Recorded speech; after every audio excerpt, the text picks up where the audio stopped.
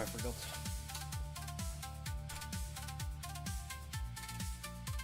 Gotta turn the hotspot on.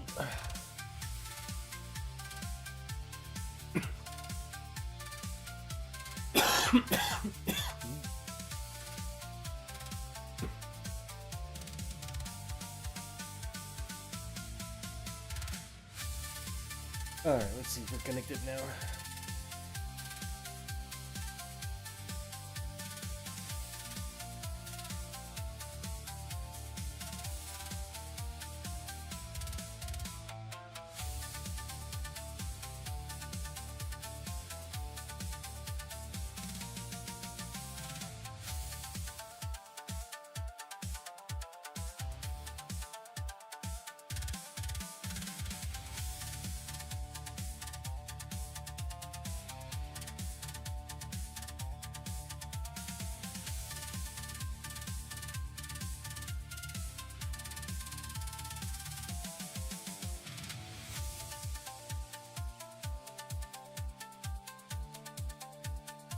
Controlling this with your hands is kind of weird.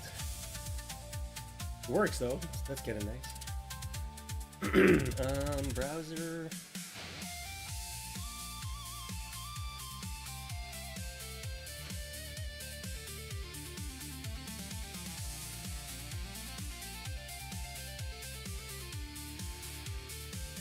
Pop the chat out.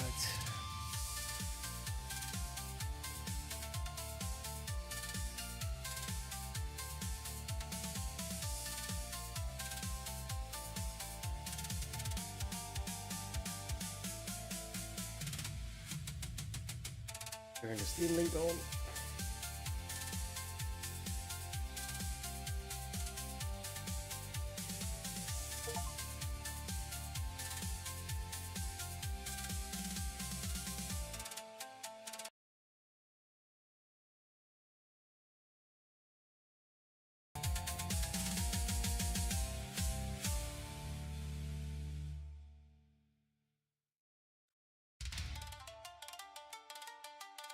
Hello? Okay, perfect.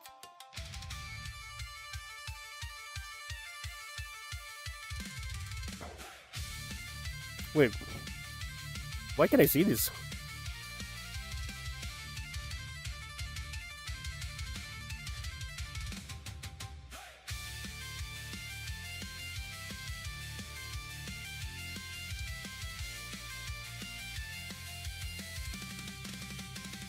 The fuck? Why am I seeing the game that I got running in the background? Okay, well, let me close that shit. Yeah. The fuck? That's new.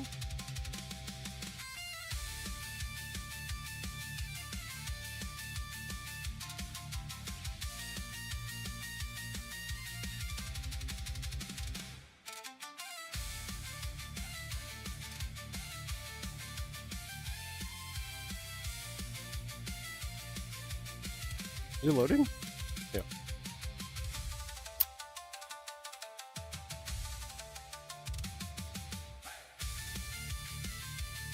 Still loading. Boom. Showing up on stream? Yep. Ugh.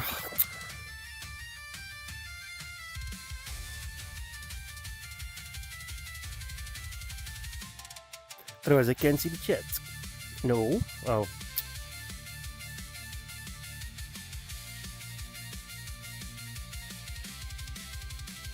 Yes, sir.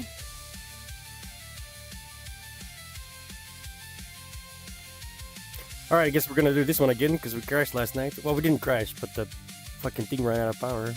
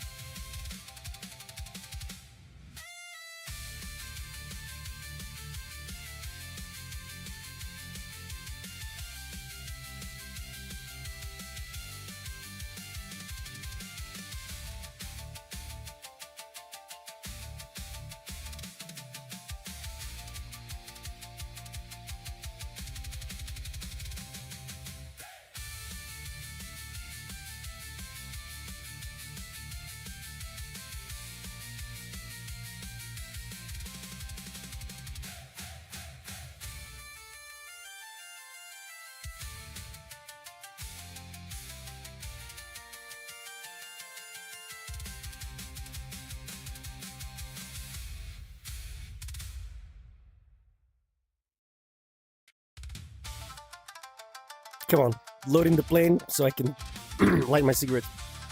There we go.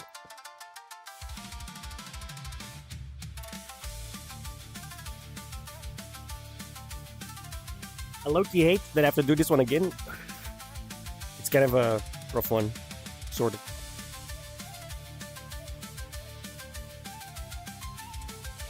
Good afternoon. This is the navigation check ride, which is a prerequisite to moving on to the air-to-ground portion of the syllabus. To pass the check ride, you must complete the following items. 1.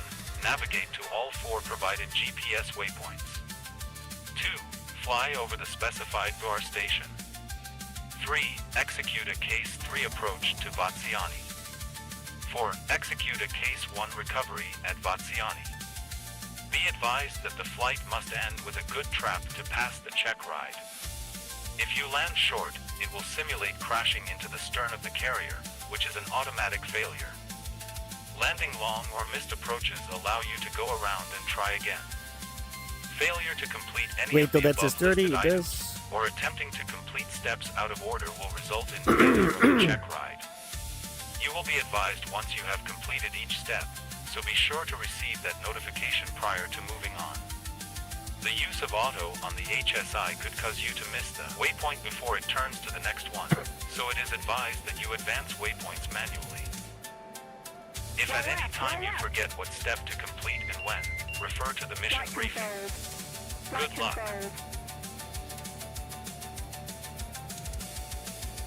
What the hell? There we go, finally.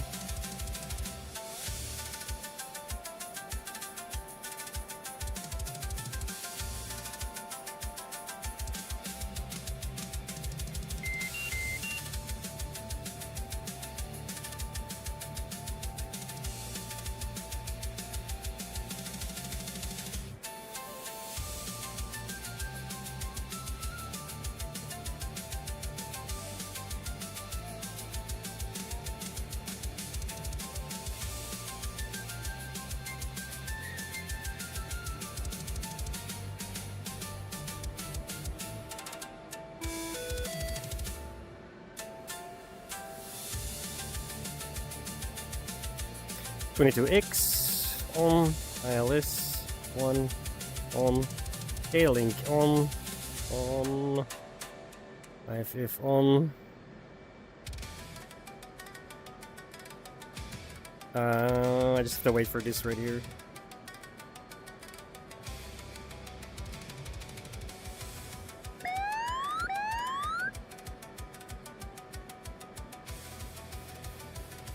$400 feet as the floor.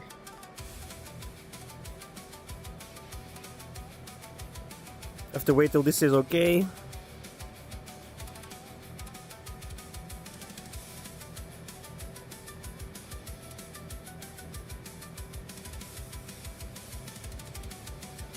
.5. That's when it is okay. Boop.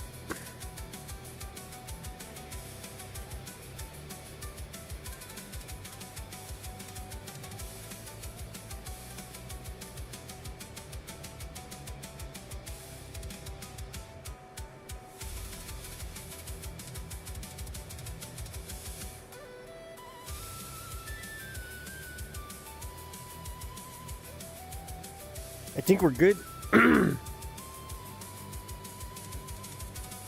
Oh no, actually. While we are good to take off, now the hard part.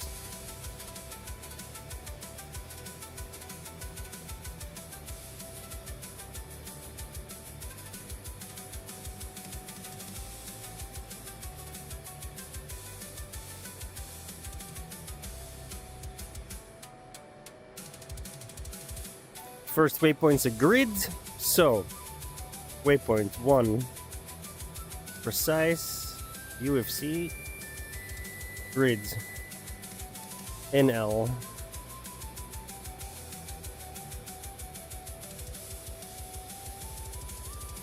coordinates 179 74 86778. Enter. Waypoint 1, grids 38T NL 17974867778. HSI waypoint 2 is decimal. Data. You see, it's set to decimal. UFC position north 4126 decimal 369 elevation. I didn't set the elevation for waypoint 1. 6,765 feet.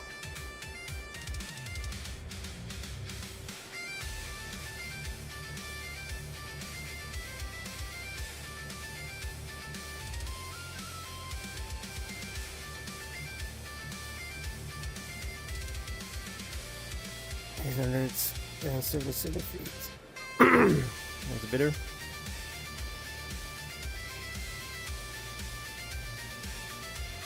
I'm not sure how to set them. Yo, Kraken, what's up? How do I set my waypoints in sequences when I am the one who inputs them? I was told yesterday I have to set that myself. I gotta turn the music down though. It's a little loud.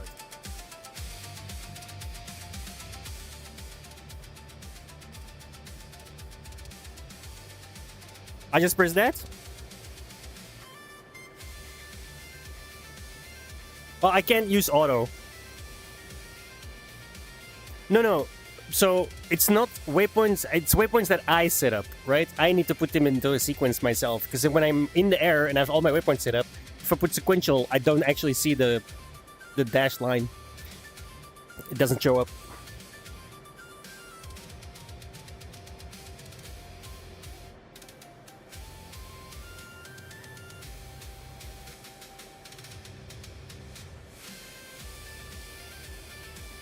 Great, and waypoint 2 is gone again. Why does that happen?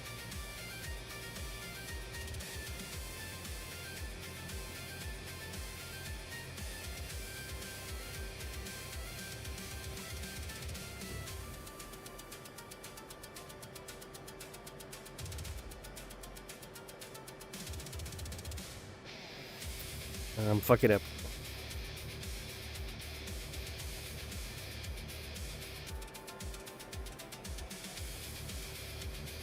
See, and then when this... No, because see, when I go to sequential, sequential 2...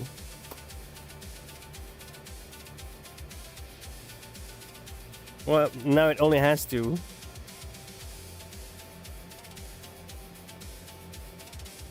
See, right there, 0? Maybe this way you can see it better. So I got 0, 1, and 2 set, right? These are, well, not fully set. Let me finish that, actually. Let me finish the set. Let's finish setting the waypoints and then I'll show you.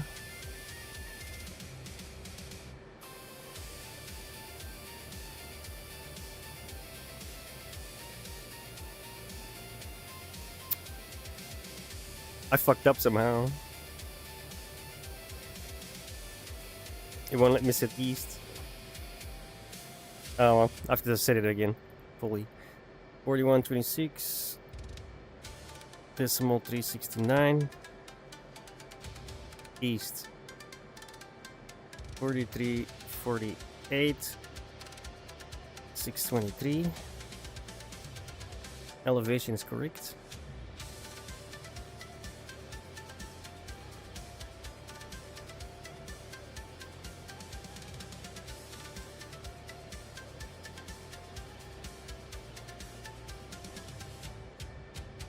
That's just the general one. I don't even need AC. I'm still gonna set that the seconds because that's for the next one. It's already done. Antique Precise. UFC. 4102. 41.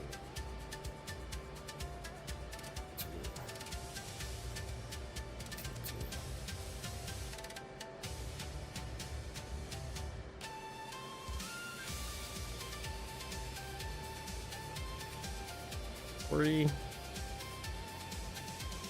64, 33, 8.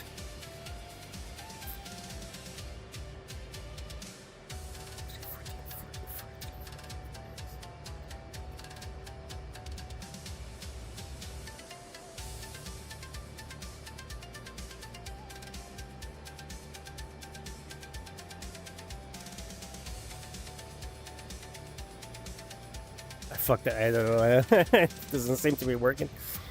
This is the seconds. Let me just make sure it's at the seconds. Yep. UFC position north. 42, 14, 31. 55 seconds. Oh.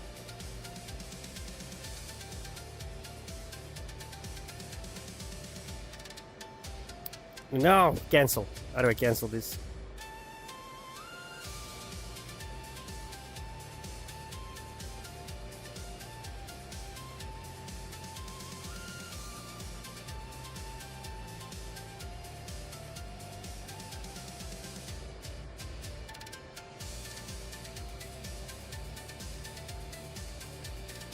420249. 420249. 25 at 43 feet. Okay, so I have all my waypoints now.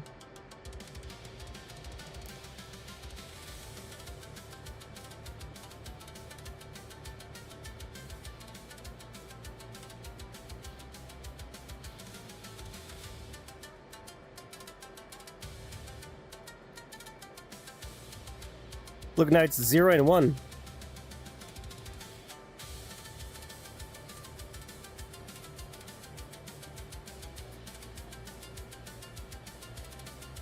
What? I don't understand this at all, bro.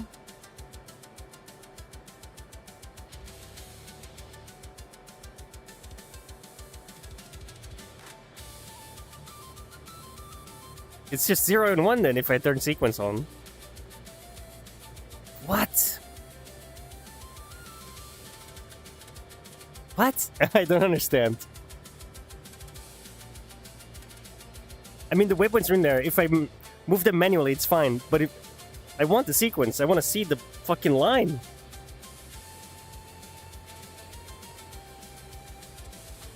I'm so confused.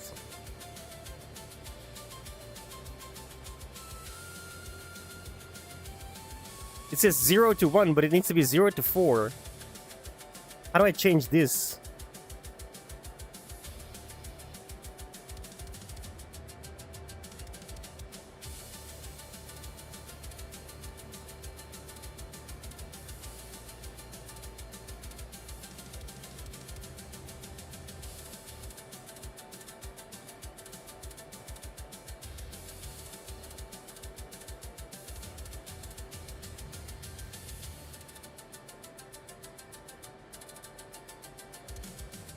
Like someone yesterday told me, if I'm the one that inputs the coordinates, I also have to be the one that sets the sequence.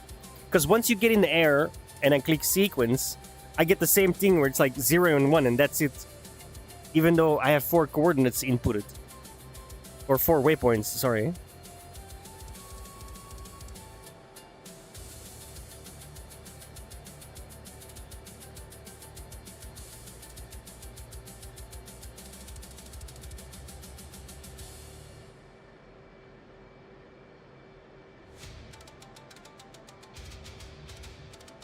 Yeah, the what?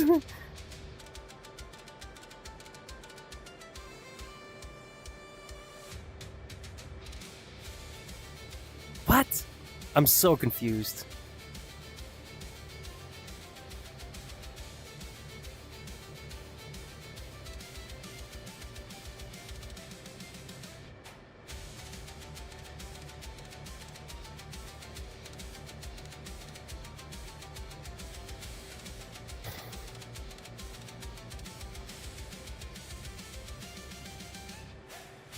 Yeah. Yeah, it's the campaign. It's teaching me like all of the excuse me, all of the systems on the plane, which is great. However, the sequential thing is something I want to do. It hasn't told me about that, so I don't know entirely how to do that.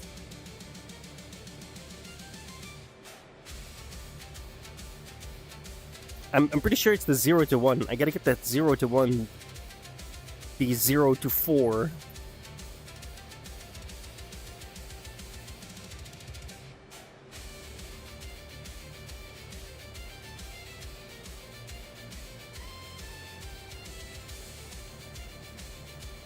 I'm just not sure how to do that.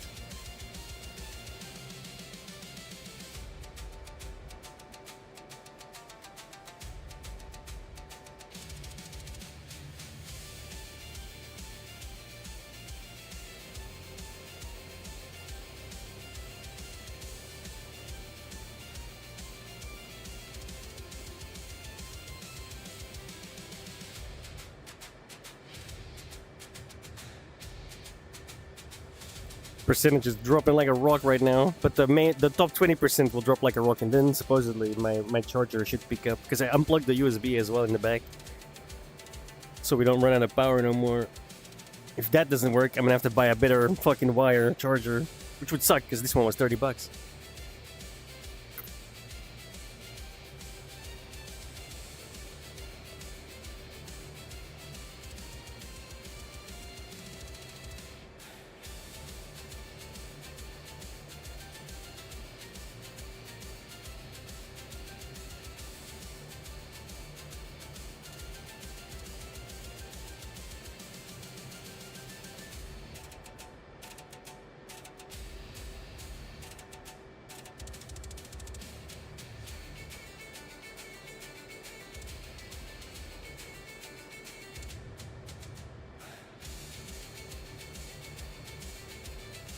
Yo, Marvin.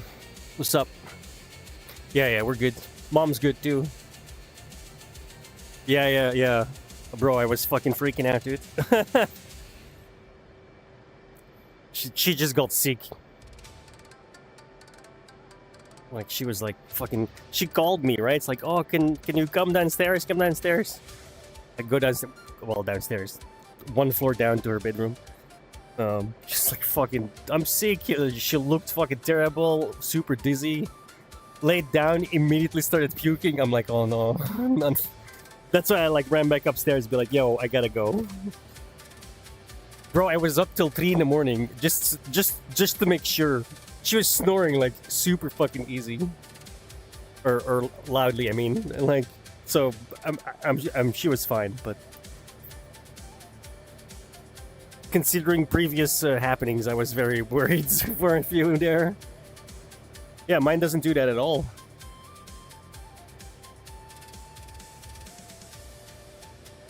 It just goes to 0.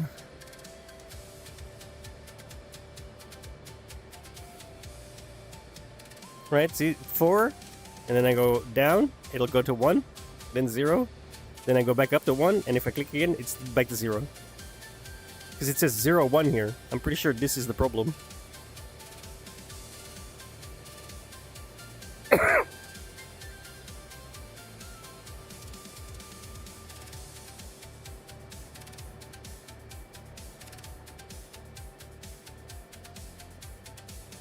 Yeah, that's what I did. Right? If you go to 4, waypoint 4 is the last one I've set, right? I've got 4 waypoints set. If I click sequence, right? It's boxed. But I still need waypoint 1 to start out with. So I go back to 1. It'll automatically go back to 0, actually, I think. Oh no, 1. See, there's 1. But if I go up now, 0, 1, 0, 1, 0, 1. 2, 3, and 4 is just gone now. Until I unbox sequence, and then they're back.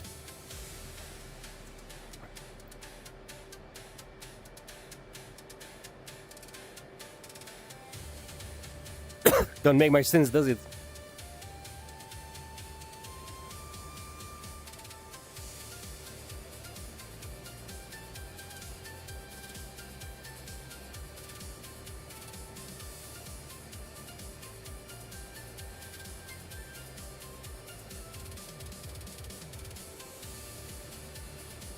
Nope.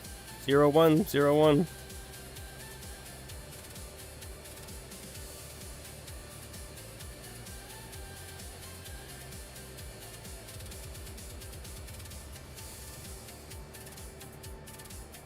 Nope. Doesn't work.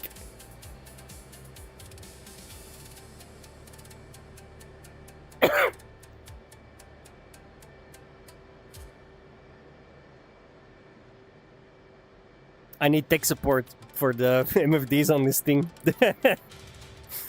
Ironically, I'm supposed to be tech support, but not for that thing.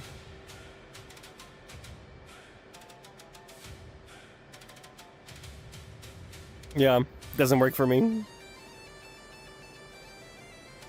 Seemingly.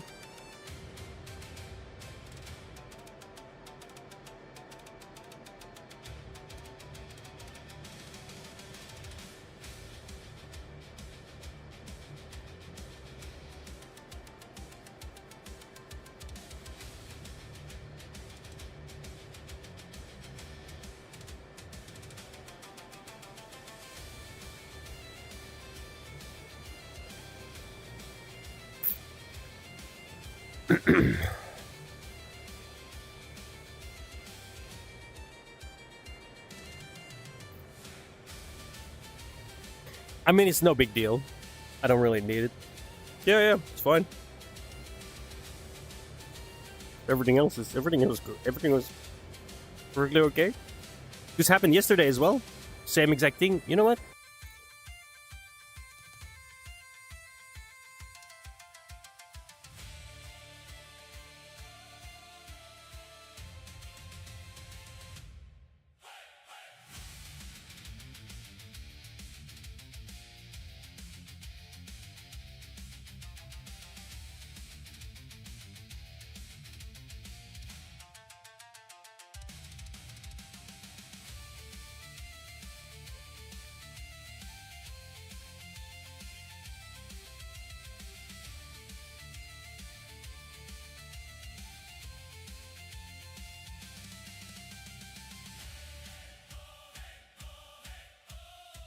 UFCDINST.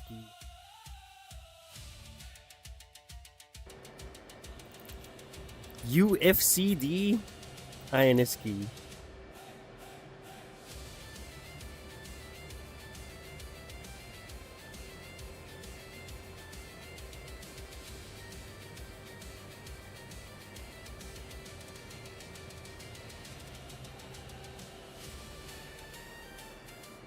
A014. Okay. We figured that. Fuck. How do I clear that though? I need 2 and 3 as well.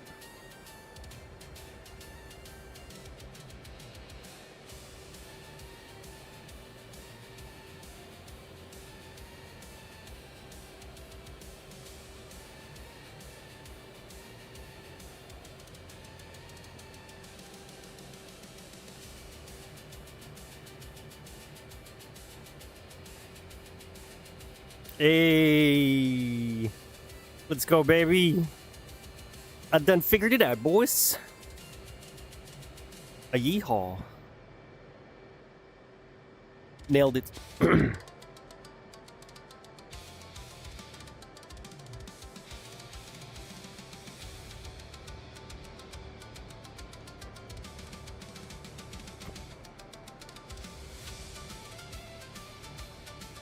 I had to input it manually via the UFC. There's a sequence UFC right here, and then you can insert and delete. And I inserted waypoint 2, 3, and 4. So now I have 0, 1, 2, 3, 4. Perfect.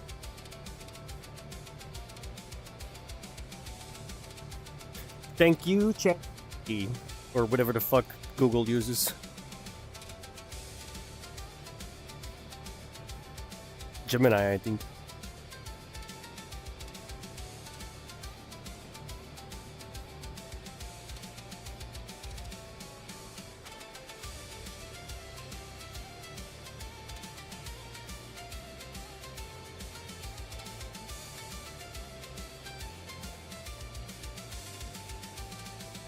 Lol.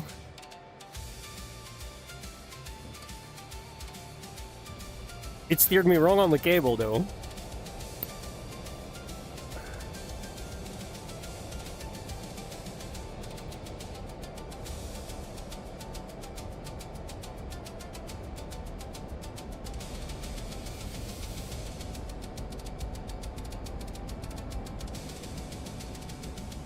I forgot what I said.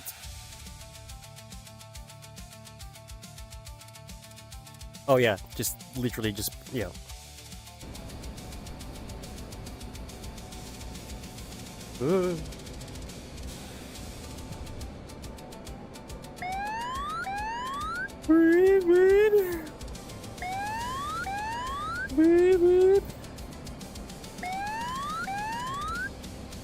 Silence. I know I'm below. Shut up. I gotta lift off first, man.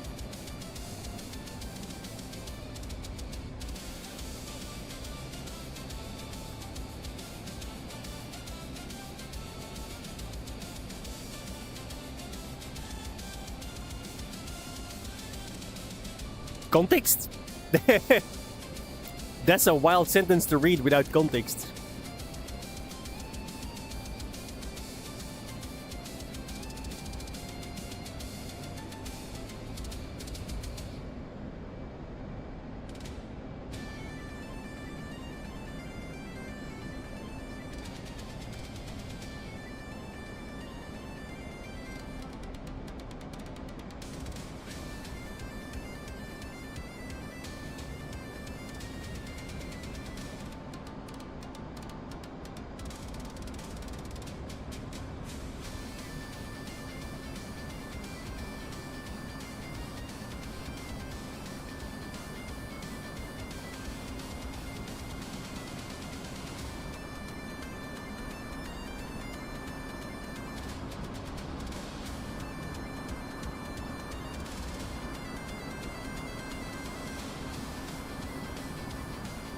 That's waypoint 1.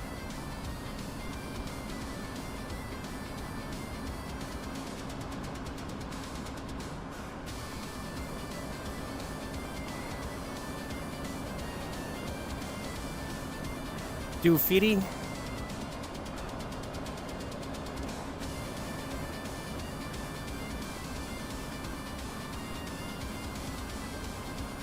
Ish.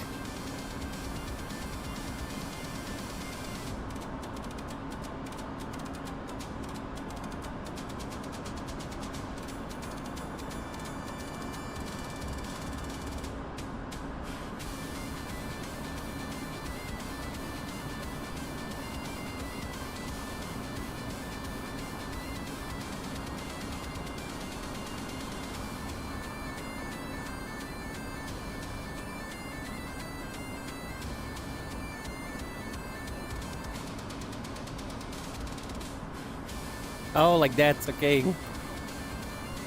Okay, I get it now.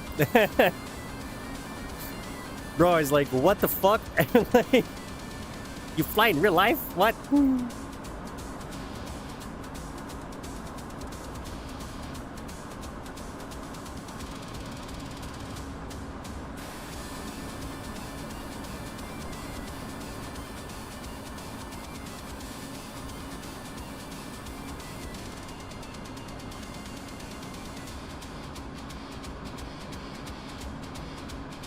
Yeah, AI is pretty nuts.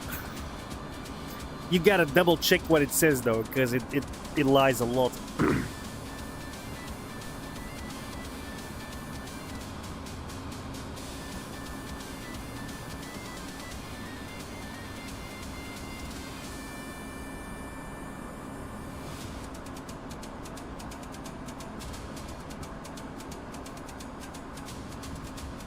I know, right? It's the worst it's ever gonna be, basically. Unless it crashes. Which is possible.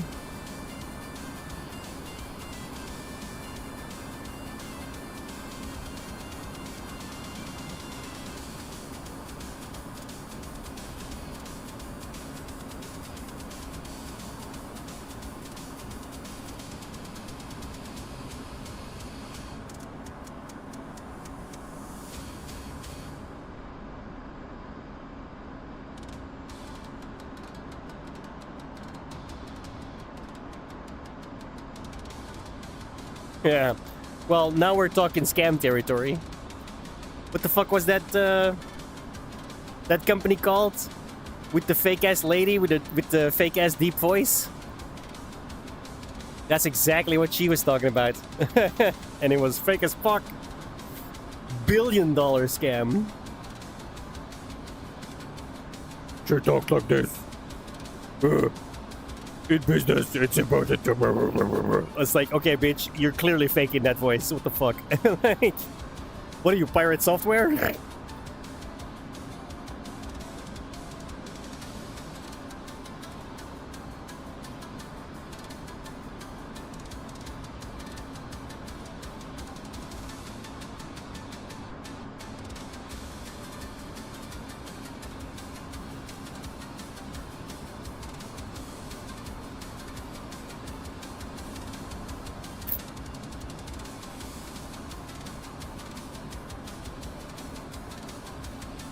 Hello.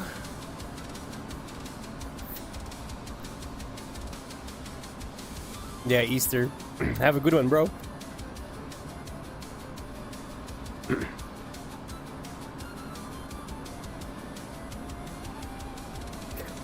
I'm hoping this is the last mission for the navigational block. Let me start firing some shit, dude. I want to blow some shit up. Thank you, Gregan. You have a good day, sir. Enjoy Easter with your family. Don't get sick. God. I was a little worried last night, I'm not gonna lie. I can't go through this again, you know what I mean? Fuck.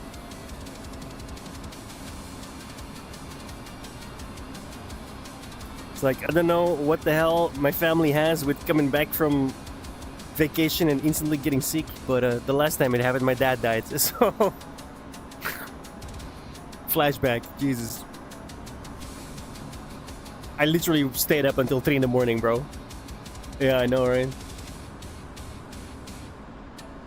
I literally stayed up until 3 in the morning just to make sure that she wasn't, you know, she didn't need me or whatever.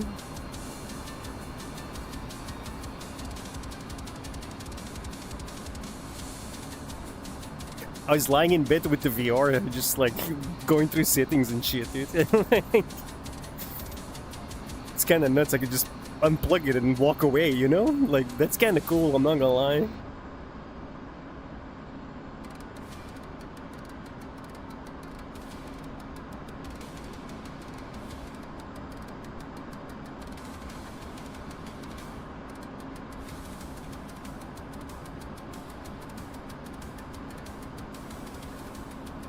Right, so check this, right? I uncaged this. And now if I swap this to radar, notice how it says, you probably can't read it, but there's an R next to the, and it says 3,000 feet, because below us is a giant mountain. Yesterday, well, nobody told me I had to uncage this shit. So when I swapped over in the night flights to radar altitude, it wasn't giving me radar altitude at all. It was still barometric, which is why there was a flashing B going nuts. And I flew into a mountain twice.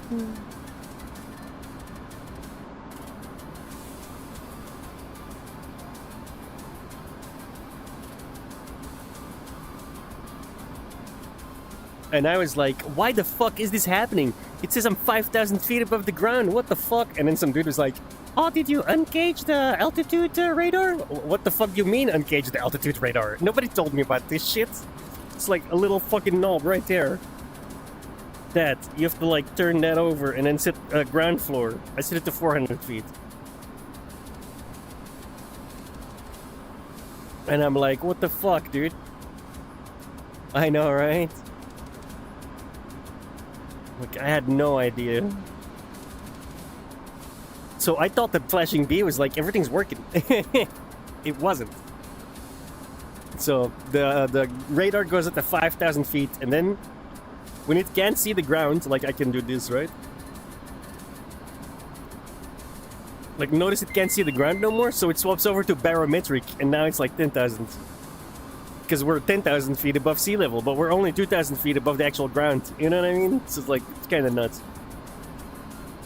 I done fucked up on that one.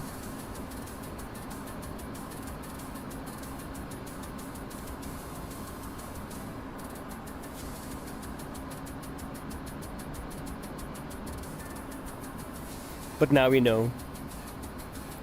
All the steps a week later, it's not that bad.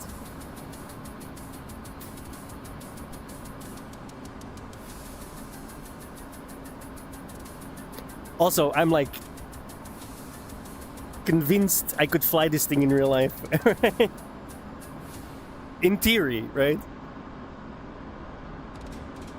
Like, if the systems work as advertised, it's like 1-1, I could fly this thing.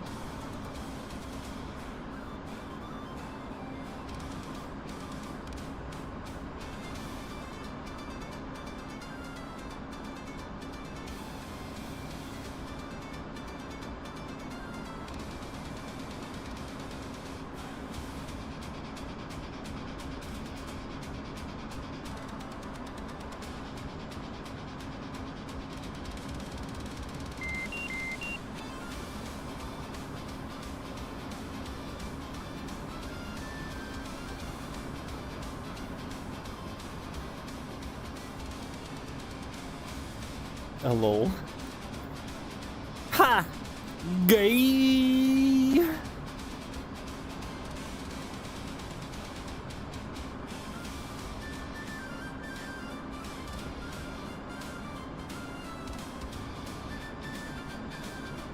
Appropriate music for that shit, though. Right? Right? Are you trying to look more, like anti-immigrants? Trying to get those benefits, huh?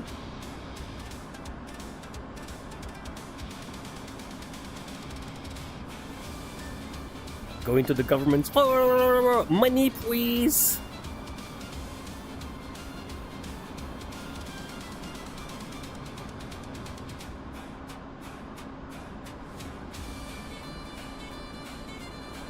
That's waypoint 3.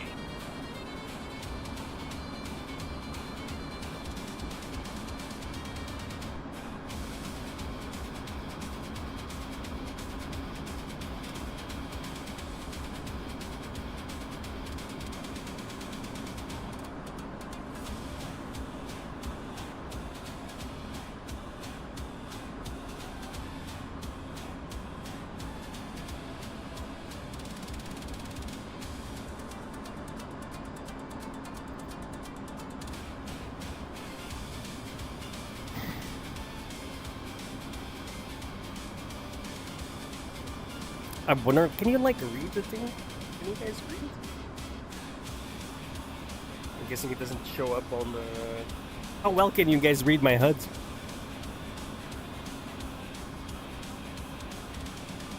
Brilliant Street one. Oh my god. Yeah. Leave me alone, please. Fuck off. You can't read it? Oh, that sucks. I have to get closer, probably. Actually, the HUD doesn't move. I just realized that. That is from China? No, no. It's the stream compression.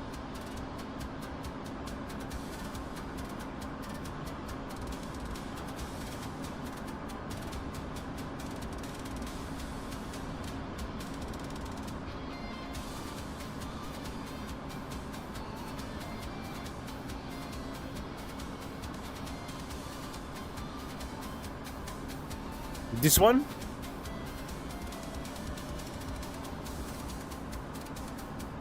It's really good. The battery is a bit of a problem. You can.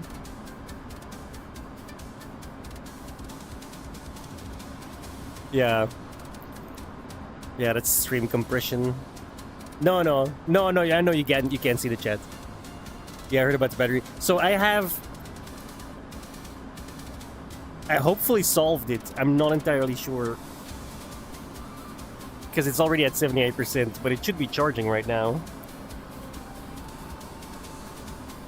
Because I have a battery pack in the back. There's a charge cable plugged into that, but the charge cable was plugged into here first. I might have to plug it into here. I'm not sure.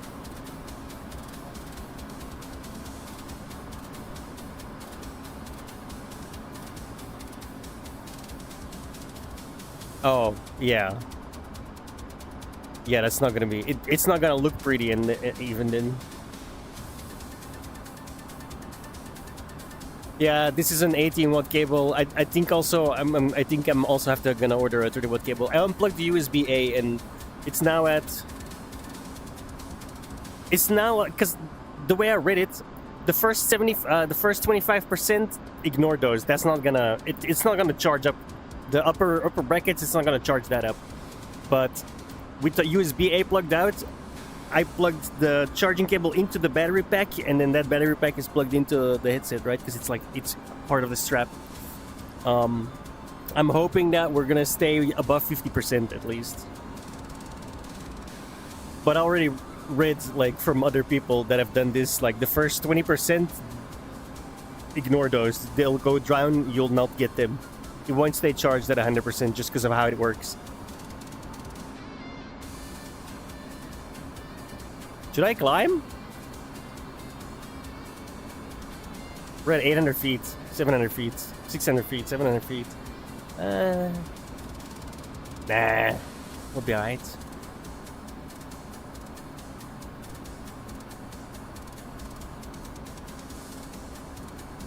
F18. Oh, no, I get it. yeah. It took me a second. Because I'm in the F18 right now. It's an F18.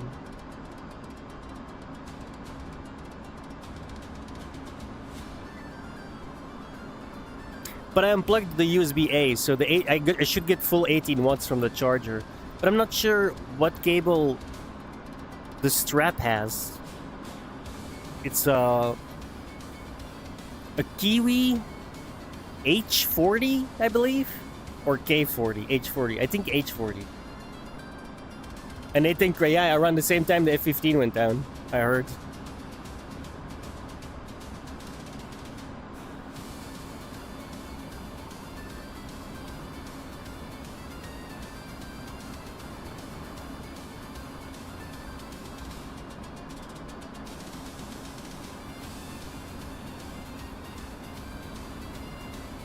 It really is slow, but it is a powerhouse gas plane, close air support.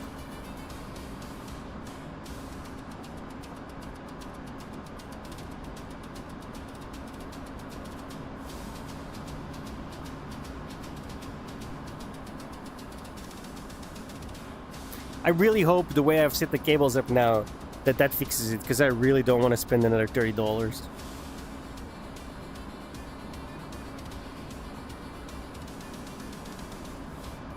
The GAU 8 Avenger.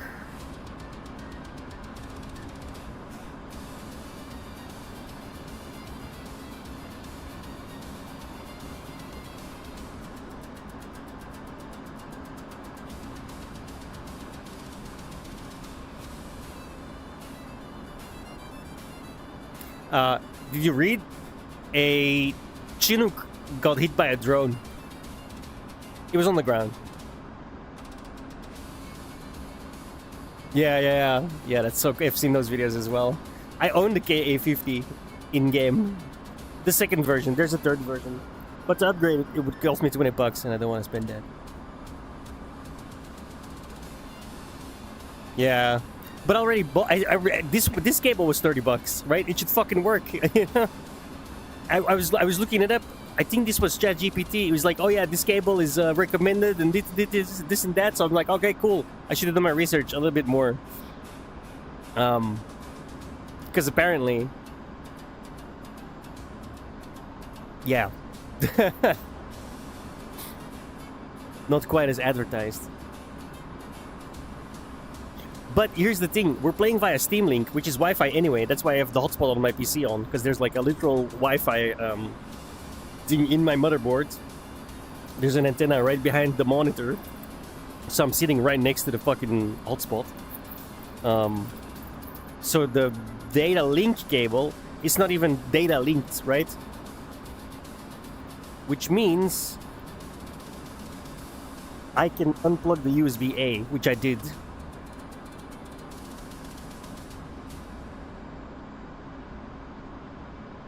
Yeah, I've noticed that too. Like 30 watts cables are weird to find for some reason.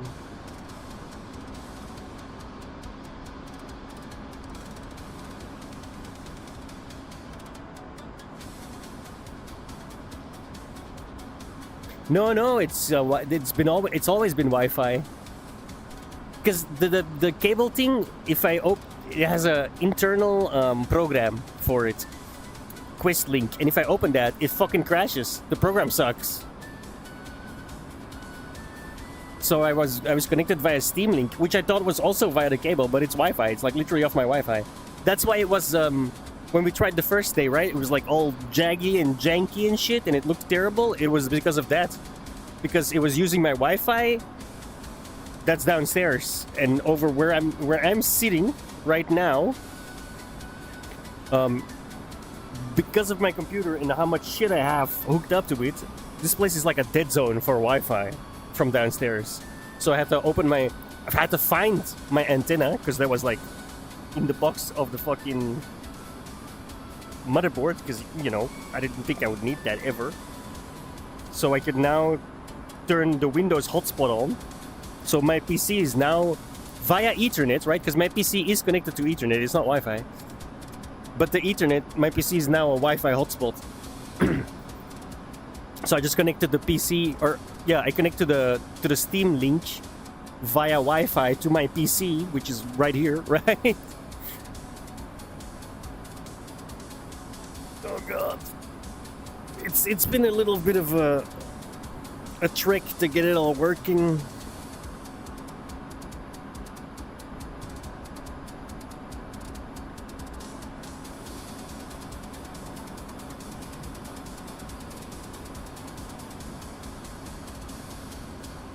But again, the fact now I don't have to plug the USB-A in, so I'm hoping that will alleviate the drain, because it's not, the cable isn't splitting now, right? Like it's not sending a little bit of power from the USB, because I don't.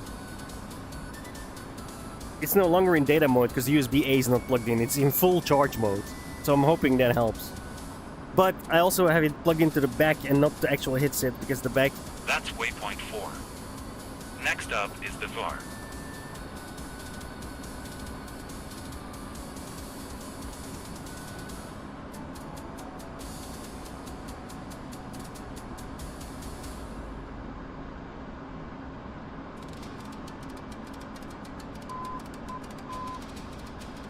East.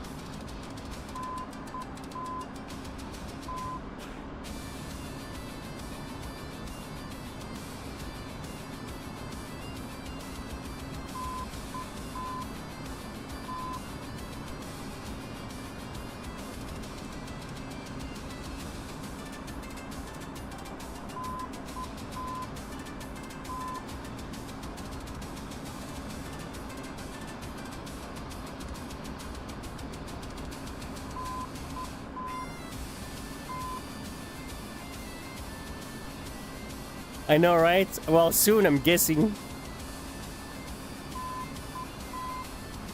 Yeah, lol. Well, it depends what he plays as well, right? I mean, I ain't got no room. I don't need room, I'm sitting down.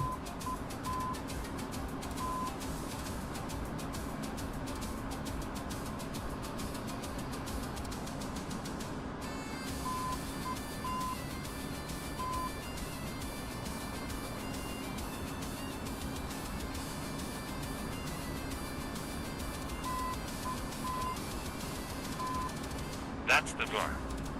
Head back to Vatsiani and execute your Case 3 approach. I'll tell you when to switch to the Case 1.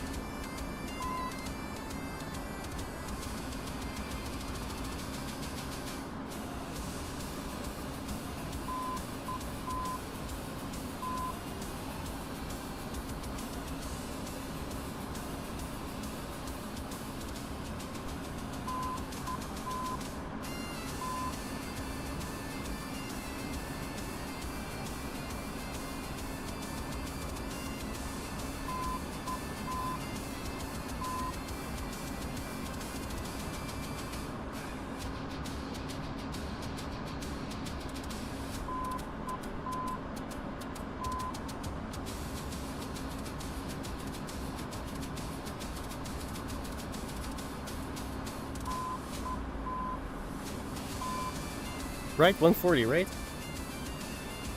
Yeah. What's up, Joey? It's fucking idiots. I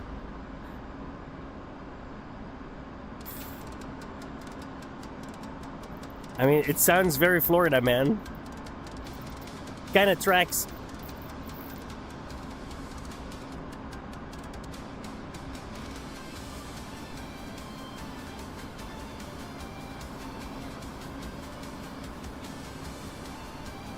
Way to confirm the stereotypes.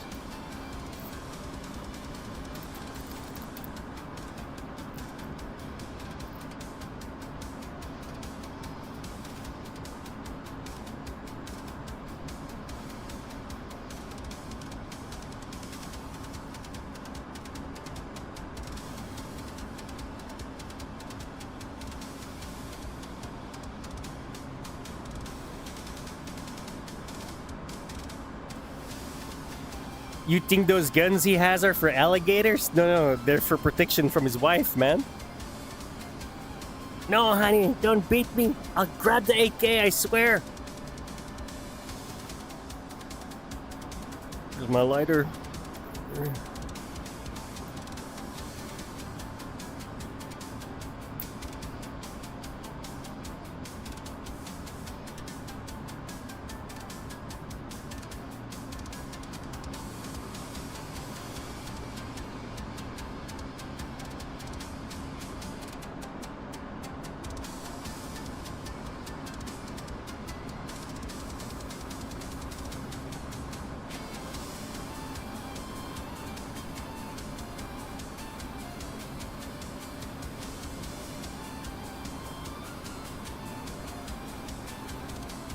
We got quite the trick. It's at least 70 miles.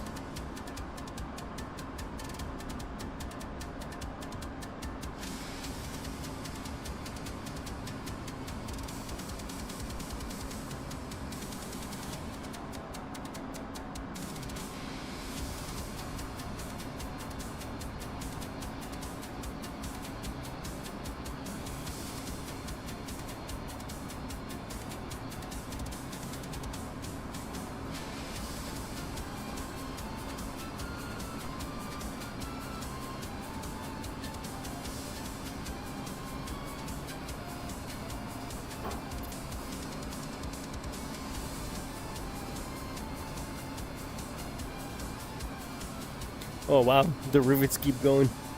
I was gonna count them, but 30, and then there's like 35 more.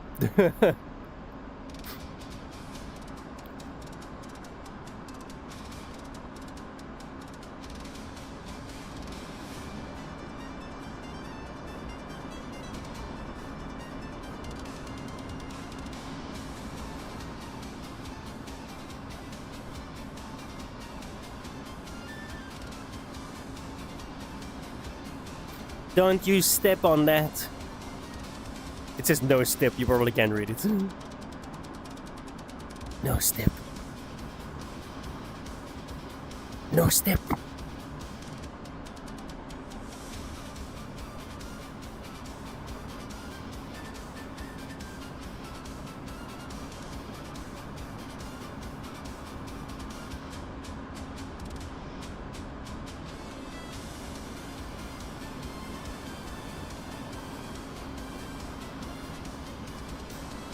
I'm kinda tempted to check the map.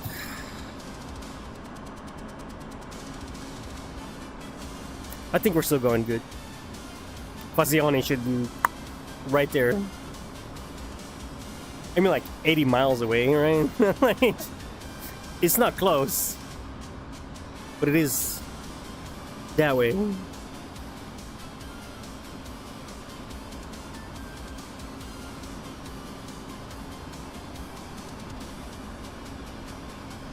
Let's waste some fuel.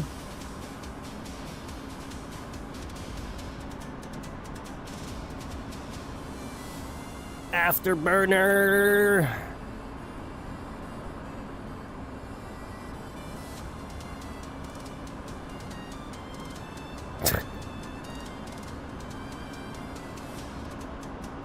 You probably still hear it every now and then. If you don't like it, go ask that bitch Jenna.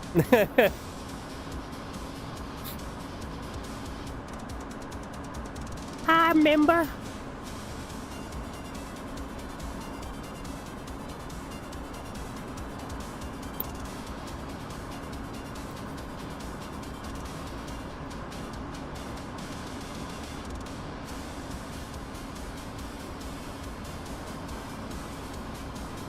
Oh, the ground's coming up real quick. Get out of the clouds. Okay, we're good. We're good for at least 10, 15 miles. It's fine.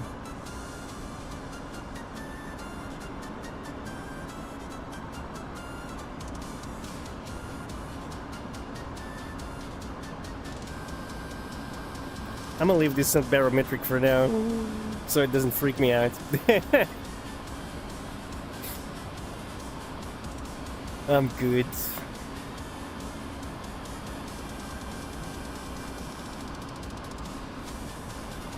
Someone Google for me 600 knots in kilometers an hour. Or miles per hour, it's fine. Preferably kilometers an hour, because I know that 1200 kph is Mach 1.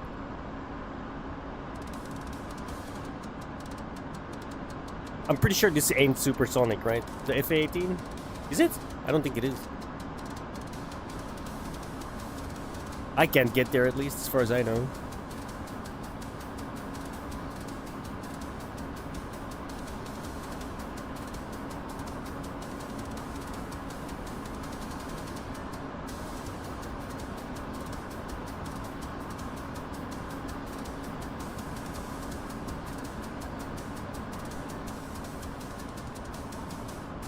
Okay, almost there. Almost there. At 1200, that's Mach 1, roughly. Thank you. Like, I'm full afterburner now. I think I can get to like 610, 620. It uses a lot of fuel though. I'm gonna have to get back soon. Oh, we got Vaziani in order. Course. Now the heading is 135, but we're in the Caucasus, so we take off 6 degrees. So 129. Okay, I'm gonna start. Set the heading to 45, roughly.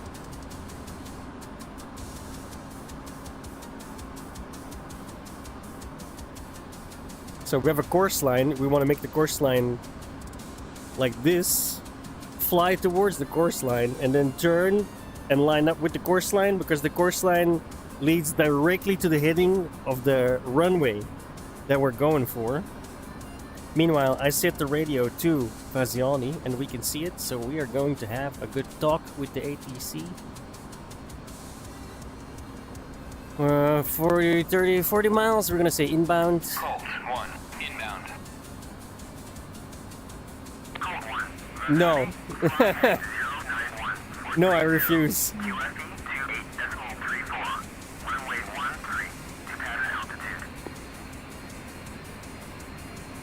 Among Us VR, you got yourself a deal. Well, if I'm the guy, if I can stay in the van, we're good. But the last 2 times I tried to play that game, I nearly pissed myself twice.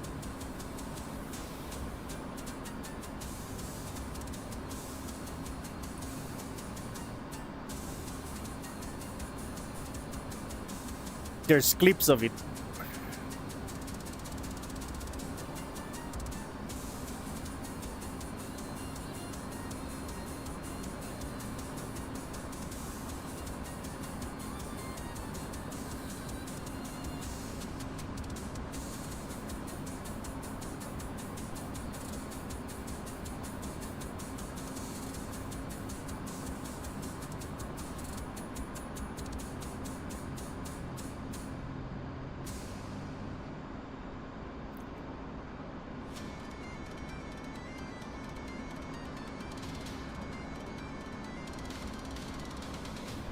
So when that arrow starts moving, I gotta start turning, apparently. I'm not entirely sure how that works.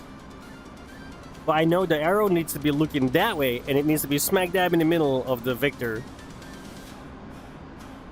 And then you're lined up with the runway. I should start going down as well.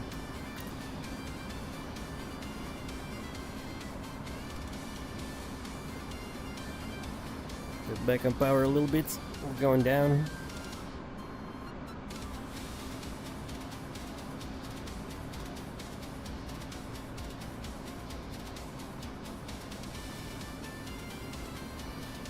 Like I said, Among Us VR, I'd buy that.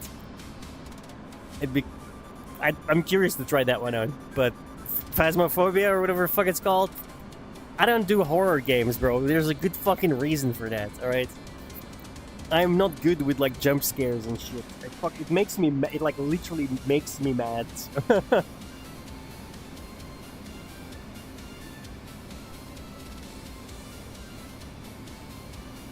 Like, you know how in a horror movie you never see the oh, and then they would just punch the fucking ghost in the face? But that's what I would do. That's my initial reaction, is like, oh, you fucking scared motherfucking piece of shit, son of a bitch. Like, that's literally my reaction, okay? Like, I remember back at work, like 5-6 years ago, right? The heavy physical. Oh fuck, I completely forgot that term. The heavy physical job. Alright, we'll just do a hush, hush, hush. Perfect. We're good. They were like, oh, you need to go grab a piece of paper, blah blah blah. Take it out of the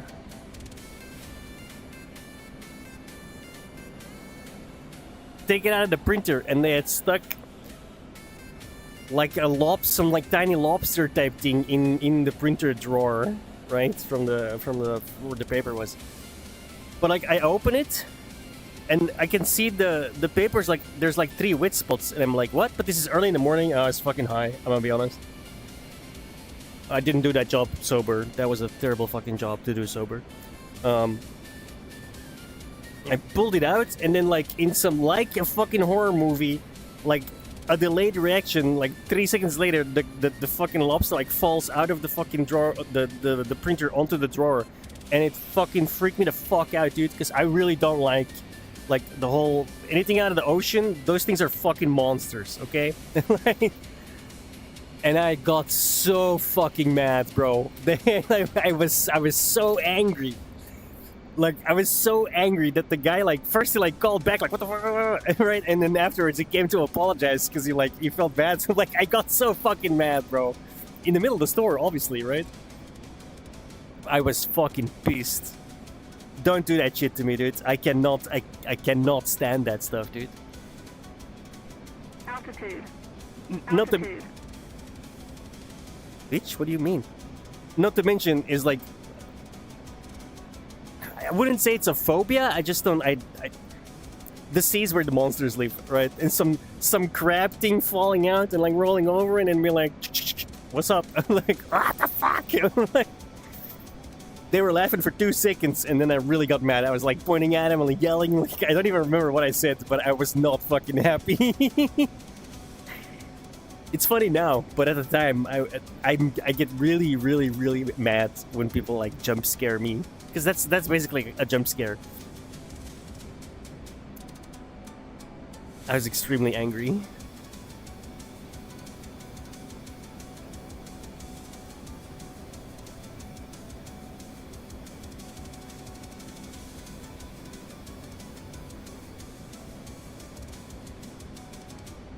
Oh, she blues. We can see her.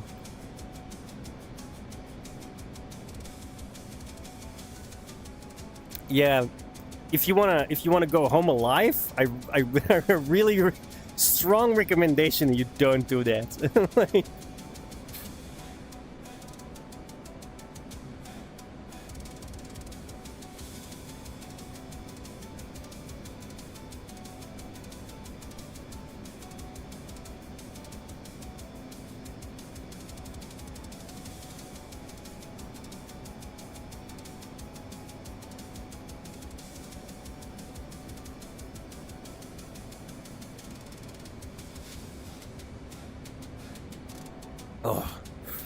bro, for a time, these things, they're like Schokowitz.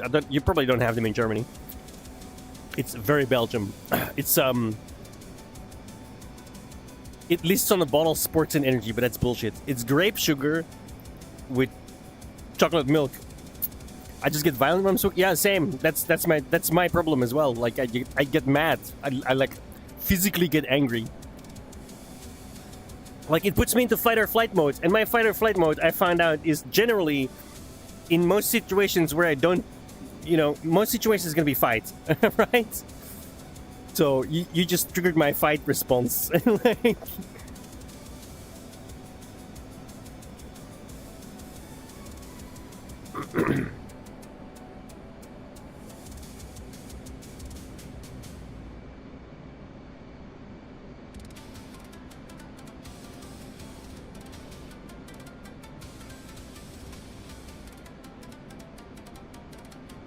statism.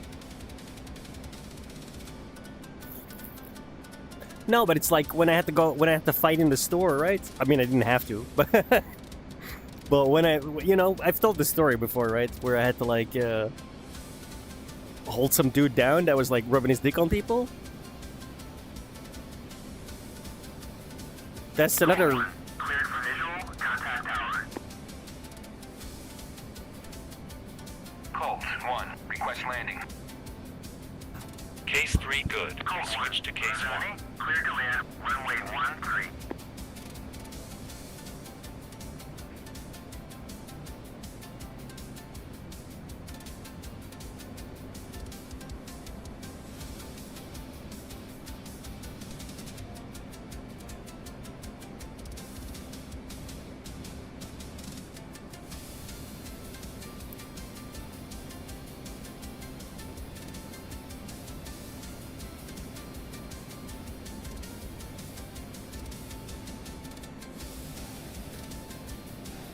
crap.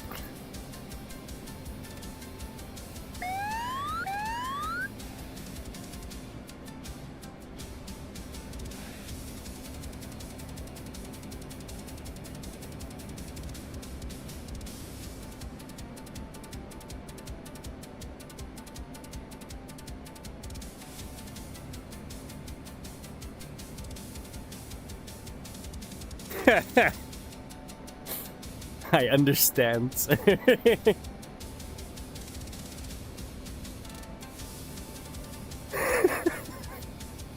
1. Go around, runway occupied.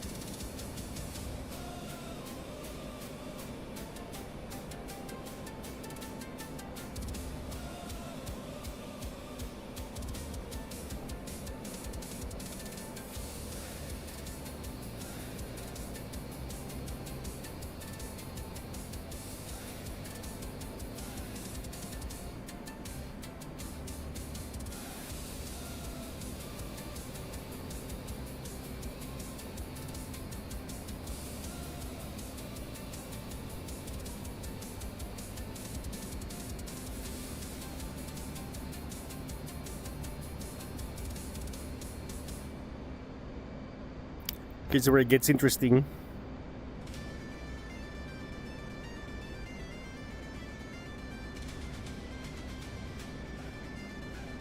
Did I fuck up or something? The guy should be talking now.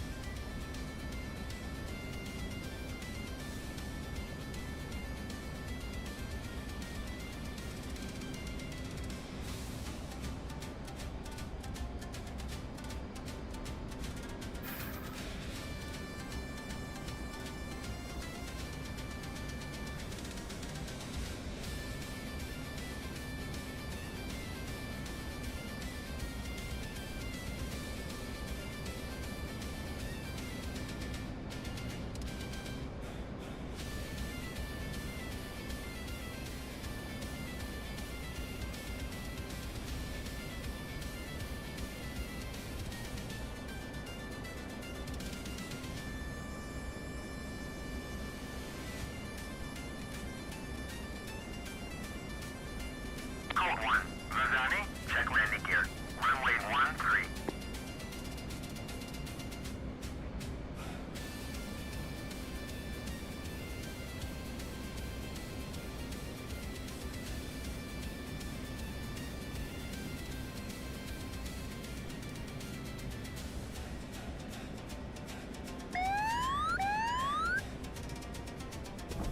Bolter, bolter, bolter. While not a failure, you need to get a good trap to pass the check ride. The landing area on the carrier is much smaller, so it's important to get this right. Go around and try again. I gotta go a little bit further. The turn was too short. I barely missed it. I didn't miss it by much, but we did miss it.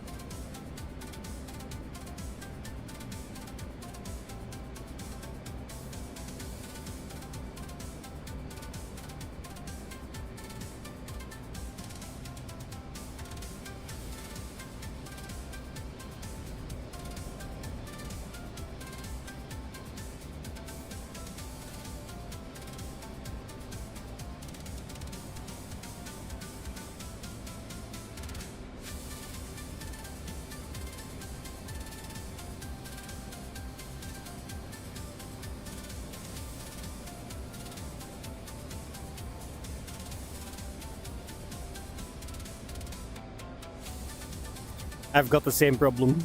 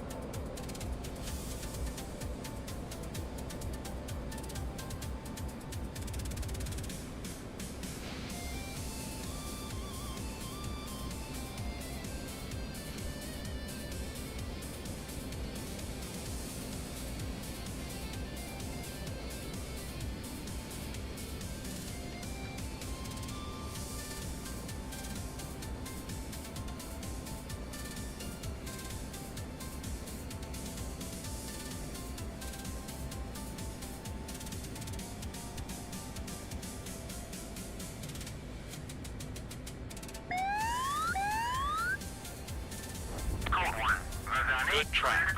You passed the check ride. Taxi back to parking spot 1 and shut down the aircraft. Boom, baby.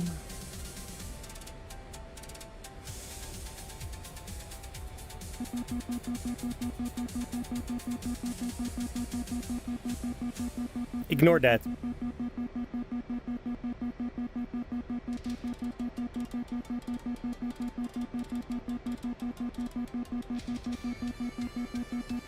It's the sound of victory.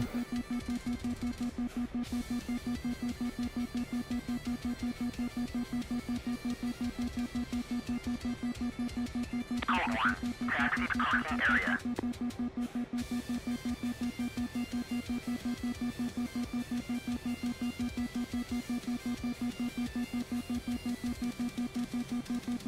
Yes. Did I? Yeah, you probably haven't heard of this ever yet. Check gear. I know the gear's fucked. It's fine.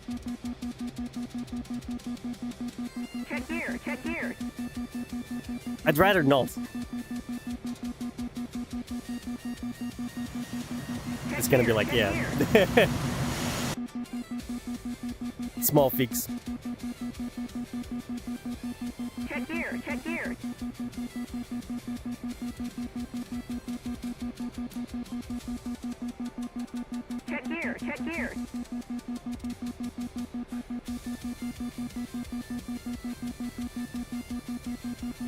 Check gear. So basically, I used to work in a... Check gear. It's like... It's like a... Check gear. No. I don't... What's a small store, right? Like a Walmart, but small. Like regional. You know? Like a franchise. It's called... It's KEKW. It was KEKW. But that's basically like Walmart, but... No. When I say Walmart, you think of like specific sort of clientele, but generally those stores don't have that kind of clientele. However, Check gear. the store I was working at was next to social apartments, so it did have that kind of people, right? And we were open Sunday, and we open at 8 in the morning. And this guy like arrives at like 7:30, drives on the parking lot, parks on like 2 fucking spots halfway on the fucking walk. He's like knocking on the window, and we're like, bro, 8 a.m. motherfucker. Like, Check gear. I didn't really think much of it after that, right? Because those people, yeah, they're normal, sadly. Over there. Check gear. So I continue doing my job, and usually when the store opens, I've been there for 2 hours. I go take like a smoke break, because I've done... Check gear. I was fruit and vegetables, put all that shit in there. That has to be done by 8 when the store opens. So, store opens, I go outside, have a cigarette. One of my, Check gear. one of my guys comes out, like my colleague, Oh, Randy, they're fighting inside the store. I'm like, what the fuck? Or no, sorry. That was later.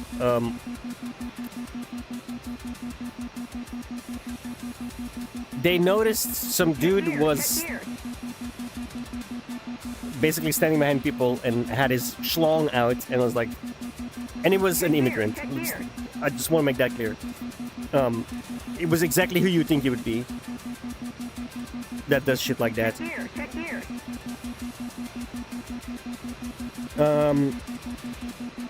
Sorry, hang on. Let me turn this off so I can actually tell the story properly, because I'm a little...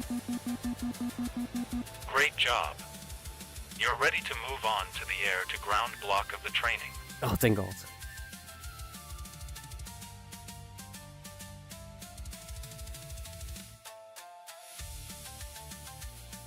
Yes, let's go, baby. Okay. So... the dude was like harassing women, basically.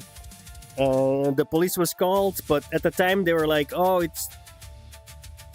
nothing happened. Well, besides, you know, the obvious creepy shit. Nothing had really happened. I'm smoking a cigarette outside.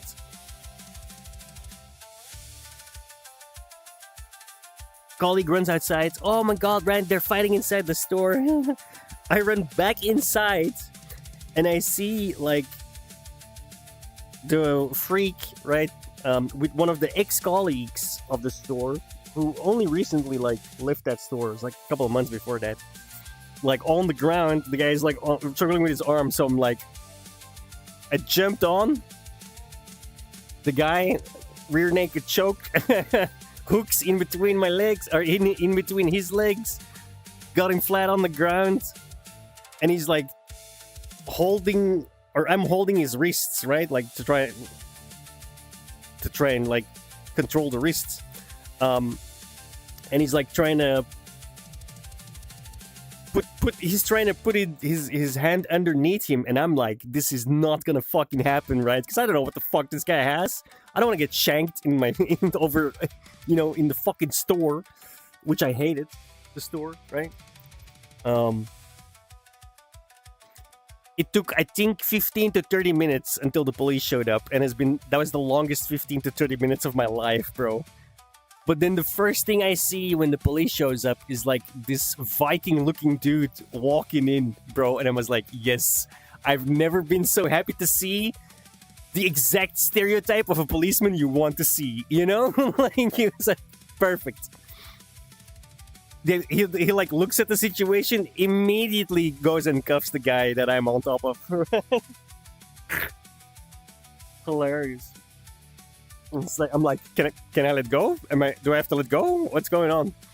It's like, oh, give me 1 second. And like the other guy, his partner, comes around, grabs the other arm, and then it's like, yeah, you can let go now. Okay, thank you. Sweet. Okay, I'm good. That was the first time ever that I've actually had to like spring into action in real life. You know what I mean? I'm honestly, on the one hand, when you think back, right, I could have so easily been stabbed, which is why I was frantically trying to control his wrist, right? But on the other hand, I am actually super proud of myself that I was like, in the moment when somebody needed me, I just fucking stepped up, you know? Yeah, he was also, here's the kicker, right? There's a couple of details that I haven't mentioned yet, because I always leave them for the last part, because it's hilarious. The guy was already wearing an ankle bracelet, like a monitoring device, like, you know, well known with police. So the guy who came in probably recognized the dude, right? And he was high as fuck on coke or what the fuck ever, dude. His pupils were like this fucking big. Yeah. Hopefully they deported that guy, but I'm pretty sure they didn't, because, you know, we live in a fucking shithole country now. Where that's just normal. Funny thing though, my best friend, Swarley, he shows up on the channel sometimes.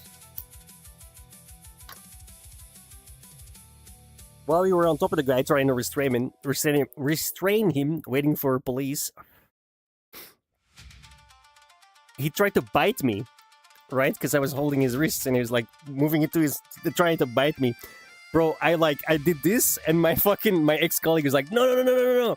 Don't hit him. I would have fucking elbowed the fuck out of that guy's face, dude. Like, I'm like, this guy's trying to fucking bite me, dude. What the fuck do you want me to do? But the dude was like adamant, don't hit him. Because then maybe I can get in trouble, right? So I get it. But the guy was trying to bite me, man. I would have knocked his ass out right then and there. Problem solved, bro. But, yeah. Didn't go that far. And then he's shouting, oh... I'm paraphrasing this to English because it was in Dutch, broken Dutch. Oh, I'm being tortured. Help! I'm being tortured. And like all the old ladies coming past because this was like right in front of the entrance, right? All the old ladies coming past, like what the fuck, and walking out. And my friend, without missing a beat, goes, "Oh yeah, this place is just as bad as Guantanamo Bay, bro." And the guy takes like a double take and then looks at my friend and is like, oh, you think you're funny? That's the best story in my life. I'm not gonna lie. That's the best anecdote I've told you. Well, at the time it was scary as fuck, right? Because I could have been stabbed easily. But in retrospect, pretty damn good story.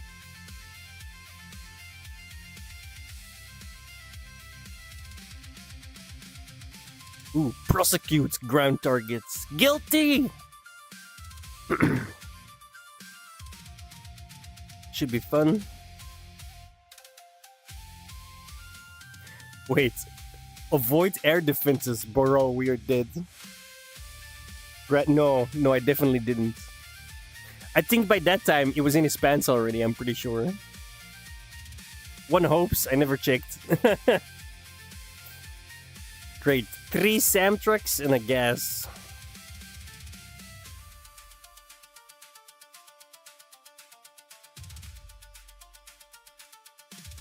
Hopefully there's a lot of explanations about how to avoid. Because if they're gonna throw me right in, I'm gonna die. Great work getting through the navigation started up block of already. the training. Now that we know how to get where we're going, it's time to get to the fun part. A couple of Blowing notes to shit start up. with.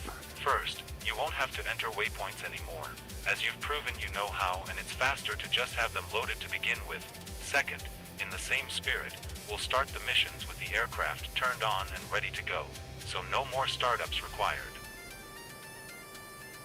This is a As Marvin satisfying campaign. as it is to drop bombs on targets, the ability to do so is useless if we're unable to get to the target area.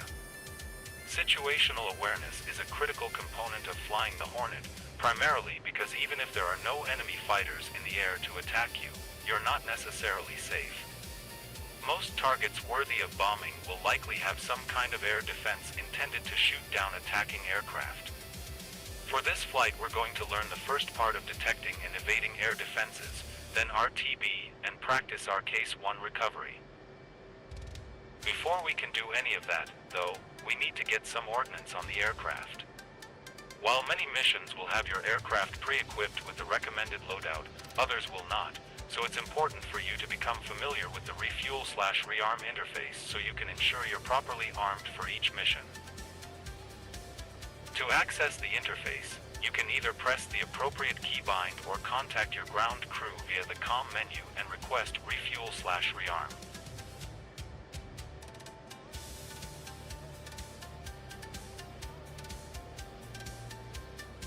Oh, shit.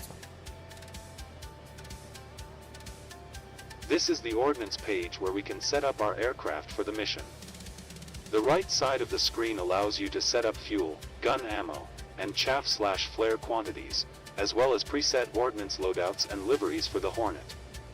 On the left under the image of the aircraft is where you can manually select weapons for each station, which is numbered from right to left. Each station has certain weapons or equipment that can be loaded. Stations 1 and 9 are on the wingtips and are for missiles, usually AIM-9X Sidewinder short-range heat-seeking missiles. These are great for taking out aircraft within visual range such as helicopters, or enemy fighters who wander too close. Stations 2 through 8 can all be equipped with bombs, missiles, or external fuel tanks as desired, though there are typical use cases. Stations 3, 5, and 7 are usually where external fuel tanks will be mounted when required, though they can be equipped with various weapons as well.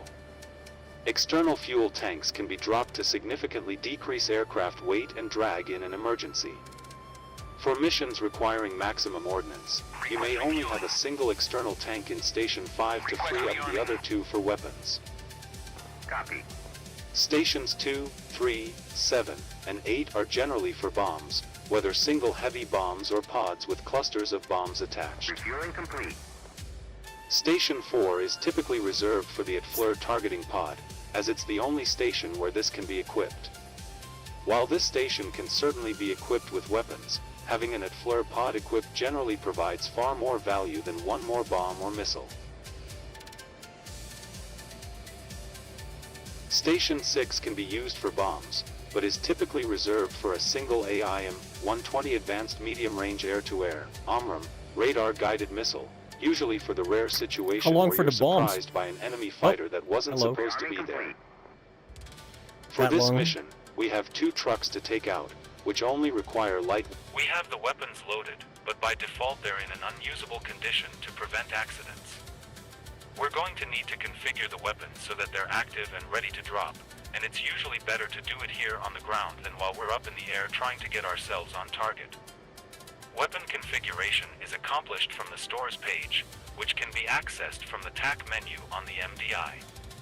You can get there manually with the menu, or you can simply press the air to ground (AG) mode button on the left side of the cockpit.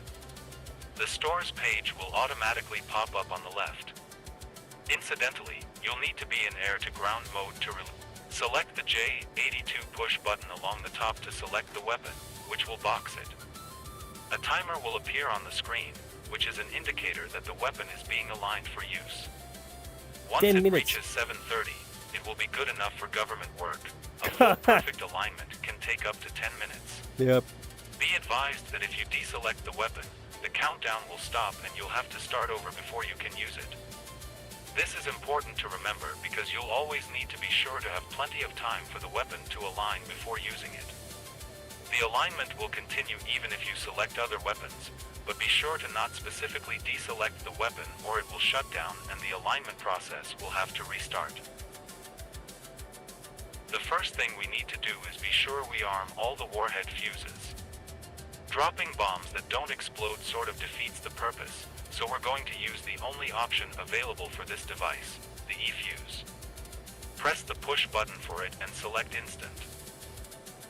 Setting up our first target is extremely easy, so let's do that now. The station you currently have selected will be boxed, and you can switch between them using the step function. If you're not already, step over to Station 7, the right station, then press the mode button to put it in Target of Opportunity, TOO, mode. Once that's done, on another MDI, select the HSI page, then advance to Waypoint 2 and press the Waypoint Designate, WPDSG, button to assign Waypoint 2 as the weapon's target. That's it, just a couple of button presses and it's done. Of course, you'll almost always have additional targets nearby your assigned target waypoint, so we'll need to be able to take care of them as well. This is where the GPS data entry we practiced comes in.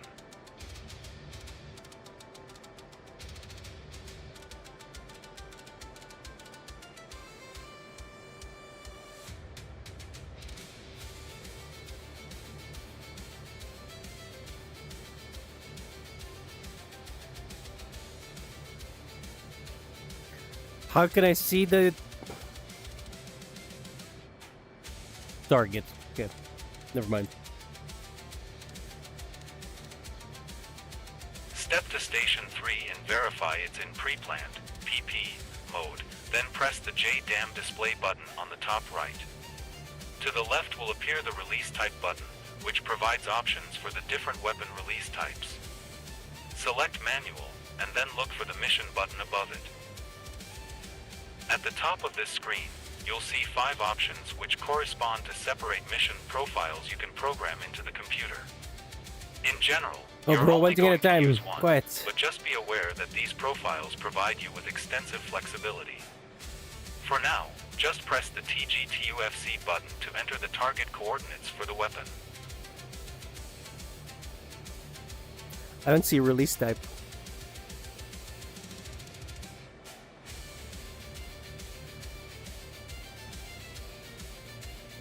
To the left will appear the rel type button. No?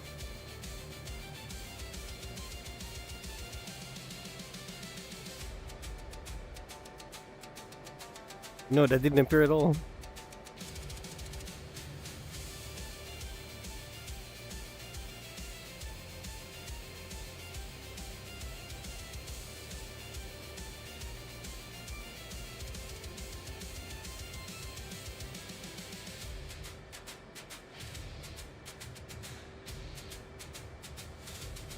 Oh.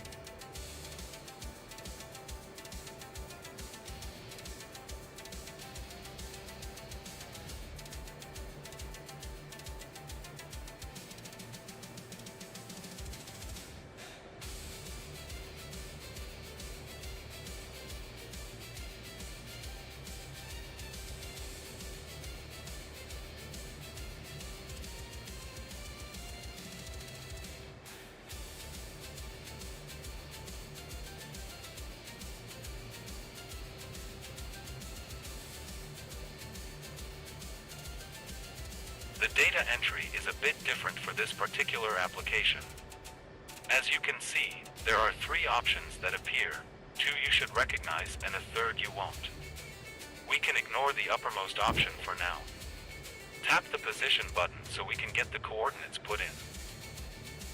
Again, this will be slightly different from entering a waypoint. You have to manually choose latitude or longitude, then enter the coordinate in as usual. Go ahead and press the LAT button, then enter the latitude provided in the briefing. Then do the same for long. The decimal screen shows up blank for this one, but just 42, 53, 57, 01. 42, 53, 57, 01. 42, enter everything 53. in the way you were trained. Once the coordinates are in, go back to the stores page and tap the TGTUFC button twice to Oh, fuck's sake. 53, 57, return to 01. the UFC menu. Then tap the elevation option and enter it as normal. Once all that's done, step through the 2 stations to verify that one is in TOO mode and the other is in PP mode. PP. 45, 22, Then press the return 16. button at the bottom of the stores page. Lastly, press the 76. AG button to return to navigation mode so we can use our waypoints.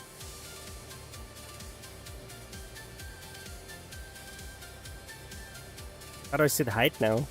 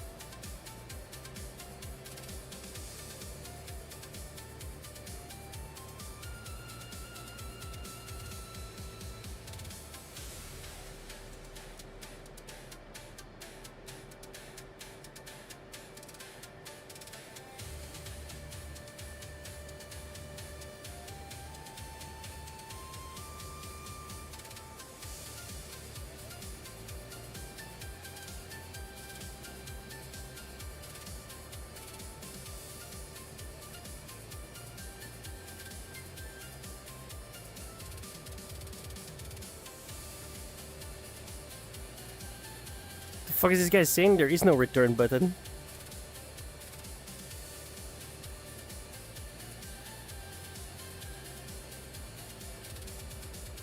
I think you meant menu. Now that we're armed and dangerous, let's talk about the flight. As stated, we have 2 trucks that have been set up as practice targets, but we need to get you in the habit from the start to be looking out for the various air defense systems that will inevitably be in your way. On this flight, there will be 2 Russian SA-3 sites, each with an effective range of up to 10 miles. They have been deliberately placed so that their effective ranges fall along your flight path, meaning you'll have to manually navigate to avoid them as you make your way to waypoint 2. Let's go ahead and get into the air, climb to an altitude of 15,000 feet, and maintain an airspeed of 350 knots until instructed otherwise. When we get to waypoint 1, we'll talk about how we're going to avoid the SAM sites.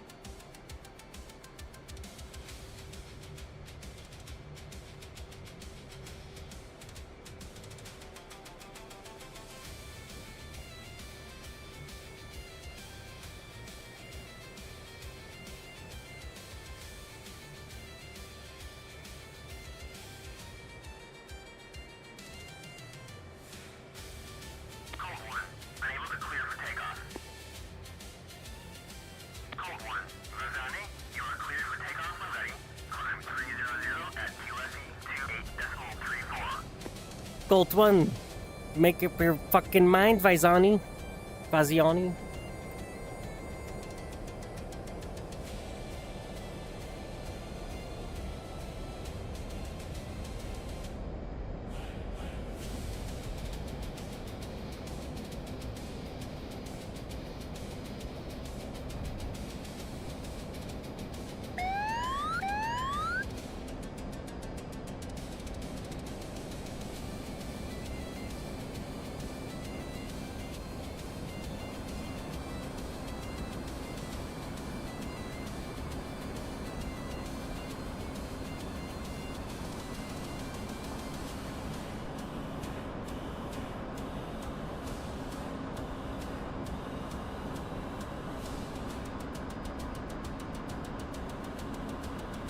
Did it tell me an altitude?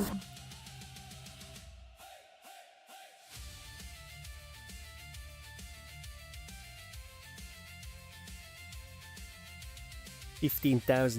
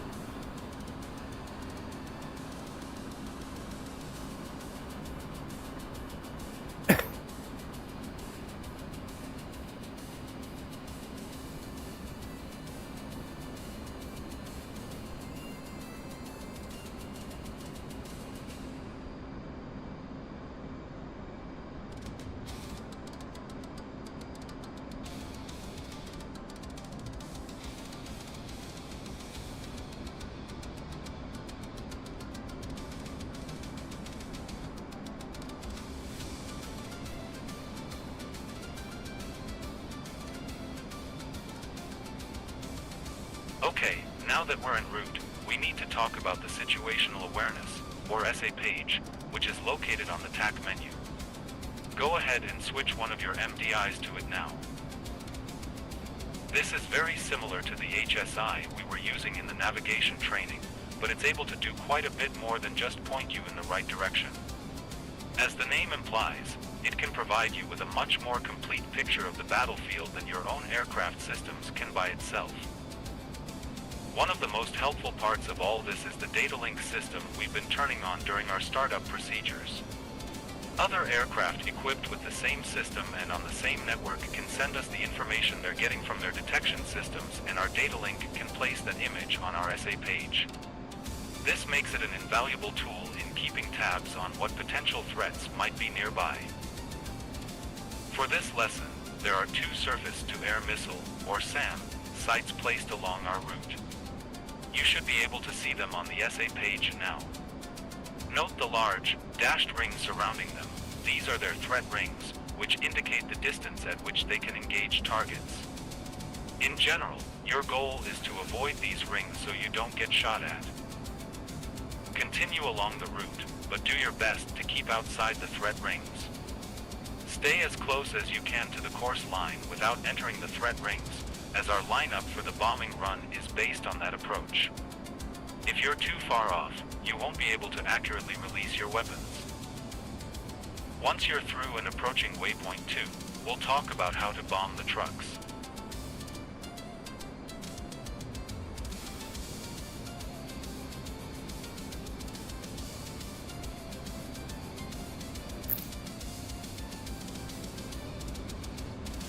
Alright, mission done. Fly into the circles. Got it.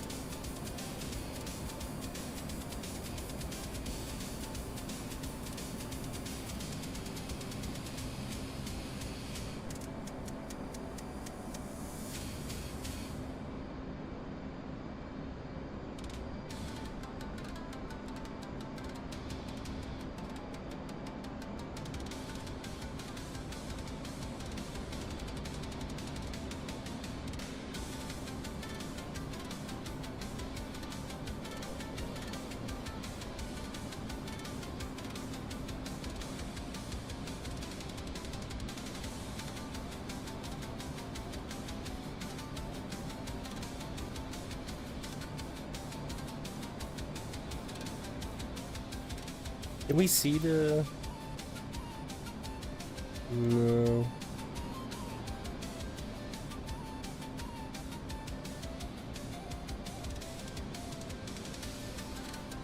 I mean... That's the target, right? Yeah. So it should be like there somewhere.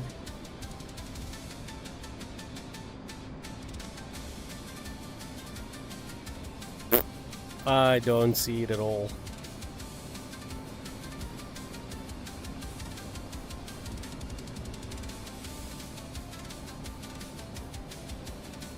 I was wondering, maybe it shows up on the HUDs, right? Because we can see the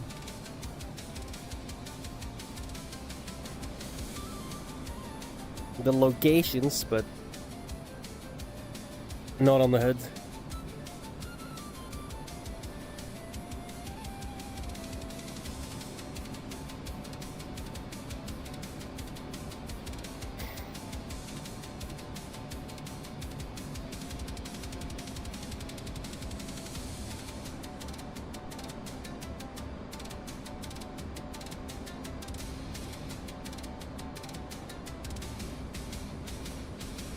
At this point you should be rounding the second SAM site, so let's talk about the bombing process. GPS-guided weapons are fire and forget. As long as you did your data entry correctly, they go where you told them to go.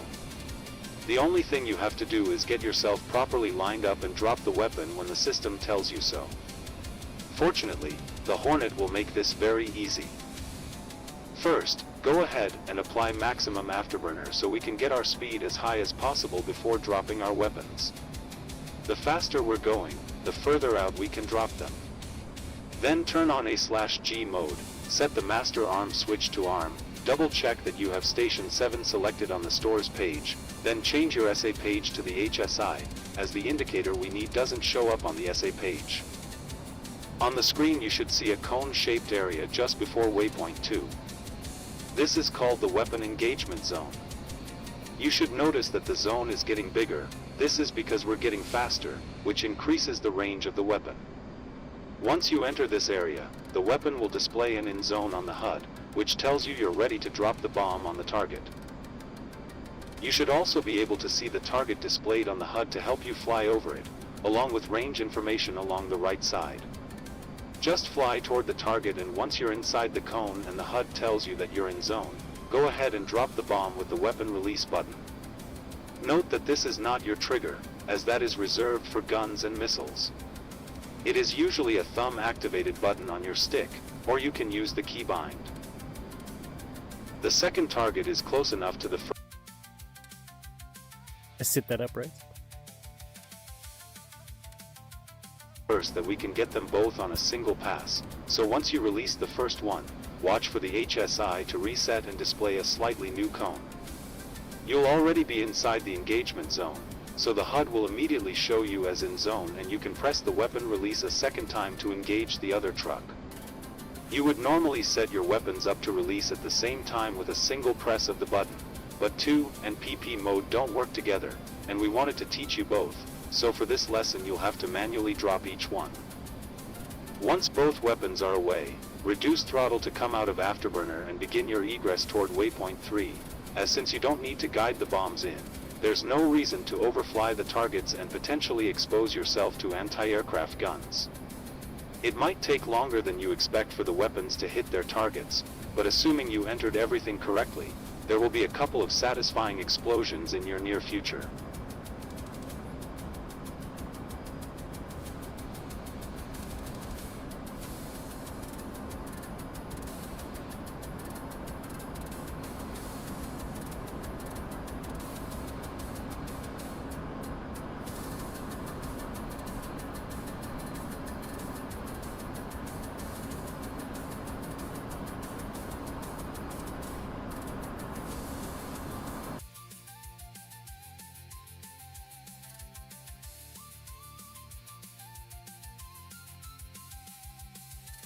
Master arm switch, don't forget that.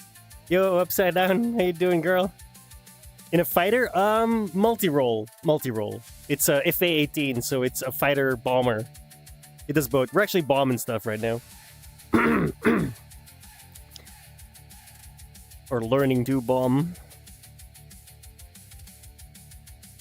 A cone-shaped area. Is that that thing? I don't see it on the HUD, so it has to be on the HSI.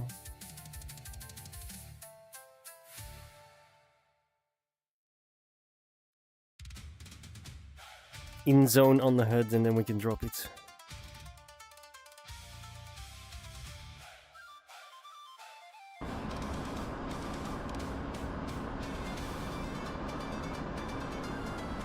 Every button on this plane works. Every single one.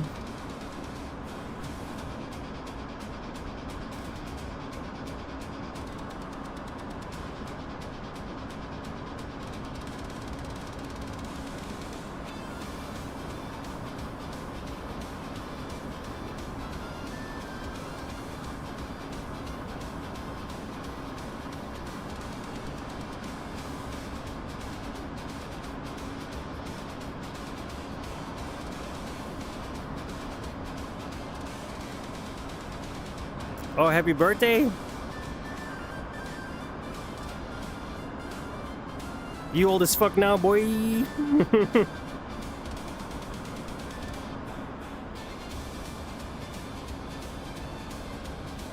Go get him, boys!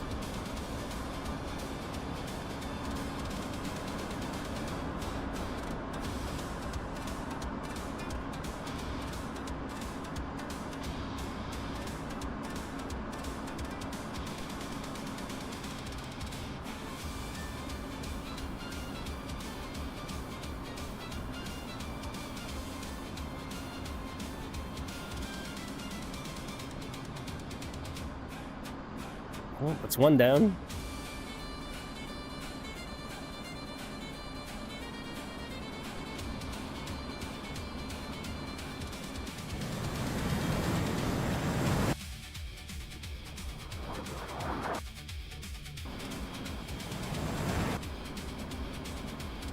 Did I get the other one?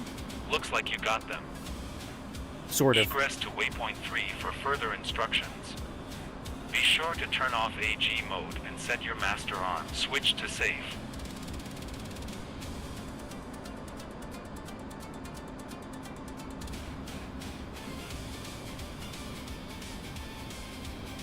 Yeah, every button works. Every single one.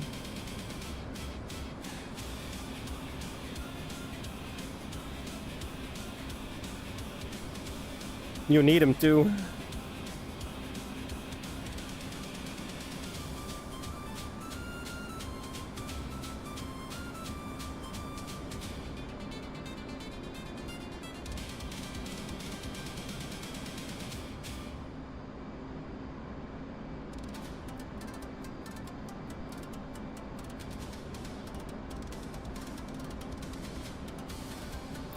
Pick up some speeds, drop some altitudes. We're gonna start lining up.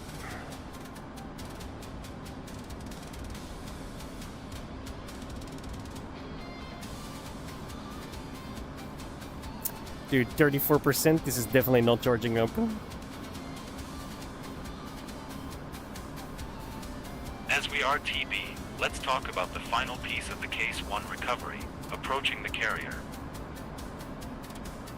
As you can imagine, carrier operations can get pretty busy, and it's important for pilots to be able to quickly and efficiently get back on the carrier with a minimum of discussion and delay. As such, there is a specific FA-18C. choreographed procedure for approaching and landing on the carrier. The Hornet, not the Super Hornet. The controlled airspace around the FA-18E carrier is extends what to you 50 you probably miles. have a newer So model as you actually. enter that range, you'll need to contact the carrier on the Marshall frequency to let them know you're inbound. They'll respond with a block of information followed by a request to report when you can see them at about 10 miles. Once you reach 10 miles, you'll confirm you can see the carrier, then inform them that you can see them with a "see you at 10" call. Marshall will respond with a directive to switch to the tower. This is done automatically in DCS. At a certain point in your approach... I was not listening, bro. Hang on.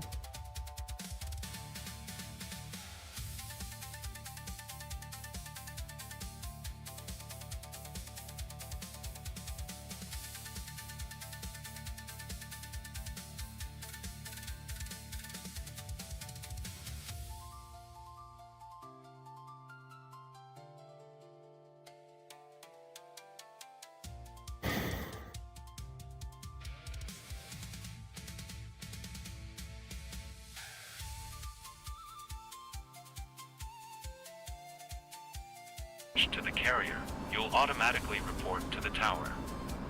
Once you hear that the signal is Charlie, you're technically cleared to begin your recovery, but to ensure you understand the Marshall stack, should you be asked to use it, we're going to simulate it over the airfield. The Marshall stack is a column of airspace 5 miles in diameter directly to the left of the carrier starting at 2,000 feet where returning aircraft circle to wait for their assigned recovery time. These are generally broken up into 1,000-foot blocks, with each aircraft entering from the top and slowly making their way to the bottom as each lower level becomes available. For the purpose of just getting the idea in your head, we'll assume that the lowest block at 2,000 feet is clear and we can enter there. Open your kneeboard and look at the Case 1 traffic pattern insert. You can enter the pattern at any of these points, but you can only depart for your recovery at point 3. As you can see on the image, you'll make a wide turn to come around the stern of the carrier and then approach at 350 knots and 800-foot AGL, just like we practiced in the last block. Okay, I don't have that on my kneeboard. We have no means of B, communicating oh yeah, this with is the C. airfield as if it were a carrier, so I'll just make call-outs 89, for you I as you think? get within the 1989? ranges we discussed, just to get you used to hearing them. Once you hear me Plane's say, younger than I am. see you at 10, approach the airfield and enter as close to what you judge position 1 to be as you can, then do a complete circle all the way through until you hit position 3 for a second time. Oh. This will simulate waiting in the stack, and then departing at your assigned time. For this first try, I'll give you verbal callouts for the pattern so you understand what's going on. The runway at Vaziani is obviously much longer than the aircraft carrier will be, so we'll use the runway numbers as the center of the carrier to use as your visual reference in relation to the diagram. Place your imagined position 1 there.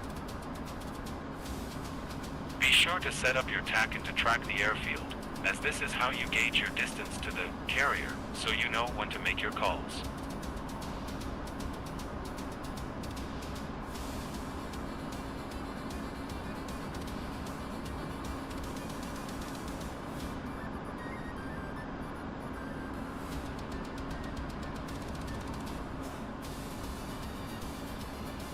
Okay, we're within 50 Yeah, the miles, F-35s, so you would contact Marshall here. Not a It big would fan be either, formatted. personally. Marshall, your tail number, marking moms, bearing from carrier, at distance, your altitude, your fuel state. This is all done automatically through the comms menu. Once you're within 50 miles, you would activate your COM 1 call radio menu keybind, select the carrier, and report inbound. The carrier will respond with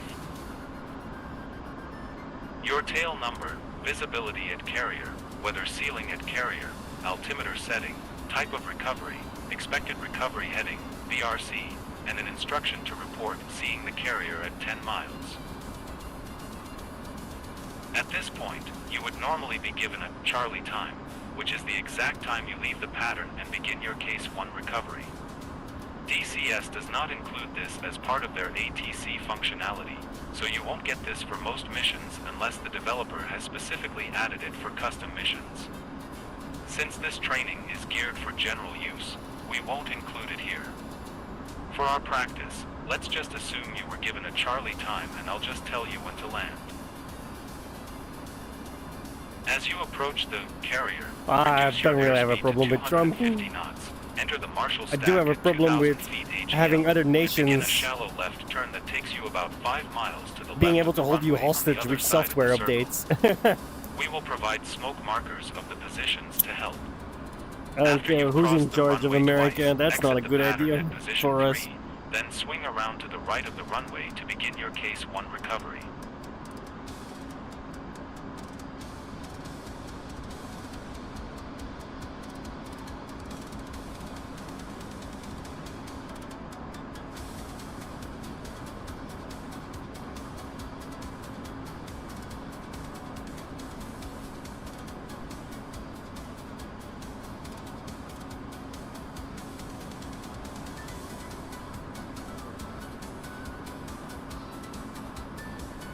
I'm confused. What deckhand do you want me to do? Because we're landing at fucking...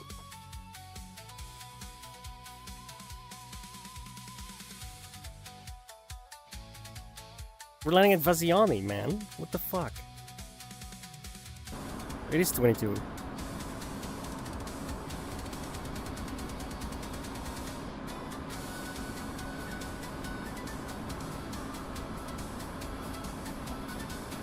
Okay, we can see it now. Wow, that's America, right? Like, say what you want about them, they are the controllers of the most of the planet, especially the developed planet. Part of it. Rather dim than the Chinese, I'm not gonna lie.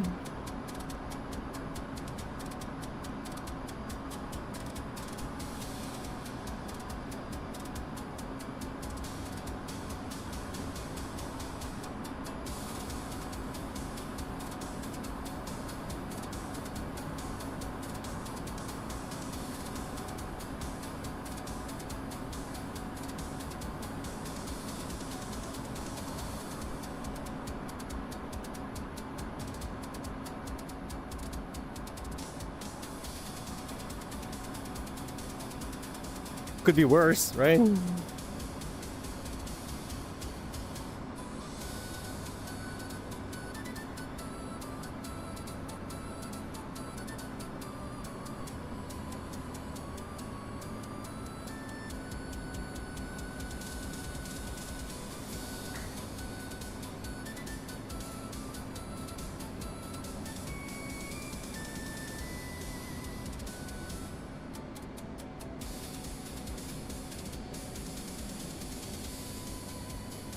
%29% is definitely not charging fast at all. Guess we're gonna need to get a new cable. Wonderful. More money spent. Yeah, DCS is great.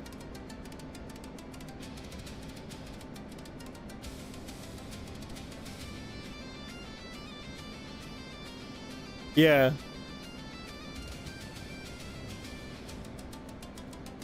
Indeed. I think it might be the charger though, I don't know. No, I'm pretty sure it's the cable. Cable's 18 watts. I need more than 18 watts, especially when I play DCs. Well, right now it's plugged into the battery, and the battery is charging the headset, but that's also not going fast enough.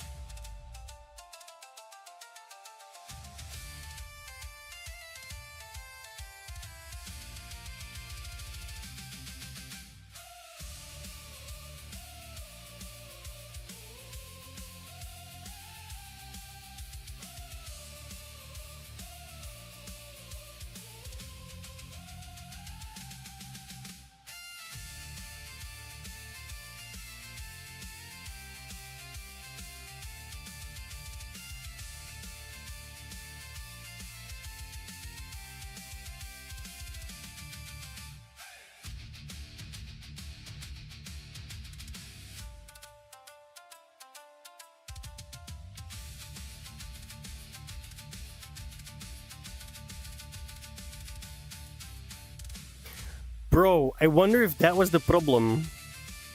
Travel mode was on. What does travel mode do in this thing?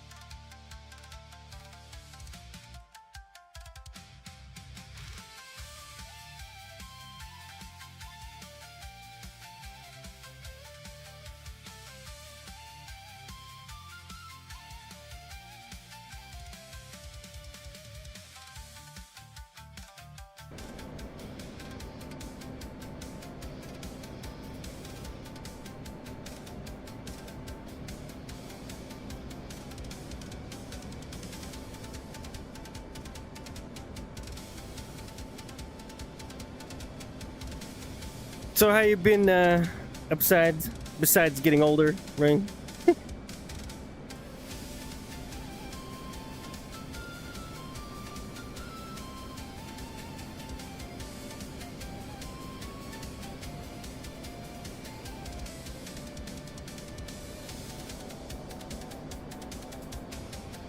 Altitude. Altitude. Relax, lady. We're fine.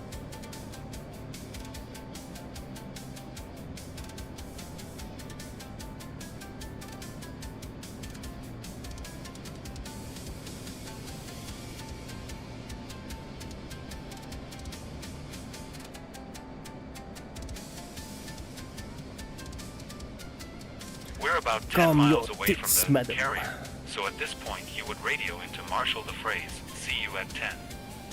You'll then be directed to update state and switch to tower, which means provide your current fuel state and then switch to the tower. DCS does all that automatically when you select report "See you at 10." In solo missions, you'll immediately get a signal as Charlie call, but as stated we're going to practice the Marshall so we know how to do it. We've popped smoke over the points so you can get an idea how big the pattern I'm is. supposed to be at 2,000 feet. I'm at 600, Just but we're fly going over down, them so and we'll proceed around the pattern. At 250 knots, a good angle of bank is between 15 and 30 degrees, but keep adjusting as necessary to fly over the markers. sometimes giving up control is good. Kaya pa.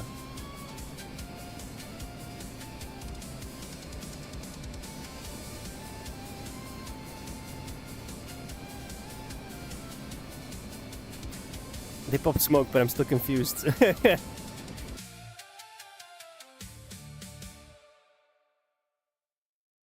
I gotta be way more outside than I was, dude. I was like half a mile. I gotta like double up on that shit. What the fuck?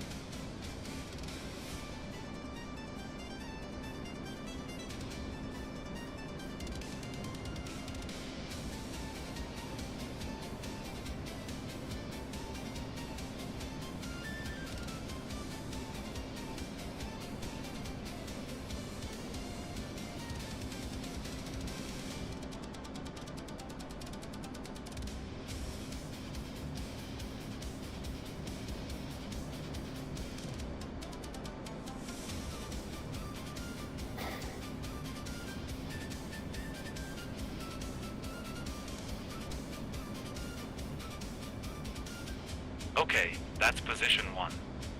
Complete a full 360-degree turn around the circle to return over the airfield, with your furthest distance from the airfield being about 5 miles.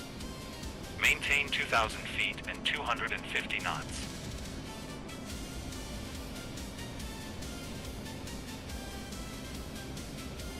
I'm only at 1,000 feet, whatever.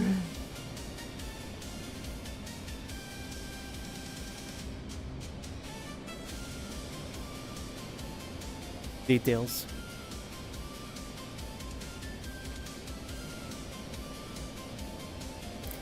You don't tell me what to do, I tell you what to do.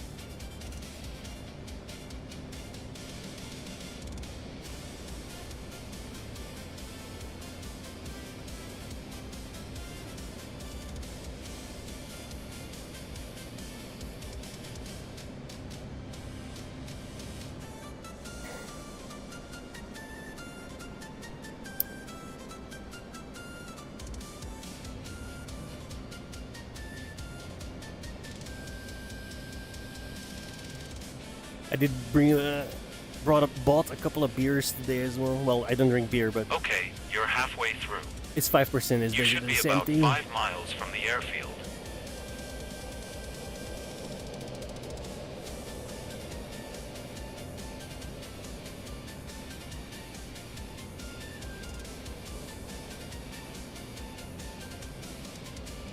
two different ones though. One's vodka, the other one's rum. Smoking with the headset on? Yeah, man. I just clean it every night. It's fine.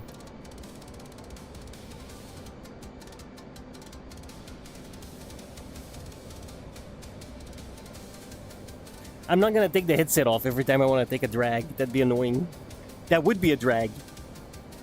Yeah, but.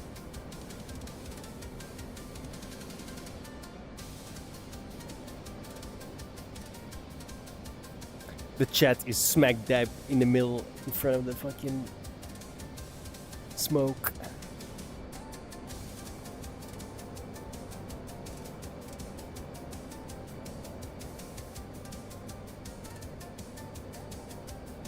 Oh, that happens. That happens all the time. You don't light yourself on fire. Just burns like a tiny little hole. Kind of annoying, but yeah. I have many t-shirts that have like a tiny little hole in them. I roll my own cigarettes, it falls out constantly. It's actually quite annoying.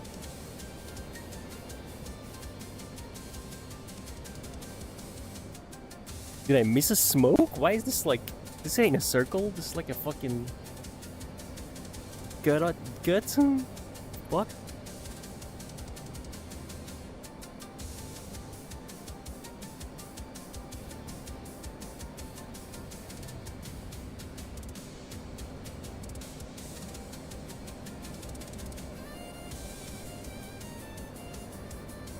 And that's a complete pattern. Proceed to position 3 and prepare to depart the pattern for your case 1 recovery.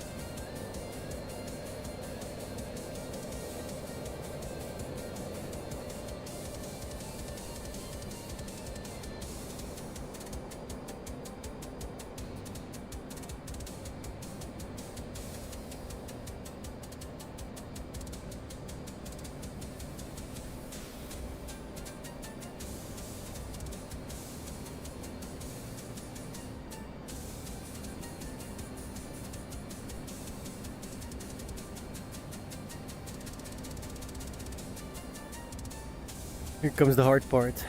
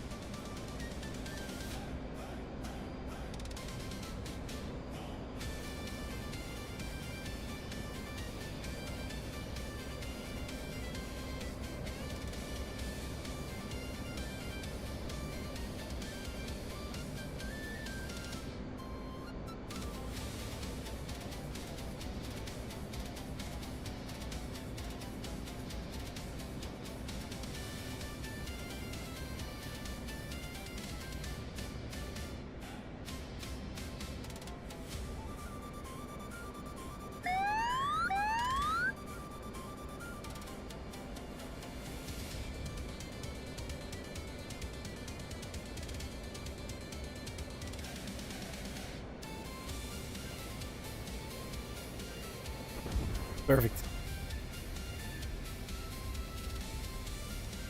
I fucked something up. Yeah, it's definitely not unoptimized. I did a perfect landing. So that's nice.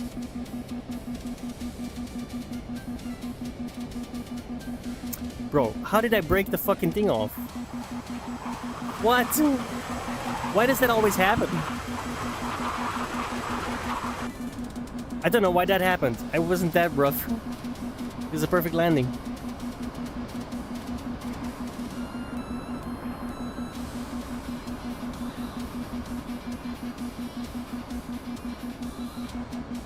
I'm not sure what he meant by get to position 3 then. I might have to do all of this again from scratch. Because we fucked the landing gear up.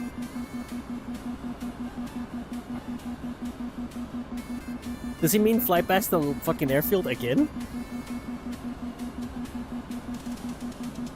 I thought position 3 meant this position right here. And then go in. I'm guessing position 3 means over there. Next to the landing field on the right.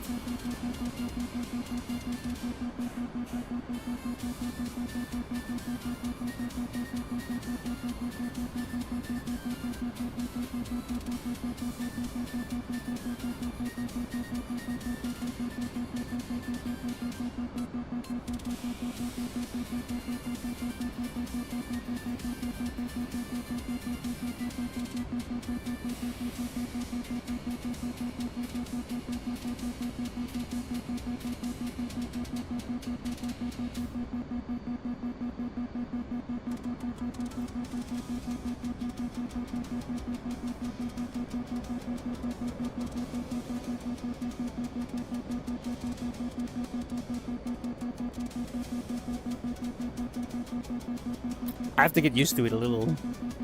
It's not too bad. I had it set too tight earlier and it was squishing on my face. That sucks. But it's pretty decent. I can, however, see through a little gap at the bottom of my nose. Which is actually... I actually think that's a good thing. Because I can like just... Oh! Pop up into the ashtray. Perfect. But maybe that's just the meeting.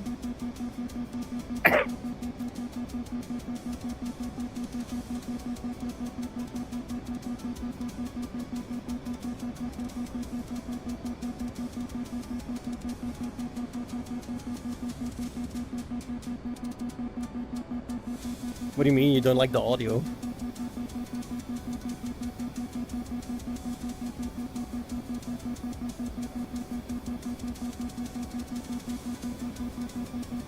I don't even notice the difference with the audio. What do you mean? There's speakers right here. These things are speakers. They're pointed right at your ears.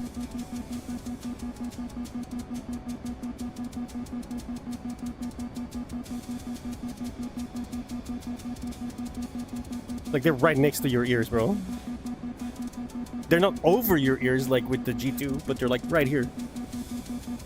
You see where this thing is? That's where the speaker is on the inside.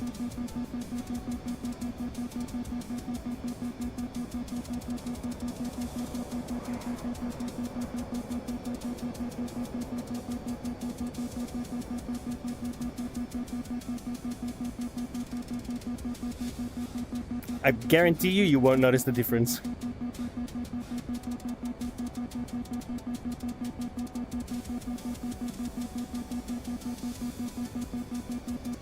This guy should have talked to me already, dude. I don't know what the fuck he means by position 3.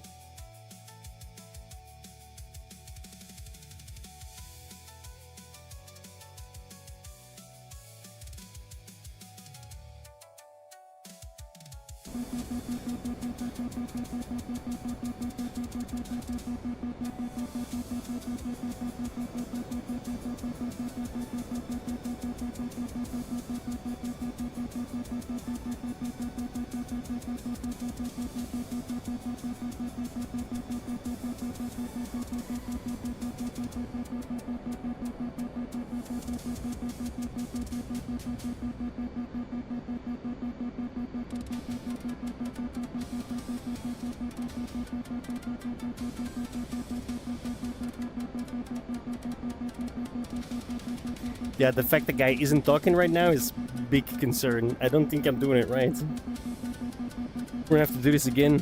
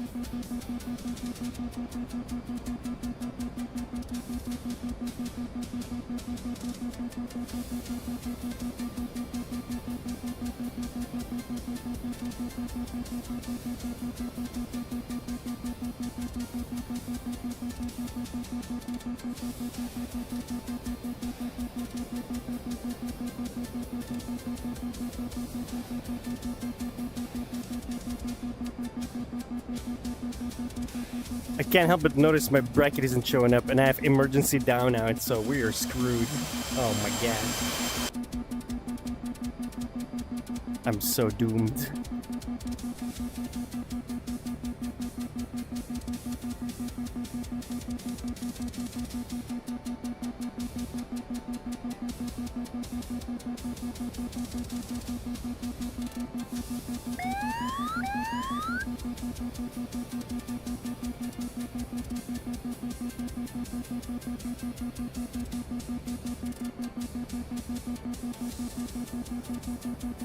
Check gear, check gear.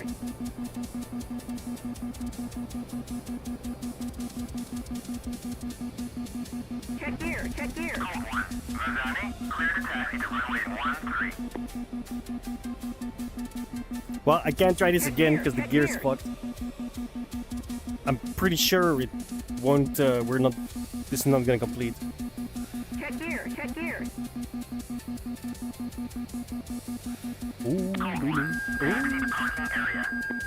Check gear, check gear. Ding, ding, ding, ding, ding, ding, ding, ding, ding. I wonder if you know how they do in Tokyo.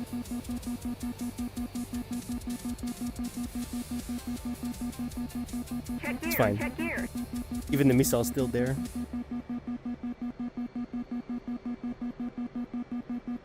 Check gear, check gear.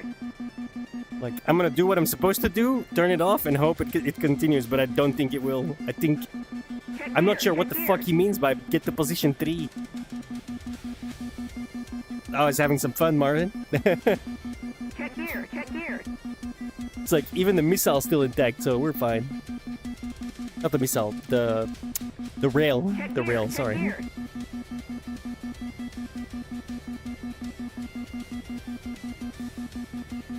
Check gear, check gear.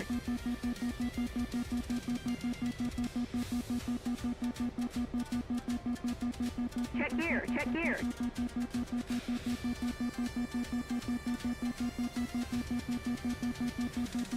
Check gear, check gear.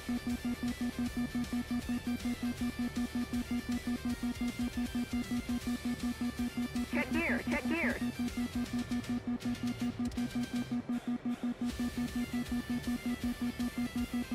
Check gear, check gear.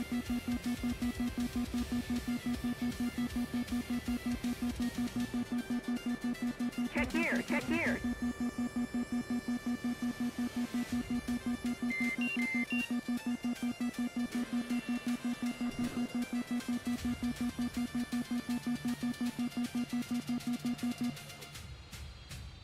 Damn it. We done fucked up.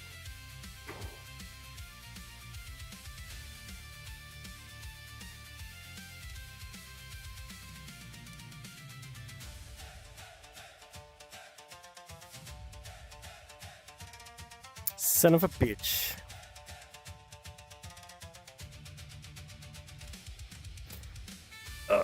That's some bullshit.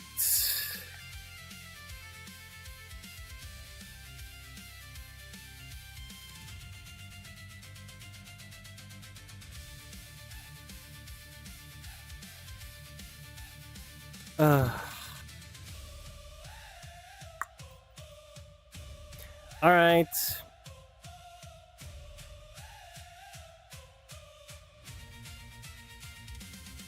I'm taking a 5 to 10 minute break though. I'm gonna check up on my mom, see if she needs anything.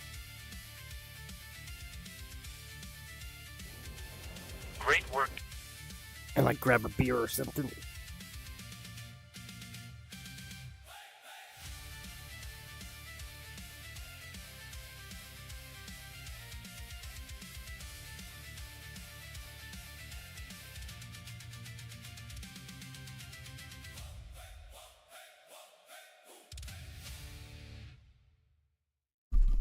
I'm not sure if that's a thing.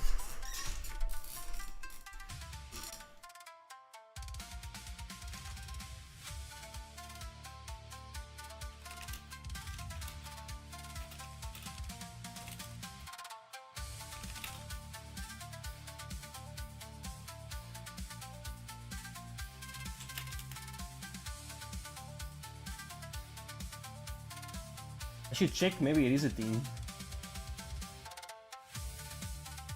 I made sure to put it in sleep mode as well, so hopefully by the time I'm back, it's gonna have like a 5 to 10% extra. It was holding steady at like 24, right? Because I said like, oh, it's 27 now already, and it was now at, when I just checked, it was 25, 24, something along those lines. So I feel like if I plug the black wire in and only have USB-A, it still runs out. So I'm gonna have to upgrade the cable, 30 watt maybe. If I can find that. Fucking bullshit though, what the fuck?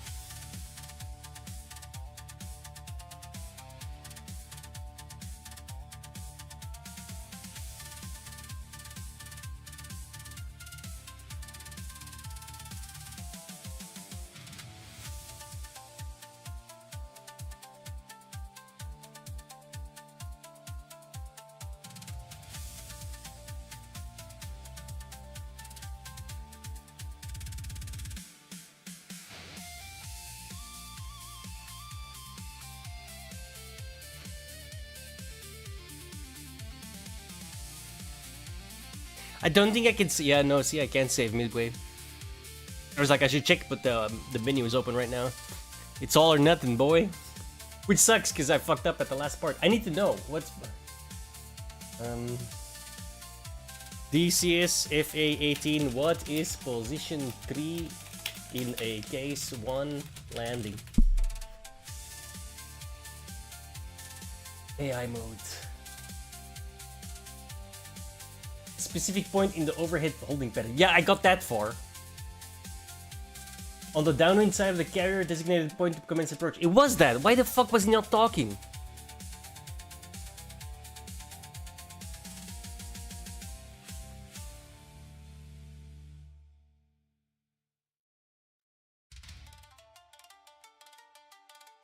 Oh no, it's way more. It's like 3 nautical miles out. Fuck.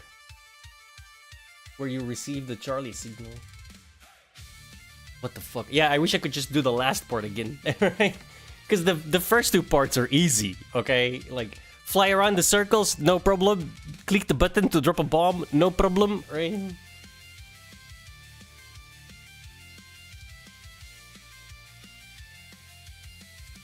If there's one thing I can do, it's drop a bomb, alright?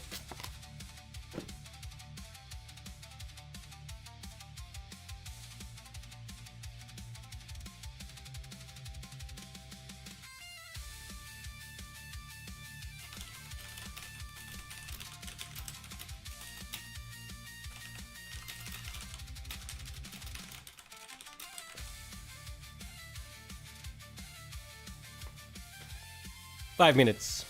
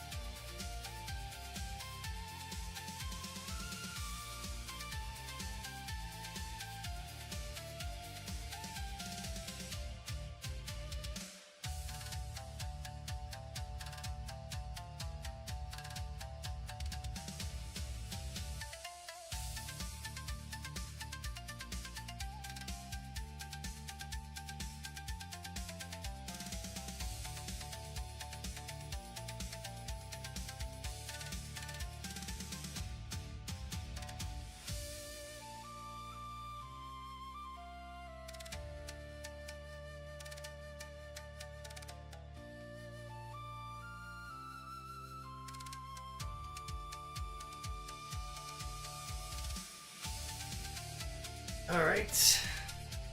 Mom is set. I made her food.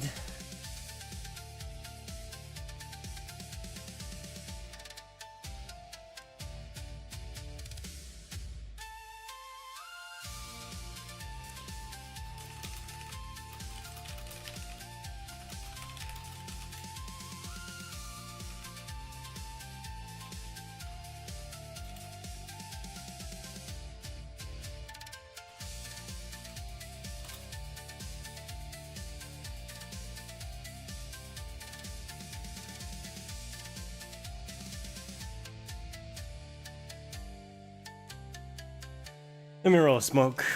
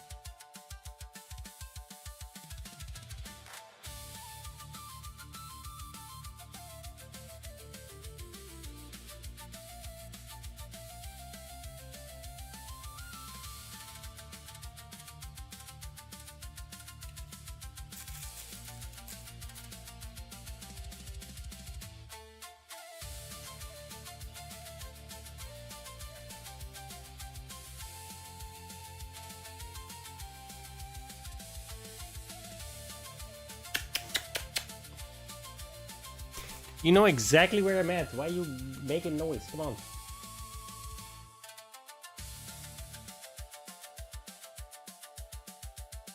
That's it.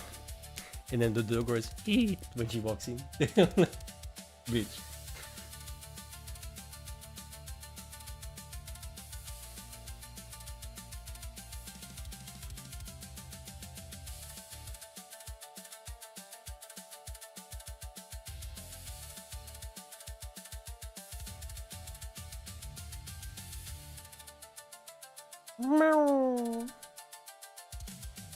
You want to say hi? I bet you don't.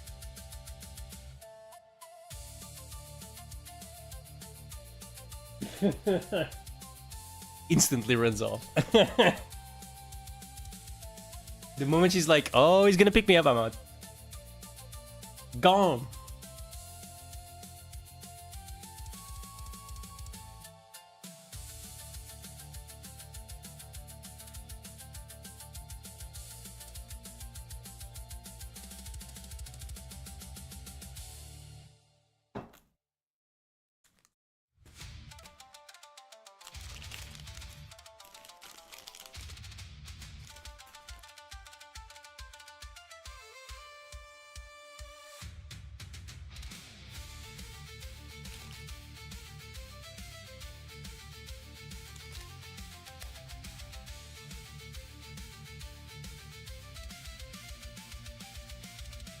Oh, I'm gonna have to sneeze.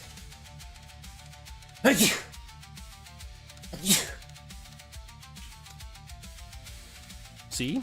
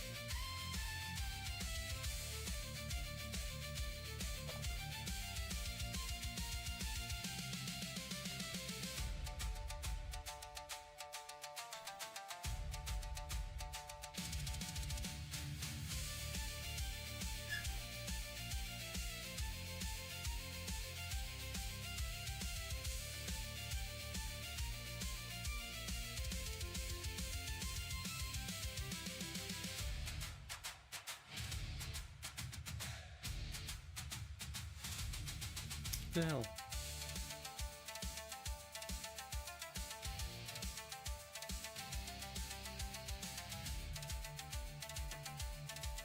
Getting through the navigation block of the training. Now that we know how to get where we're going, it's time to get to the fun part. A couple of notes to start with. First, you won't have to enter waypoints anymore, as you've proven you know how, and it's faster to just have them loaded to begin with. Second, in the same spirit, we'll start the missions with the aircraft turned on and ready to go, so no more startups required. As satisfying as it is to drop bombs on targets, the ability to do so is useless if we're unable to get to the target area. Situational awareness is a critical component of flying the Hornet, primarily because even if there are no enemy fighters forgot to in swap the their air hand, to Mike. attack you, you're not necessarily safe.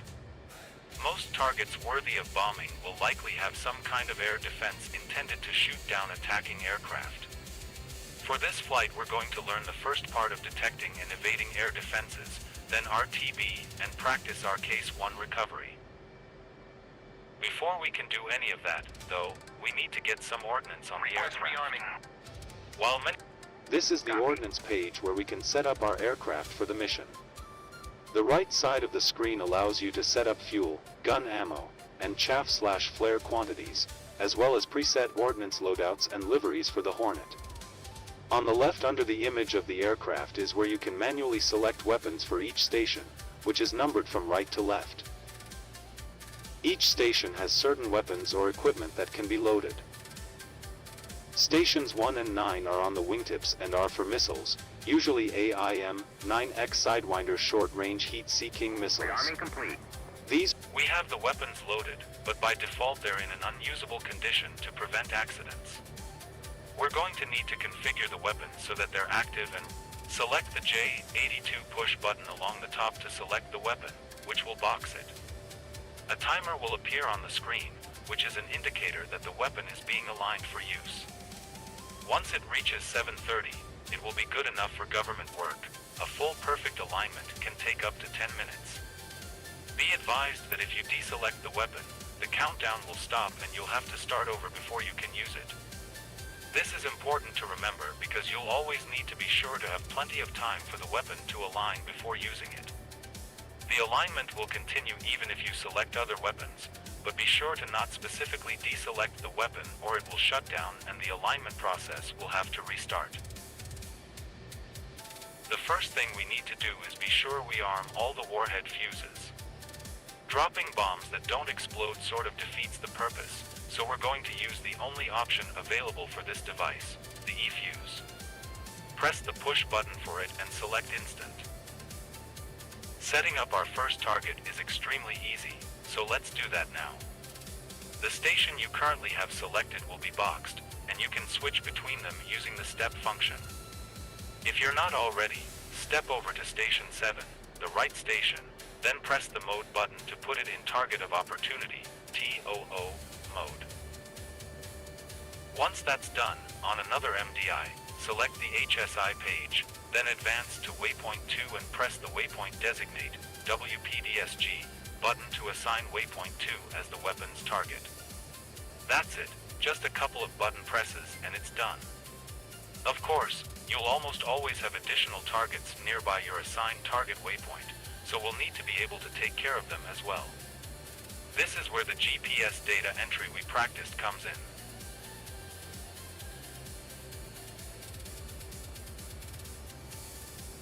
Step to Station 3 and verify it's in Pre-Planned, PP, mode, then press the JDAM display button on the top right. To the left will appear the Release Type button, which provides options for the different weapon release types. Select Manual, and then look for the Mission button above it. At the top of this screen, you'll see 5 options which correspond to separate mission profiles you can program into the computer. In general, you're only going to use one, but just be aware that these profiles provide you with extensive flexibility. For now, just press the TGTUFC button to enter the target coordinates for the weapon.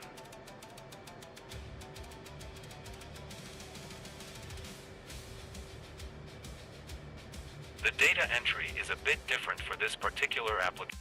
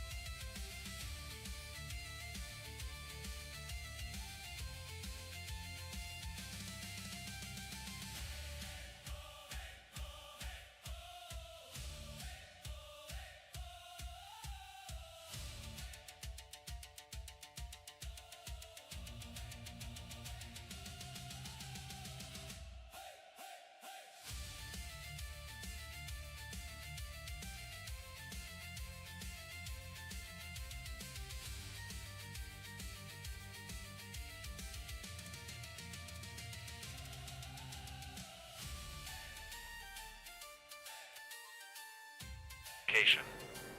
As you can see, there are 3 options that appear. 2 you should recognize and a third you won't. Ja, We can ignore the uppermost option for now.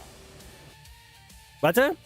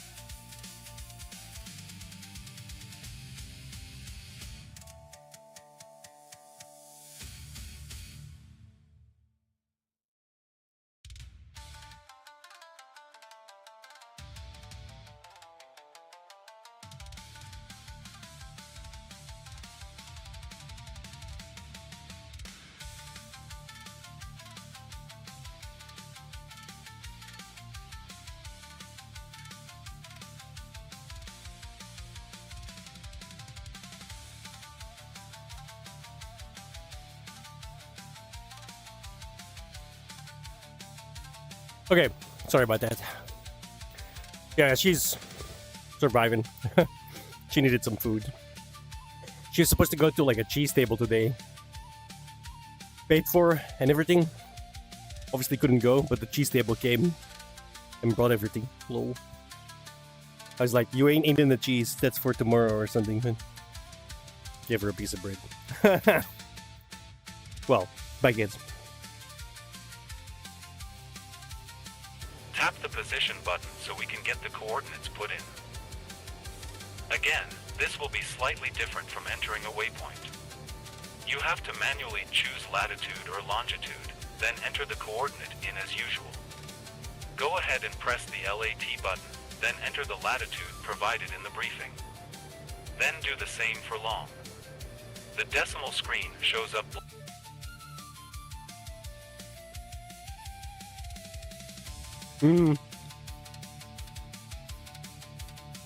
Yeah, it's pretty nice. 42535701 42535701 42535701 Blank for this one, but just enter everything in the way you were trained. Once the coordinates are in, go back to the stores page and Fuck. tap the TGTUFC button 5357 twice to return to the UFC menu, then tap the elevation option and enter it as normal. Once all that's done, step through the 2 stations to verify that one is in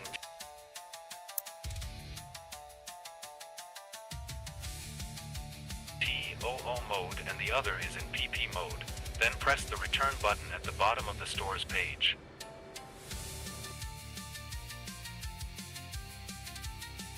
Lastly, press the AG button to return to navigation mode so we can use our waypoints.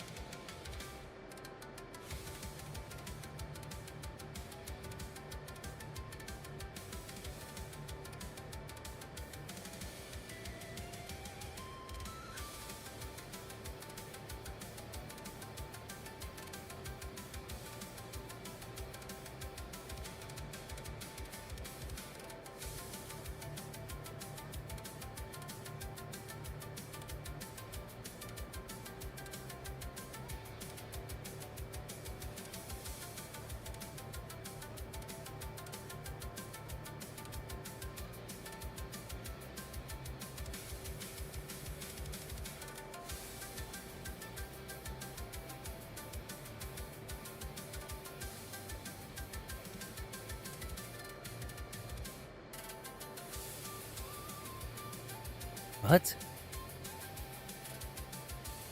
There is no target UFC button on the...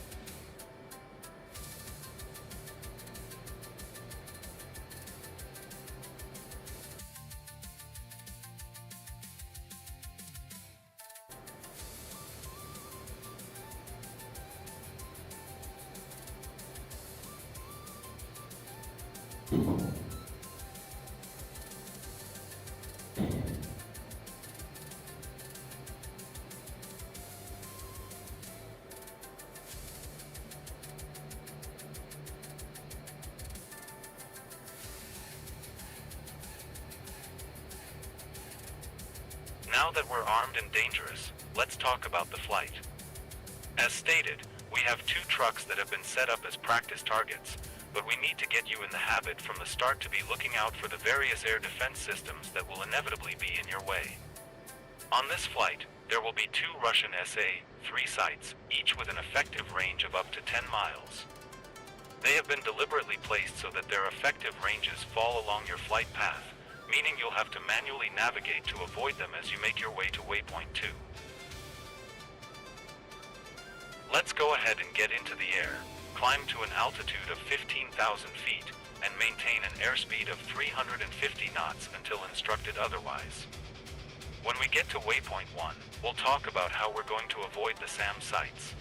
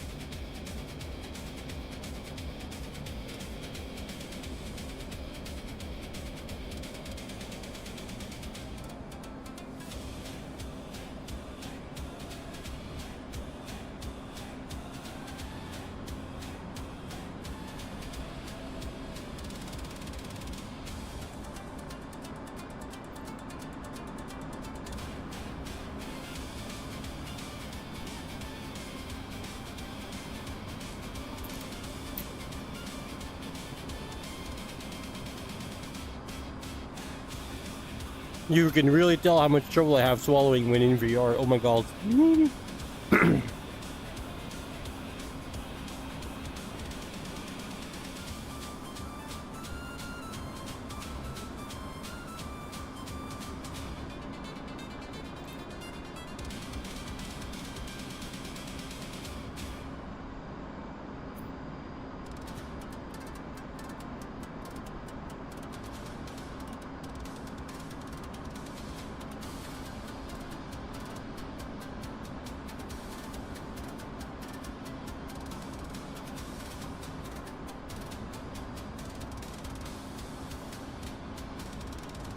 Okay, now that we're en route, we need to talk about the Situational Awareness, or SA page, which is located on the TAC menu.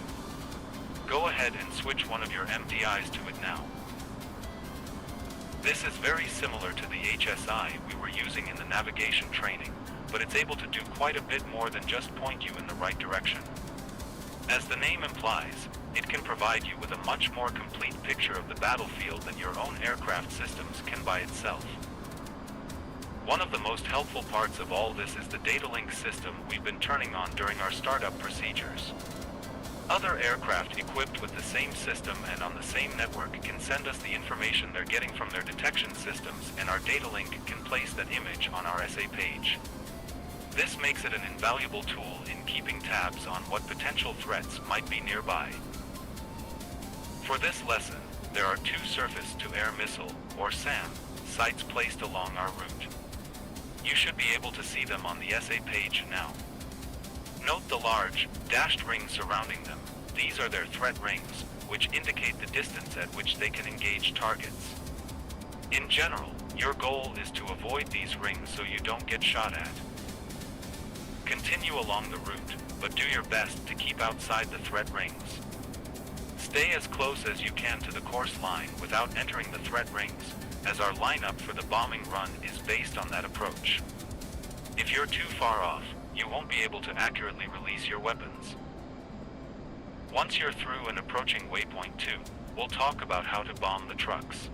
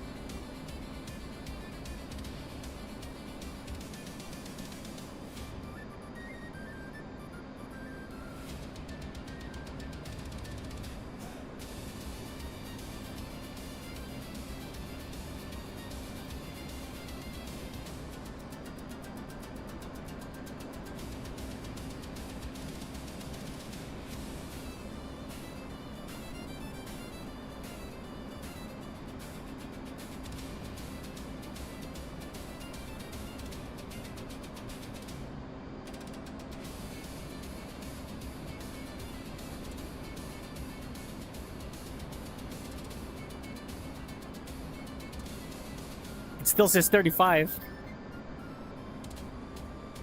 Feel like it's stabilized, maybe? Wasn't it saying 35 before? That's what I said, right? 35? I don't remember. Oh, shit.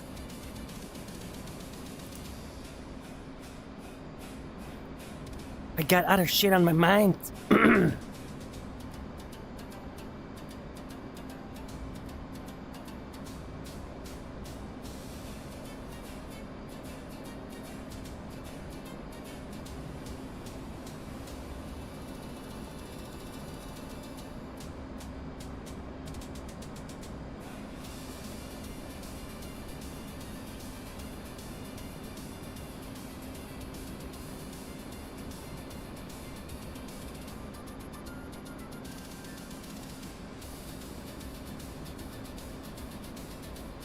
It's 35 now. We'll check after I land. If I land.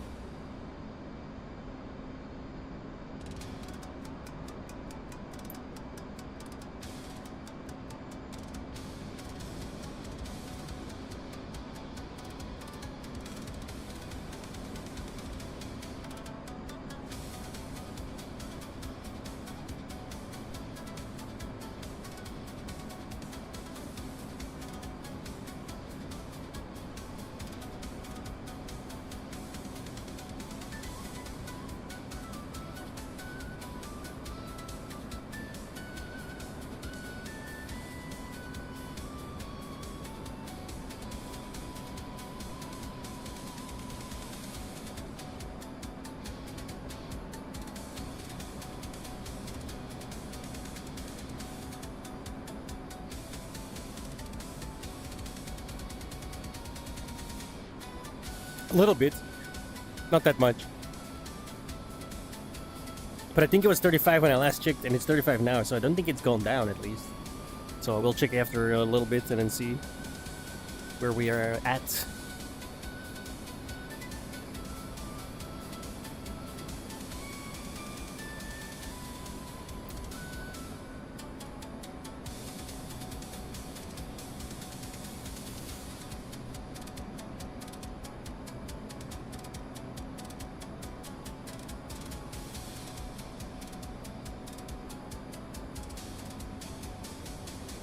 At this point you should be rounding the second SAM site, so let's talk about the bombing process.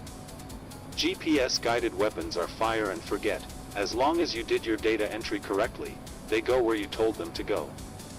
The only thing you have to do is get yourself properly lined up and drop the weapon when the system tells you so. Fortunately, the Hornet will make this very easy. First, go ahead and apply maximum afterburner so we can get our speed as high as possible before dropping our weapons. The faster we're going, the further out we can drop them. Then turn on A/G mode, set the master arm switch to arm, double check that you have station 7 selected on the stores page, then change your SA page to the HSI, as the indicator we need doesn't show up on the SA page. On the screen you should see a cone-shaped area just before waypoint 2. This is called the weapon engagement zone. You should notice that the zone is getting bigger. This is because we're getting faster, which increases the range of the weapon. Once you enter this area, the weapon will display an in zone on the HUD, which tells you you're ready to drop the bomb on the target. You should also be able to see the target displayed on the HUD to help you fly over it, along with range information along the right side. Just fly toward the target, and once you're inside the cone and the HUD tells you that you're in zone, go ahead and drop the bomb with the weapon release I button. don't have that cone. Note that this is not your trigger, as that is There it reserved is. for guns and Never mind. missiles. It is usually a thumb-activated button on your stick, or you can use the keybind. The second target is close enough to the first that we can get them both on a single pass, so once you release the first one, watch for the HSI to reset and display a slightly new cone. You'll already be inside the engagement zone, so the HUD will immediately show you as in zone, and you can press the weapon release a second time to engage the other truck. You would normally set your weapons up to release at the same time with a single press of the button, but 2 and PP mode don't work together, and we wanted to teach you both, so for this lesson you'll have to manually drop each one. Once both weapons are away, reduce throttle to come out of afterburner and begin your egress toward waypoint 3. As since you don't need to guide the bombs in, there's no reason to overfly the targets and potentially expose yourself to anti-aircraft guns. It might take longer than you expect for the weapons to hit their targets, but assuming you entered everything correctly, there will be a couple of satisfying explosions in your near future. Go in.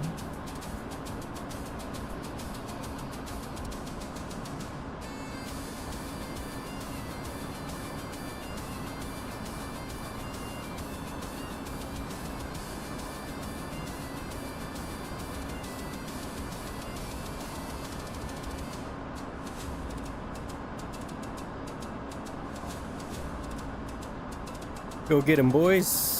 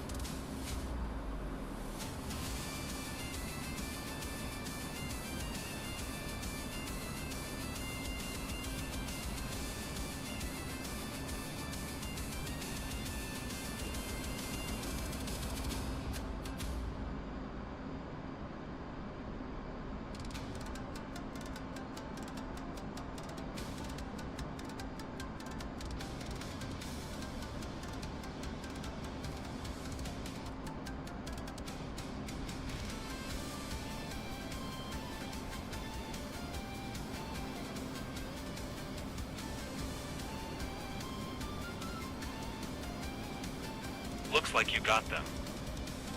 Egress to waypoint 3 for further instructions. Close enough. Be sure to turn off AG mode and set your master arm. Switch to safe.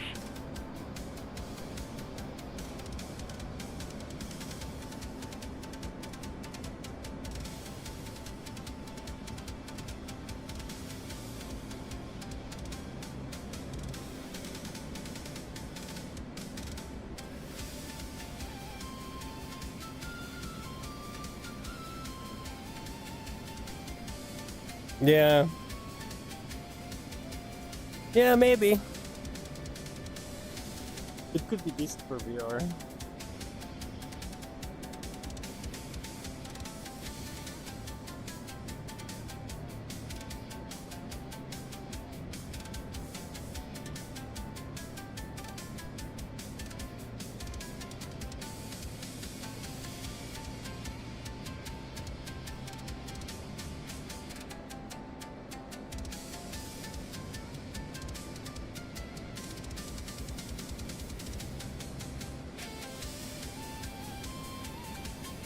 Cheers, boys.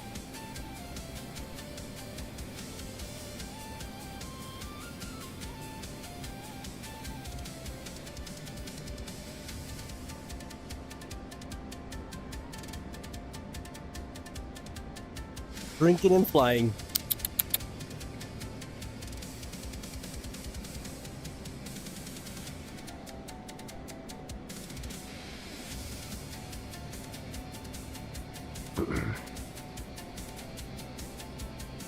As we are TB, let's talk about the final piece of the Case 1 recovery, approaching the carrier.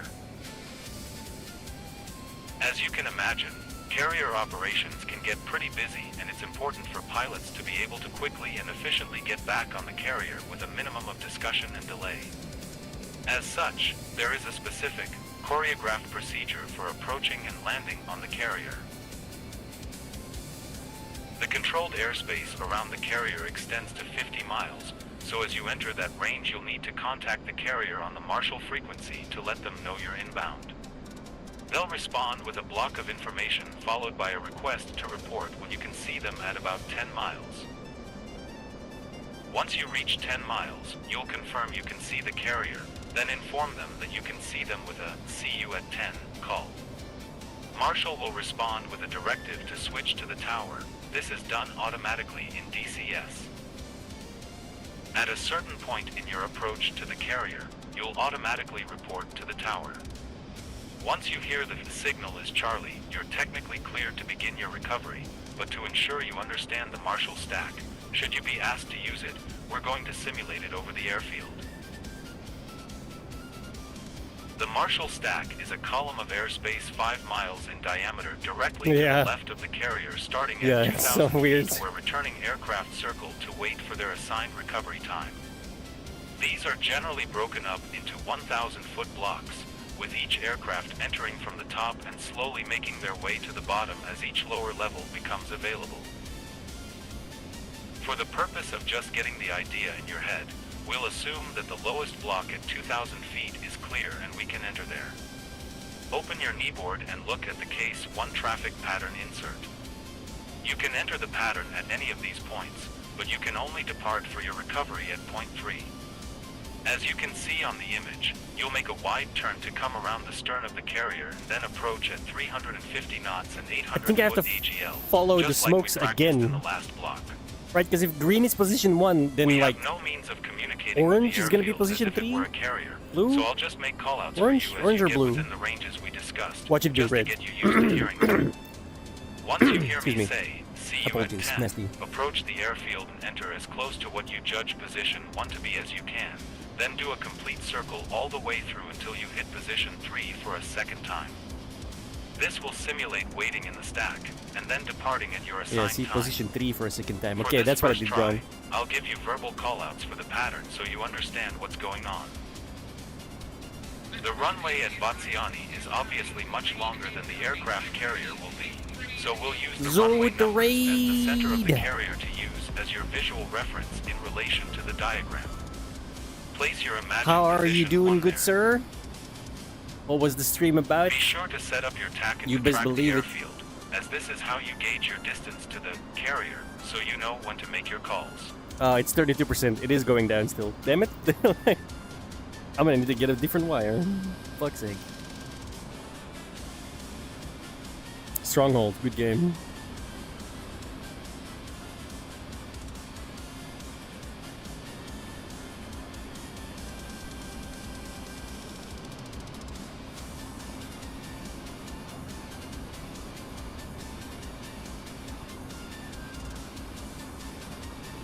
Start dropping some altitude because we're like 80 kilometers out, I think.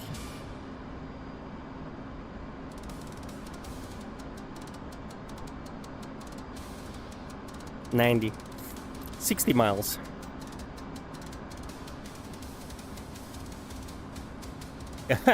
Is it? I don't even remember playing. I played it, but I don't remember too much about it.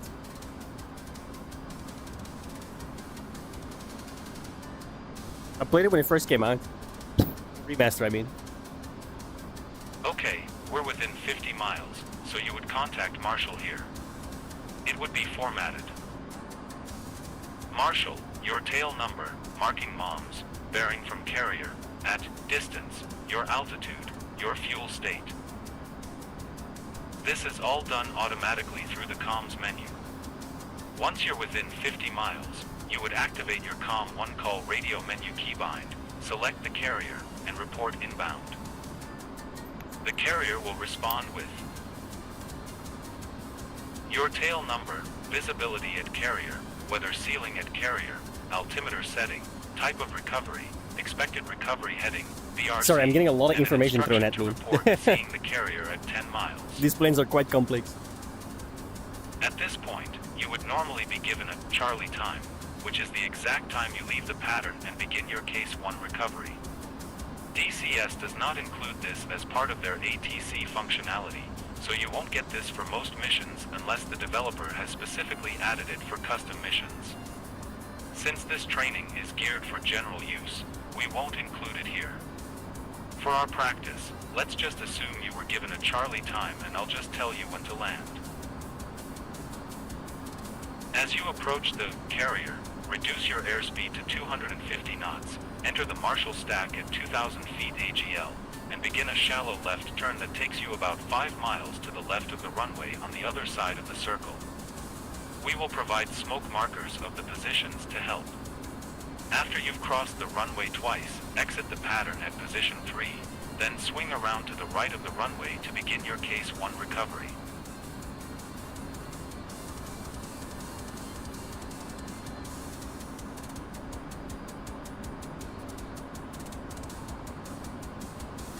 Start dropping to the deck. I need to be 2,000 feet above the deck. Right now we're 9,000 feet.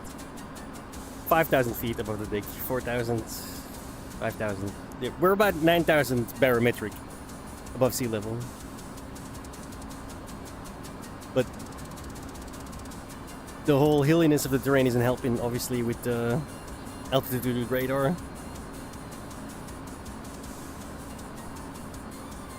It only goes to 5,000, so if you're above 5,000, it'll still be the barometric altitude that it indicates.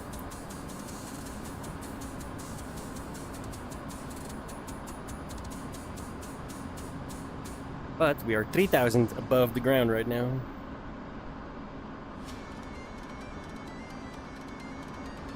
Took me a second to wrap my brain around that one.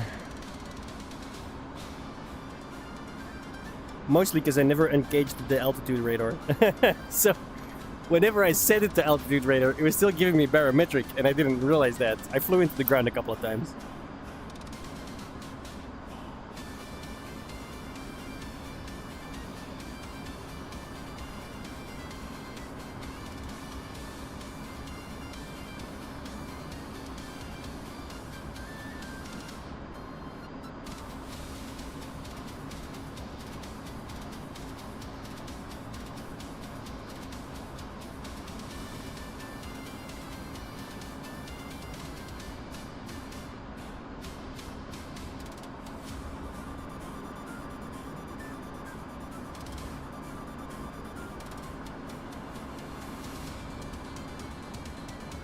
Right now, what we're doing is we're setting up for a runway approach. So the runway at the place we're going, Vaziani, is heading 135. We're in the Caucasus, so you have to take 6 off. Don't ask me why, I have no fucking idea. It's how the maps work. So we took 6 off, and we set a course for 129, which is the line, right? So I want to fly up to the line and then take the turn, and then we're basically lined up straight for the runway. Then we go slightly left to the runway, or right, sorry, because we have to do a visual inspection of the runway. Actually, we're simulating a holding pattern, so I have to do a full circle, and then a visual inspection, and then we land.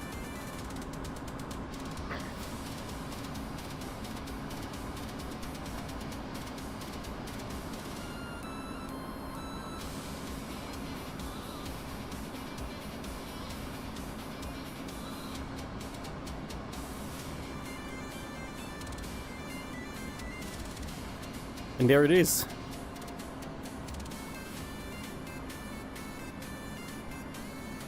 Time to slow down and hit 2,000 feet. And we're gonna put ourselves to the right of the runway. There'll be smokes, hopefully. There should be. I can't see them yet.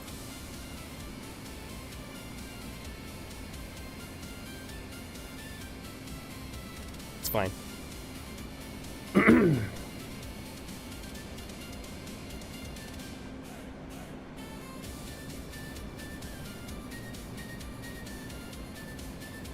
We're about 10 miles away from the carrier, so at this point you would Position radio 3 into is Marshall orange. the phrase, see There you we at go. 10. You'll then be directed to update state and switch to tower, And the smoke which started. means provide your current fuel state and then switch to the tower. DCS does all that automatically when you select report see you at 10. In solo missions, you'll immediately get a signal is Charlie call, but as stated we're going to practice the Marshall so we know how to do it. We've popped smoke over the points so you can get an idea how big the pattern is. Just fly over them and we'll proceed around the pattern. Altitude. At 250 Altitude. knots, a good angle of bank is between 15 and 30 degrees, but keep adjusting as necessary to fly over the markers.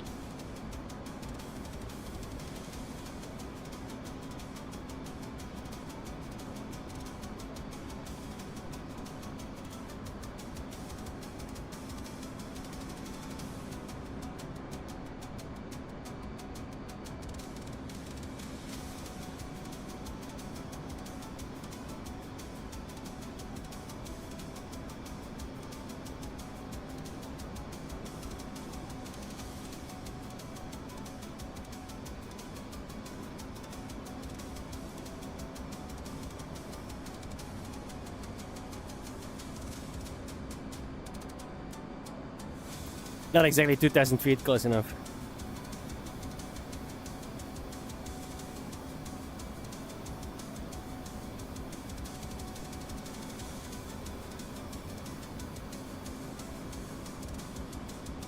Okay, that's position 1. Complete a full 360-degree turn around the circle to return over the airfield, with your furthest distance from the airfield being about 5 miles. Maintain 2,000 feet and 250 knots. Oh, 250.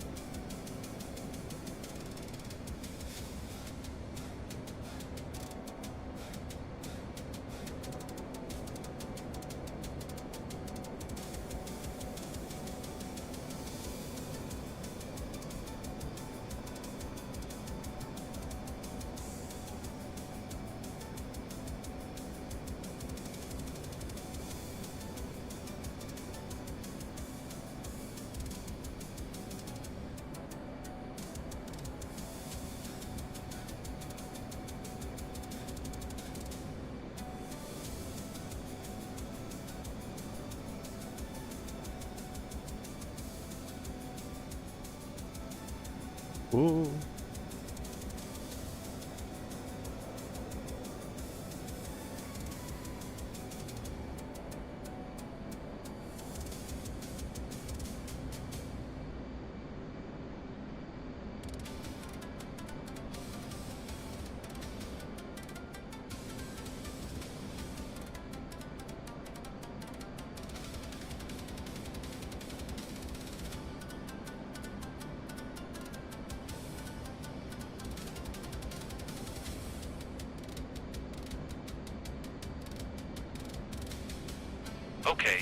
halfway through.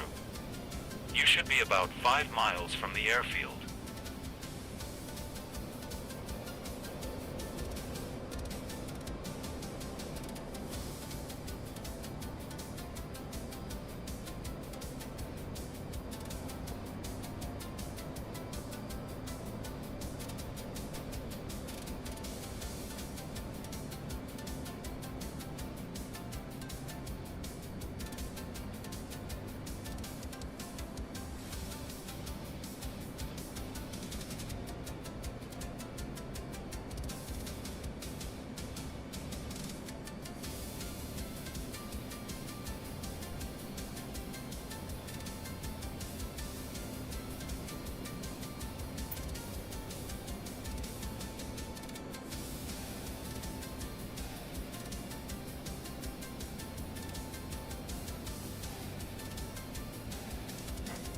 What do you mean always? I've crashed twice.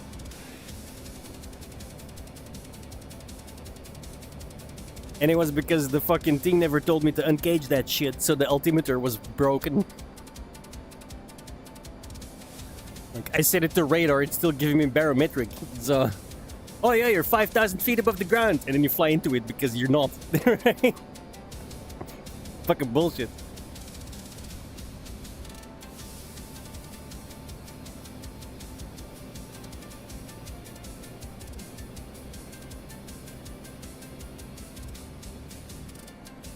Okay, so after we get over here, we have to fly all the way over there again to the orange position 3 to exit the pattern and then set up for a case 1 landing. I believe. And that's a complete pattern. Proceed to position 3 and prepare to depart the pattern for your case 1 recovery. There you go. That's a yes.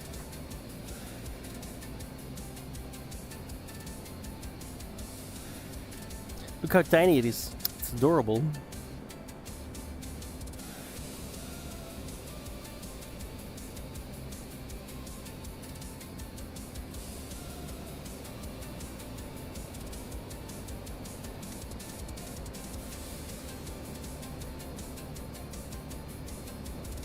Technically, I should stay at 2,000 feet, but yeah, I'm terrible at that. Wow.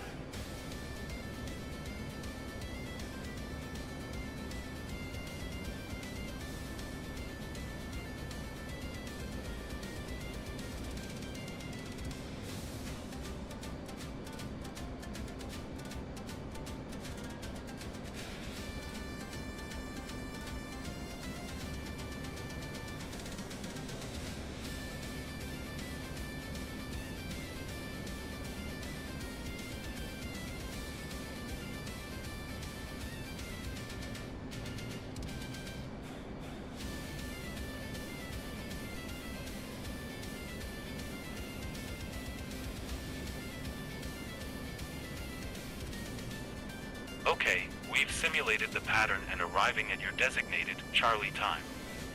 Go ahead and exit the pattern and swing around to begin your case 1 recovery. Descend to 800 feet and accelerate to 350 knots.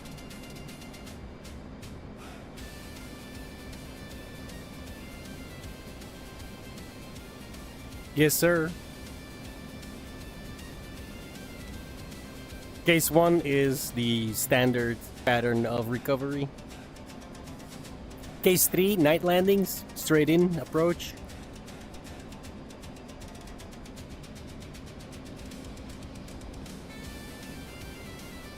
I'm not entirely sure what 2 and 4 is. We've not gone over that. There's 4 cases, I just don't know what 2 and 4 is.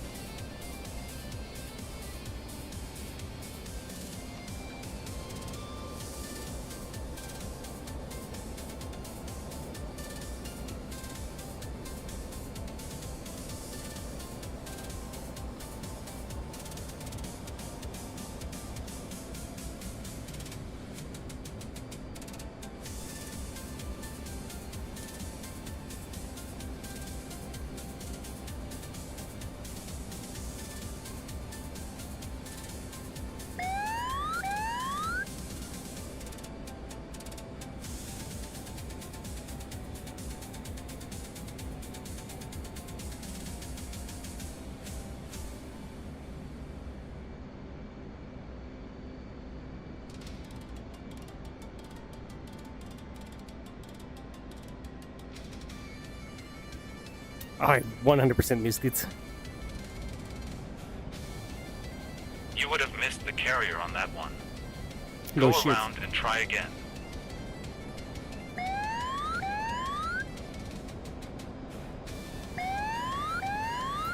It happens.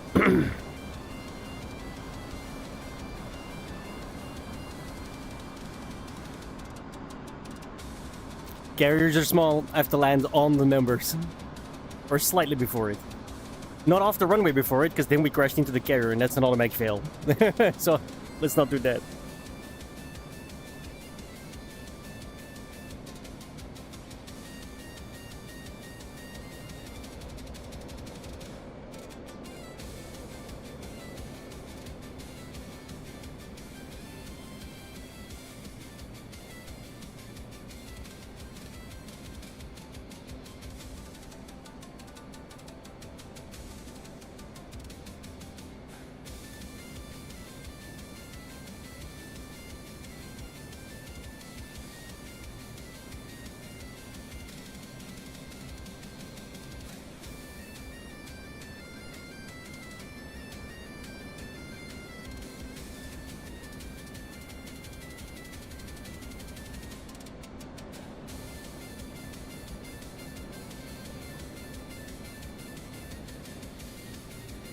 I'm a little close.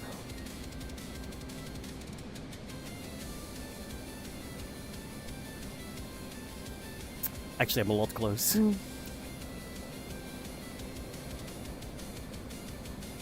Let's make that a bit of a weird loop.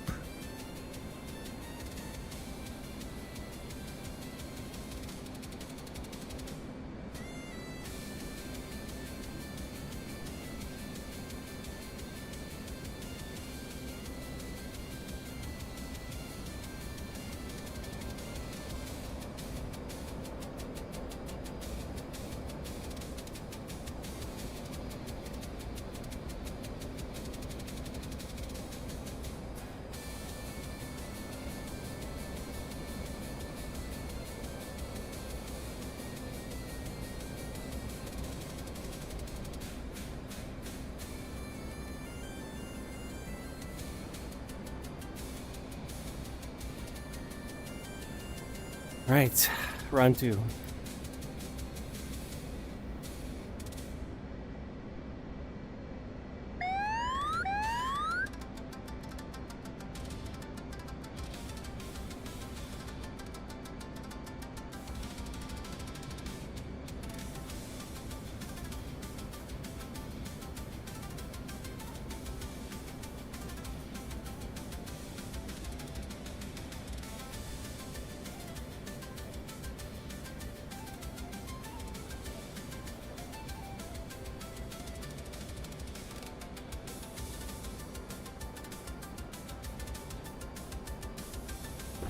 You just crashed into the carrier. Son of a bitch. Go around and try again. I thought I had it too, damn it. And then we didn't.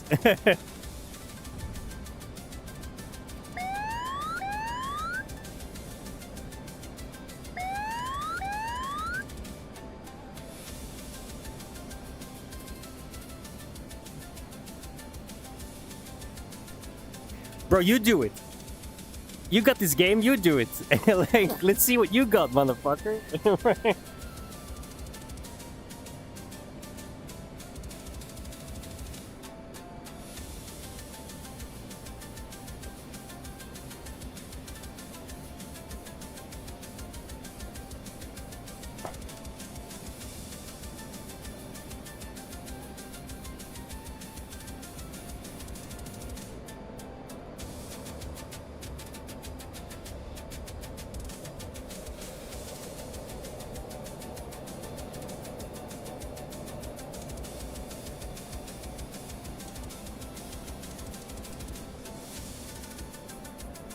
It's like the moment I turn full flaps and the wheels out,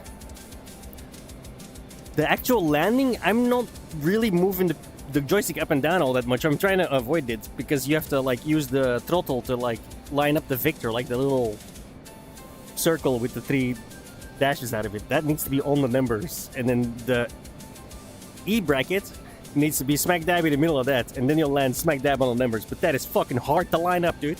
Like, holy shit.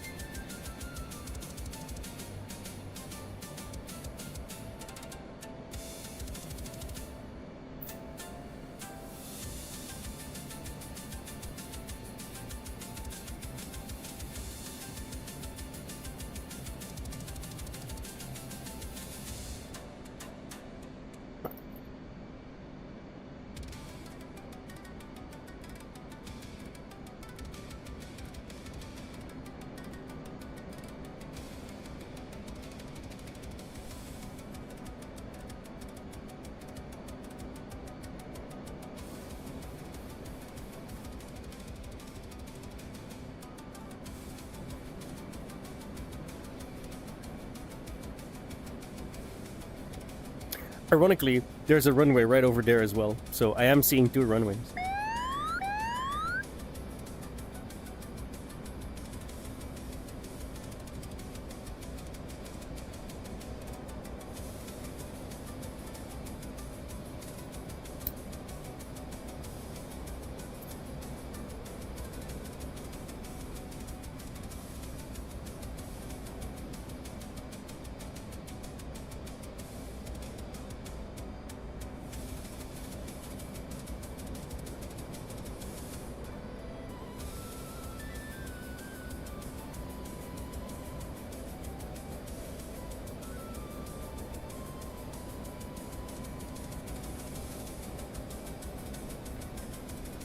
Triple threat.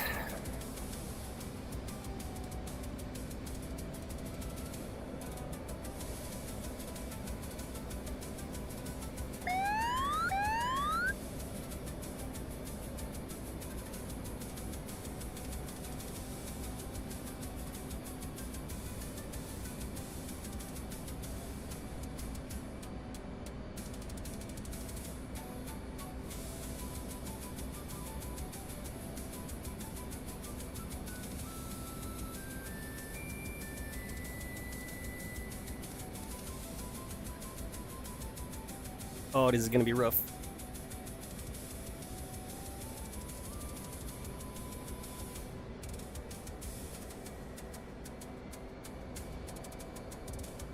You just crashed into the carrier. Godverdomme! Go around and try again.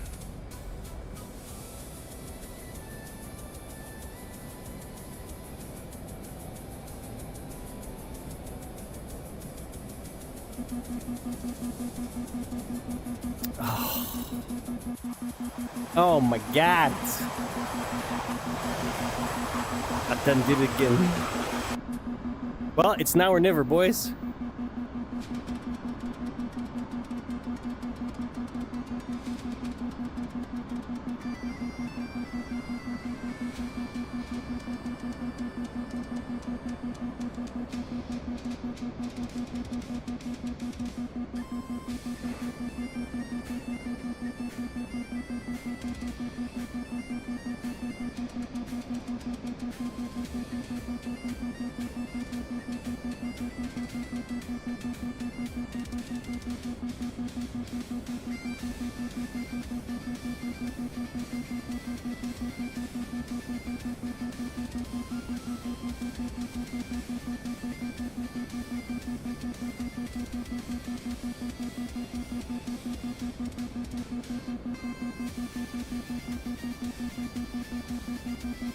Actually, it's like the 4th.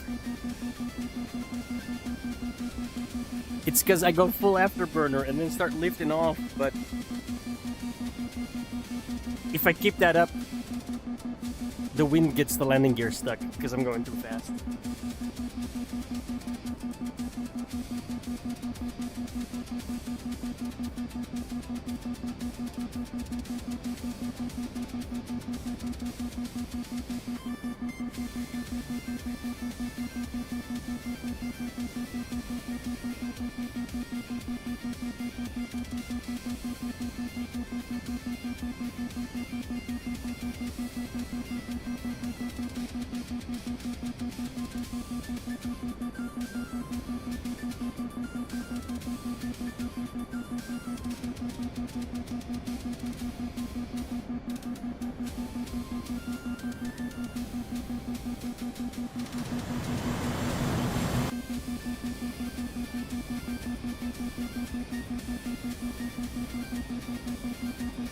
Emergency.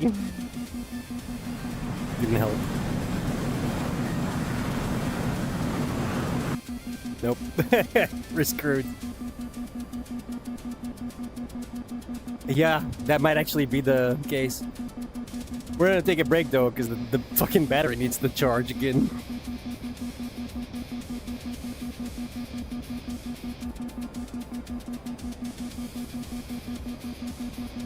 That's why I'm taking a long detour now. Nice long approach, bro.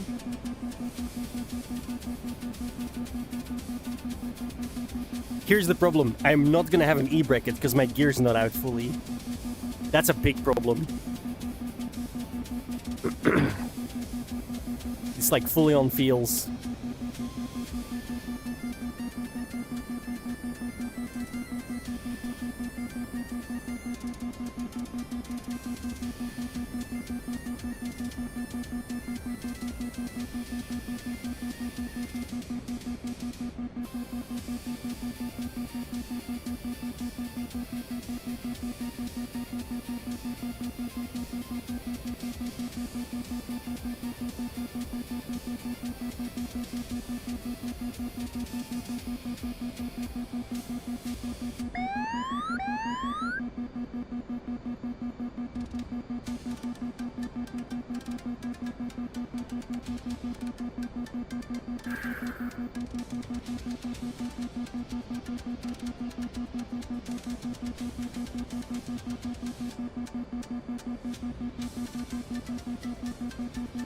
Check gear, check gear.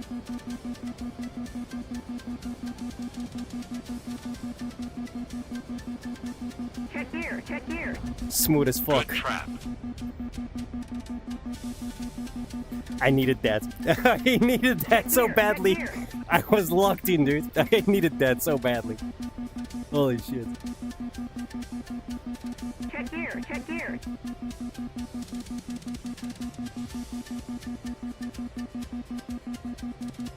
Check gear, check gear.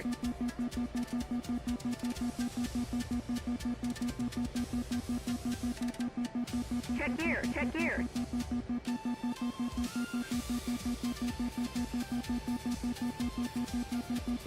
Check gear, check gear.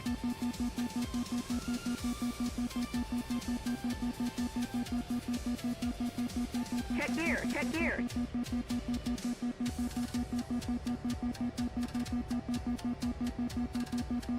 Check gear, check gear. I just did a 360 on the runway. Probably not the best idea, but it's my game, so fuck it. I'm the only one in it. Check gear.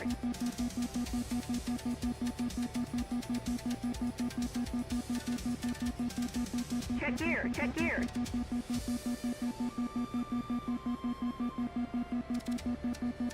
I don't think the ground crew is gonna like me very much, man. They keep having to repair my rear gear.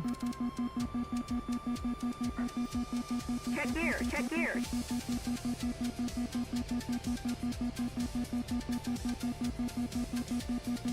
Check gear, check gear.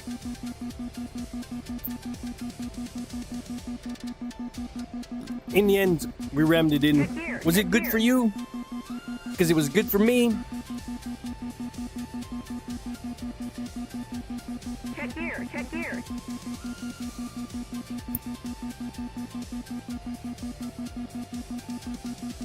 Check gear, check gear.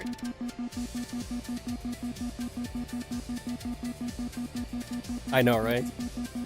Check gear, check gear. Good job. Next up will be neutralizing air defenses, so get some lunch and be back here ready to Check gear, train. check gear. I didn't even need to turn it off no more. Perfect.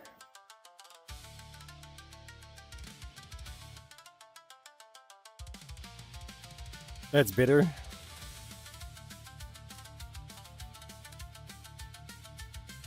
It's down to 24%. Alright, let's take a break from VR. Give it a chance to charge up.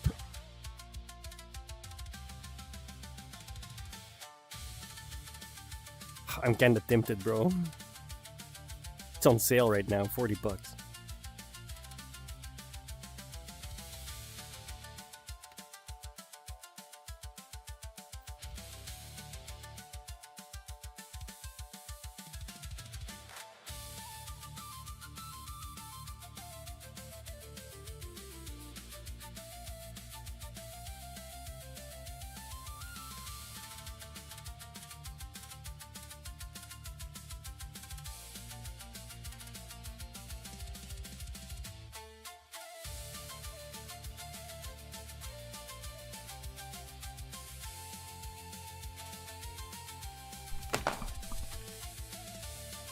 Yeah, I'm kinda sad that I have to get a new cable, bro. I really wish I didn't have to do that. What the fuck?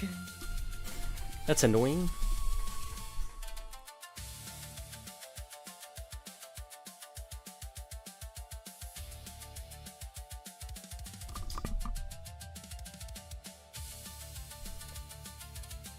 I was careful. It was a recommendation, and then after I've checked the recommendation, it's like, oh, it looks okay. 18 watts, blah blah blah, and then like, when you actually like go dig deeper in it, it's like, oh yeah, you probably need 30 watts. Motherfucker, you told me 18 was enough. Like, what the fuck? Stupid fucking AI nonsense.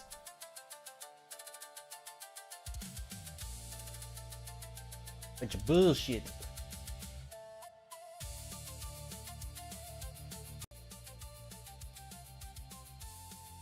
Yeah, I know, right? Wait, I showed it to Exquisite. Where was that? Was that on Discord? Yeah, it was on Discord. I don't want to show Discord. It's like, I showed him the fucking thing. So I was like, talking to... This one was Gemini, I think. Talking to it like, yo, what the fuck to determine what was wrong? And Gemini is like, oh yeah, it's because you don't have the proper cable, so you'll have drainage, but not blah blah blah. And it's like, you should have this cable. And I go, look. And one of the points was, don't use USB-C to USB-A. Use USB-C to USB-C, it's better. And one of the points, the cable, I go, look, I'm like, motherfucker, this cable is also USB-A. And the AI's like, oh yeah, well, it's a good thing you checked that. You're partially right. Like, you motherfucker. What the fuck?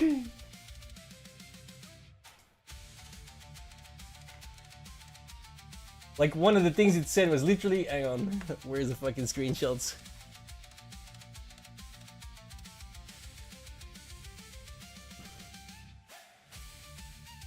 Like, isn't the AMVR 5 you linked still USB-A? The first line of its response. You got something important, and yeah, you're right to question it. And then right to question it's like in bold. Like, oh my god, bro. Gaslighting the fuck out of me right now, I can tell. Immediately, right? And like... And then like a bit further down, like it goes into like a little bit of an explanation. And then a bit further down, it says... So was I wrong? Partially, yes. And good catch, motherfucker, bro. Motherfucker. What the fuck? What do you mean partially? No, you were just completely wrong, you fuck. Right? Asshole.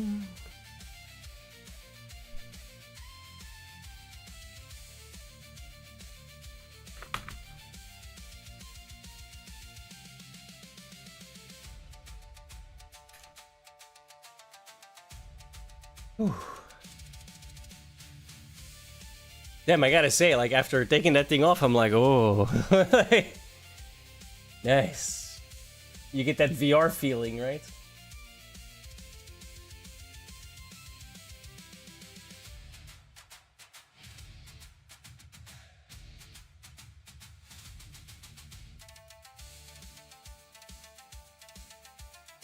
Yeah, yeah.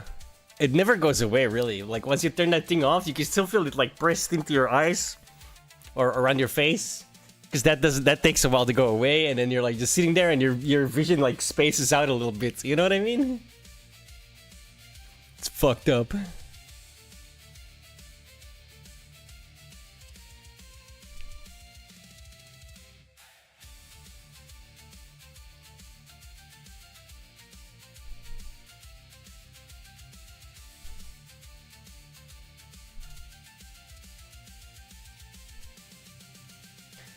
Here's my problem. Now what? What do we do now?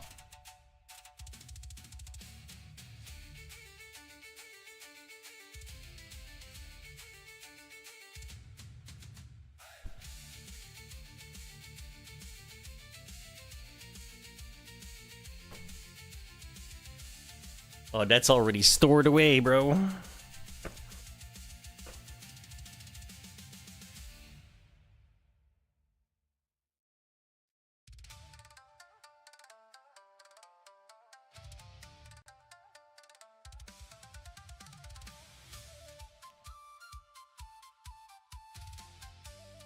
Oh.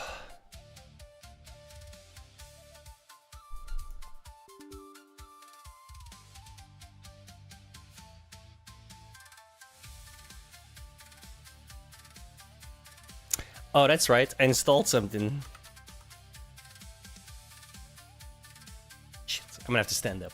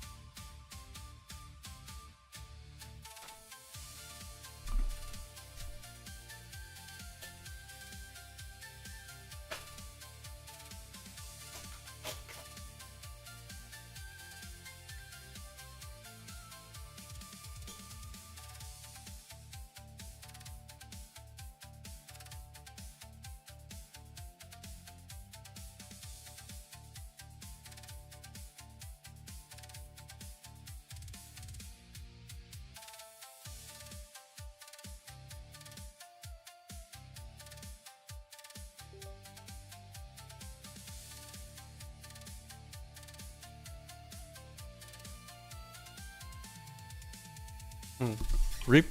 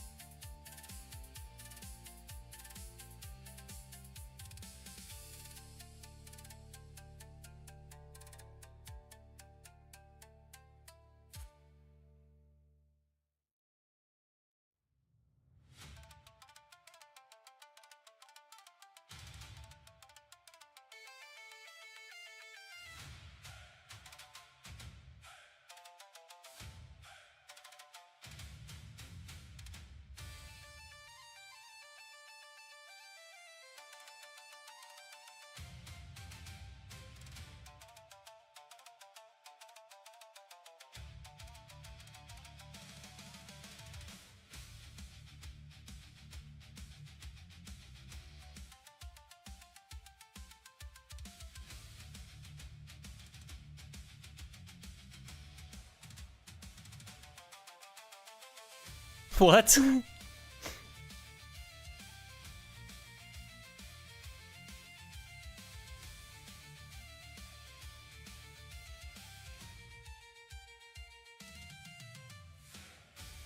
Oh, okay, I get it. Yeah, like a fucking just a doll for a hit. Okay, that's never mind. Just put it on the fucking table, dude.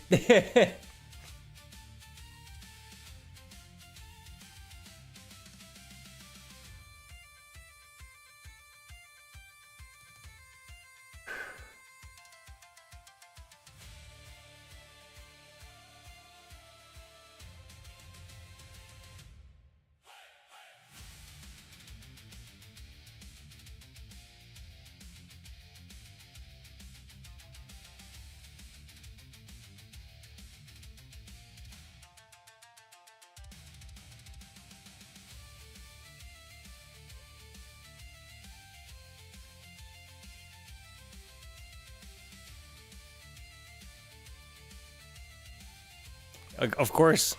Yeah, that's a terrible idea. It's memory foam. It's supposed to spring back, you know?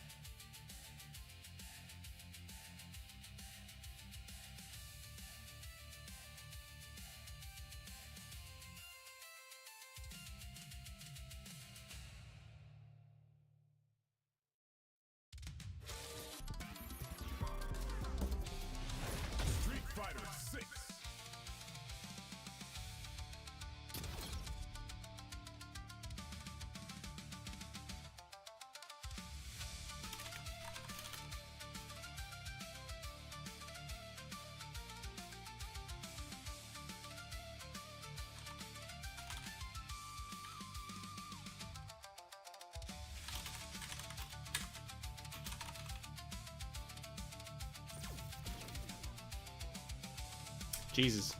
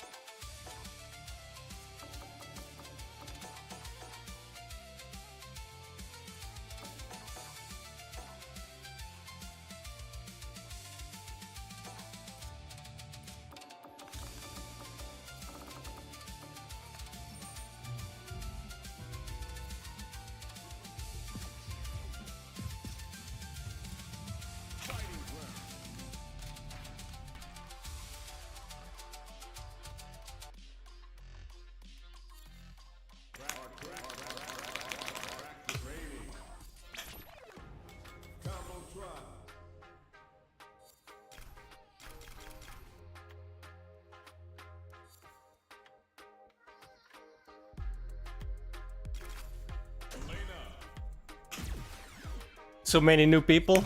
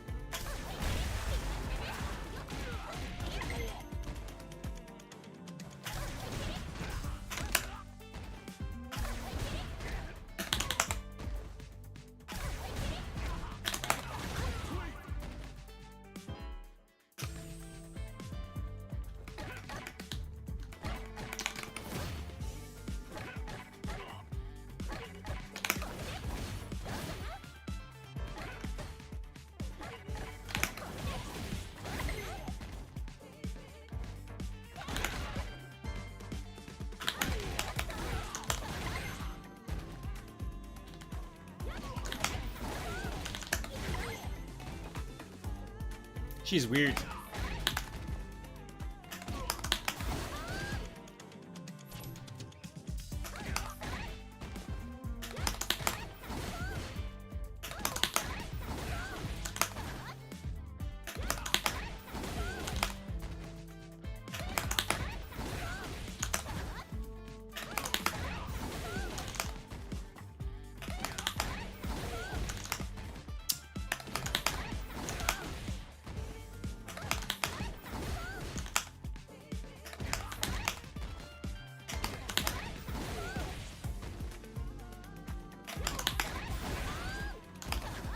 I was doing the wrong thing, I didn't even realize.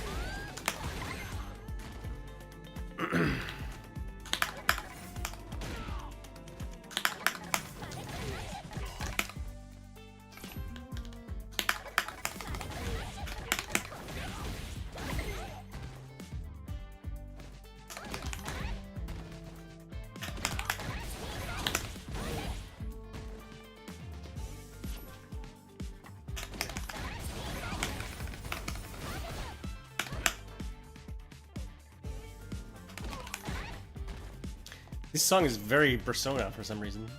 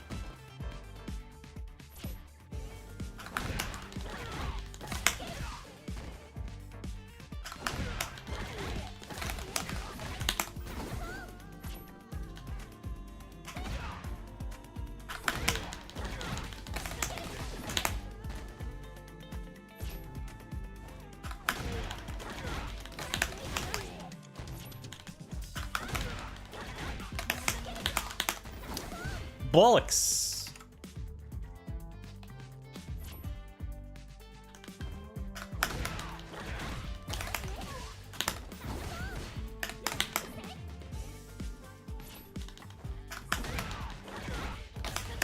Ah.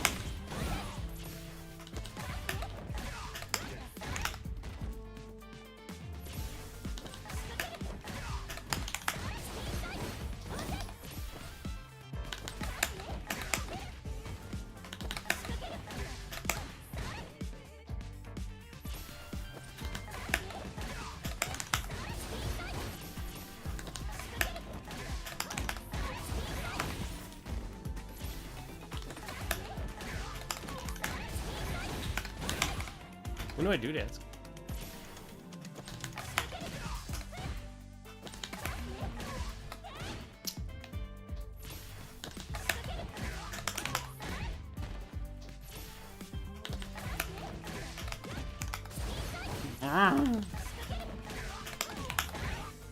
What the hell, bruh?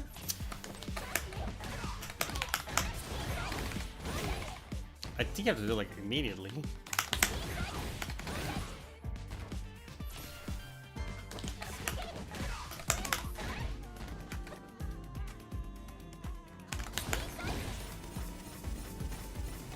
Okay. Okay.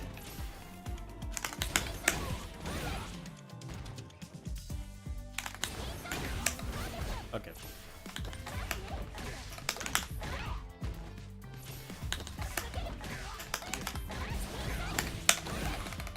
Oh, I did this one again.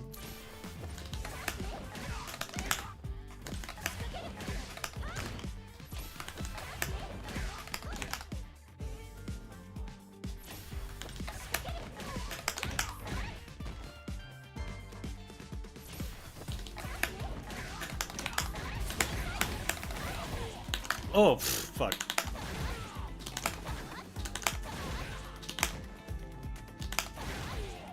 Oh no, it's this one. And then that. Okay, wow.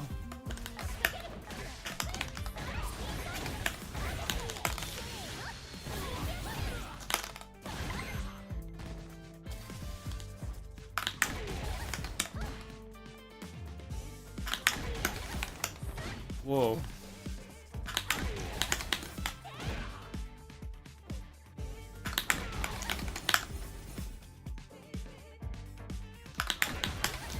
Oh, it's...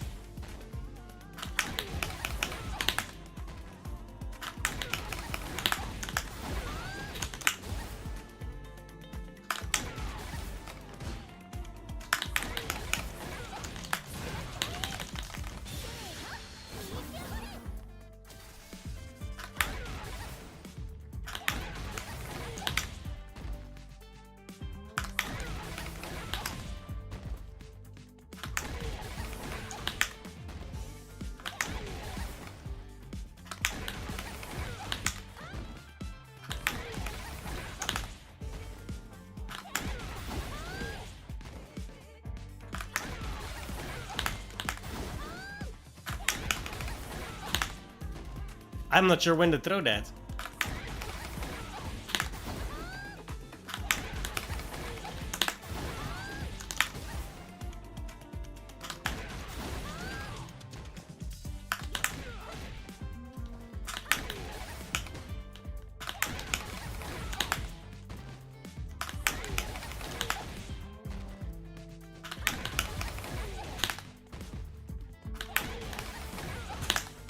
Oh my god.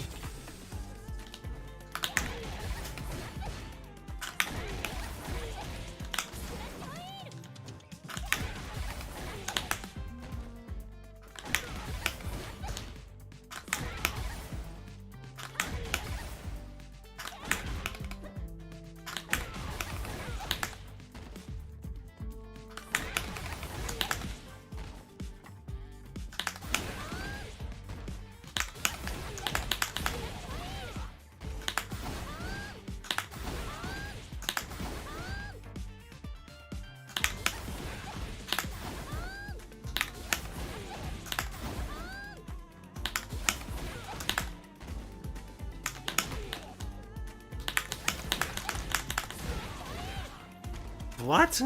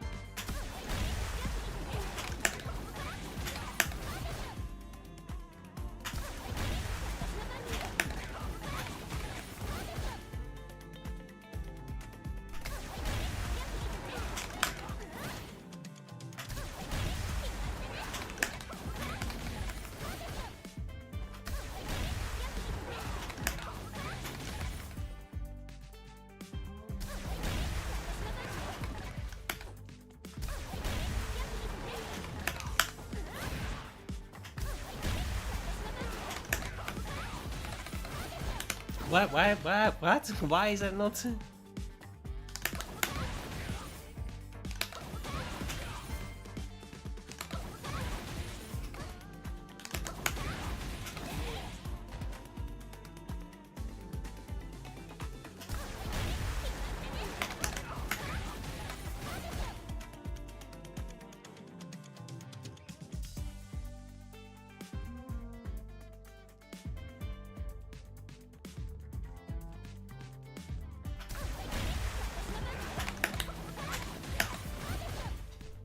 Why is that not working? Oh, here. I need that.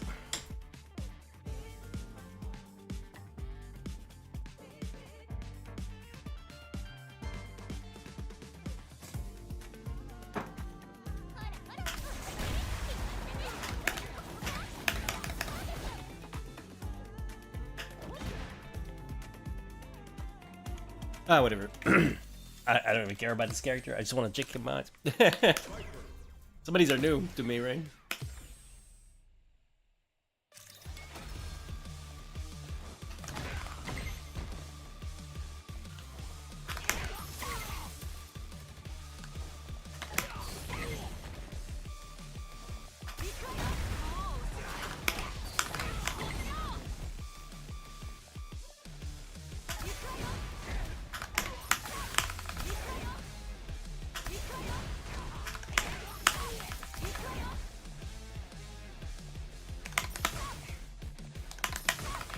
Oh.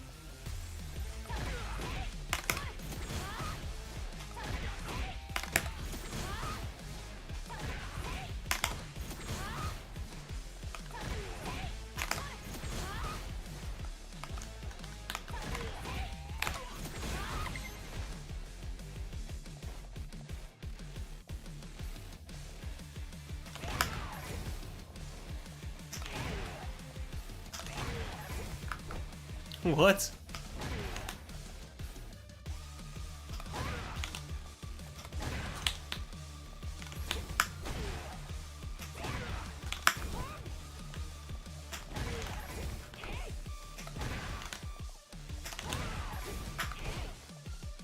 What? Oh. No? What? Whoa. Oh my god.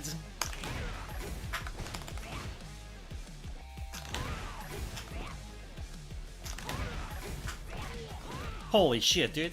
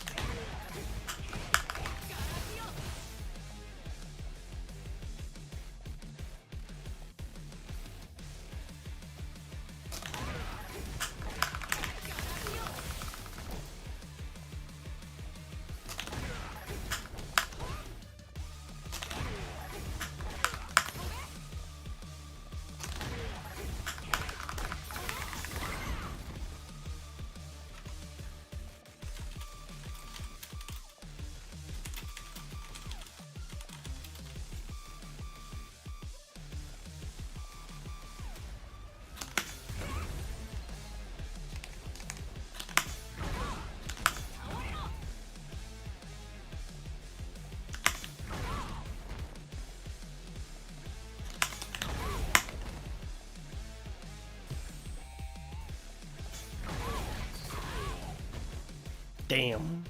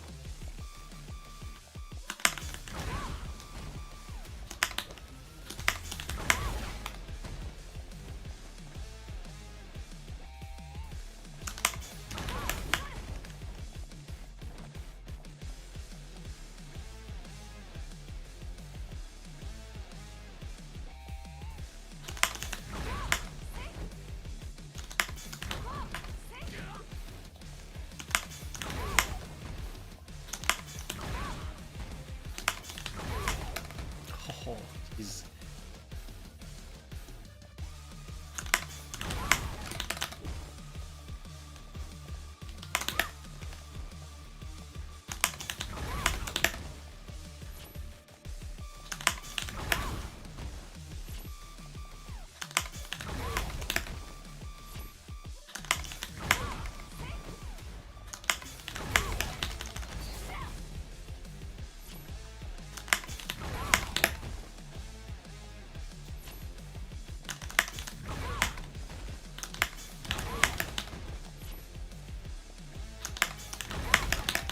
Holy fuck.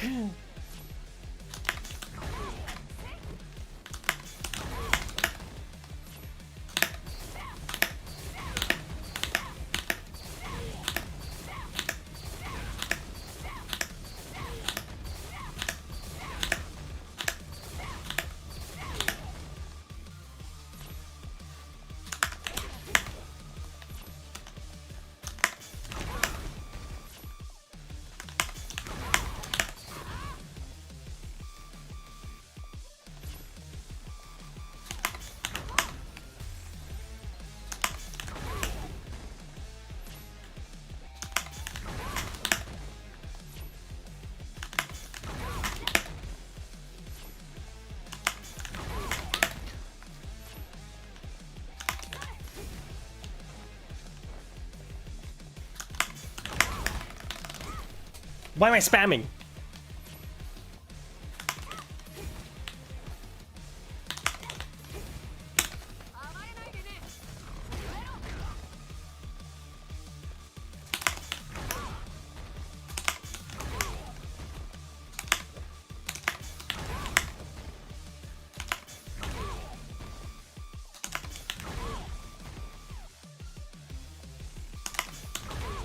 What? Why is it? What?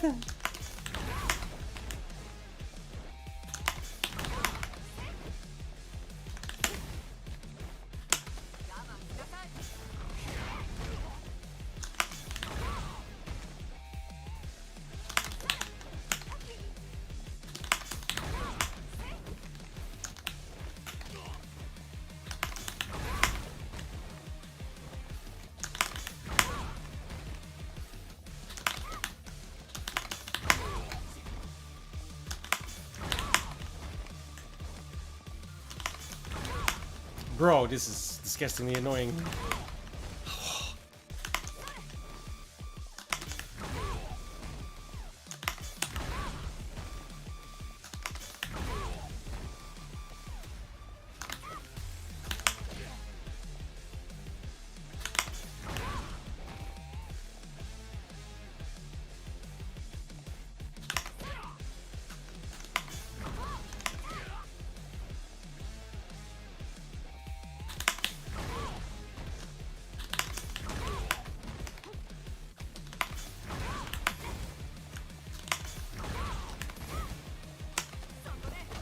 This is actually fucking ridiculously hard for some reason.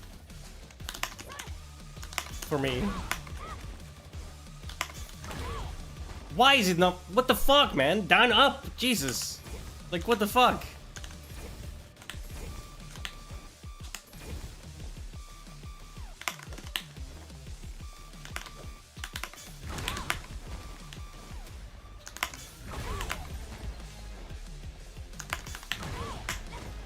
Fuck this character. Holy fucking shit.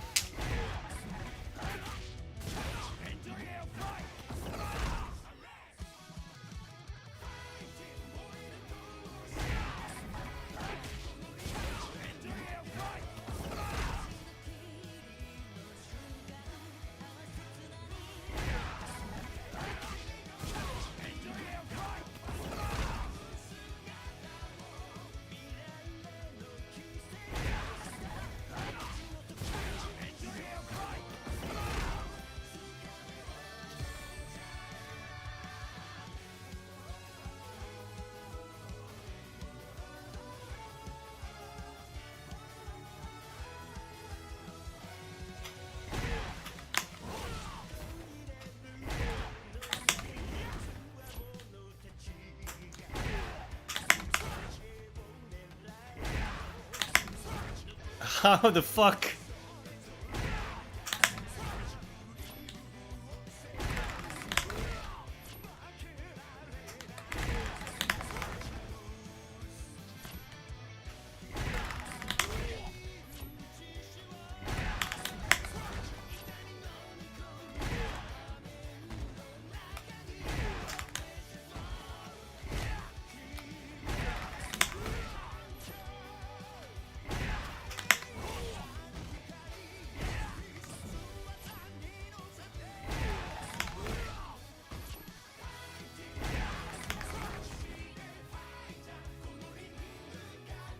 I'm either too late or too early. Wow.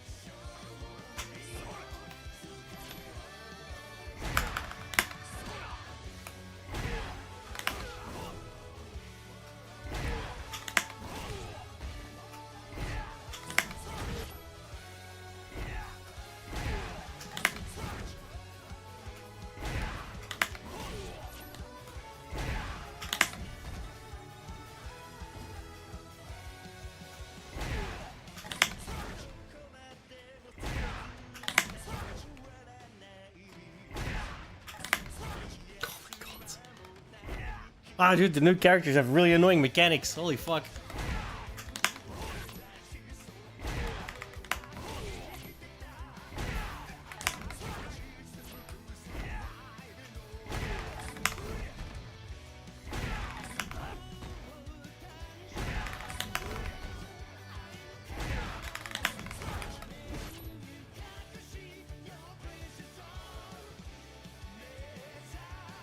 Well, I can't even get the dash out. That's the problem. Like, how you doing, Uber?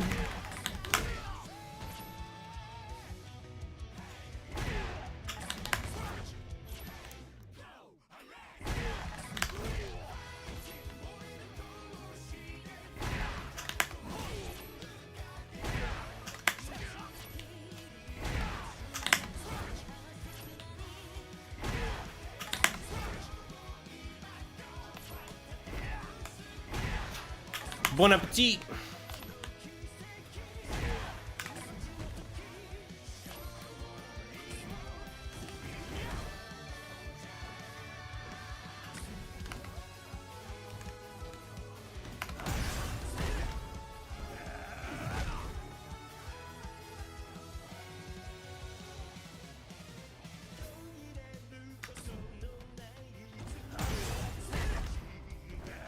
Oh, is that because of the counter, I guess? Because that's not happening.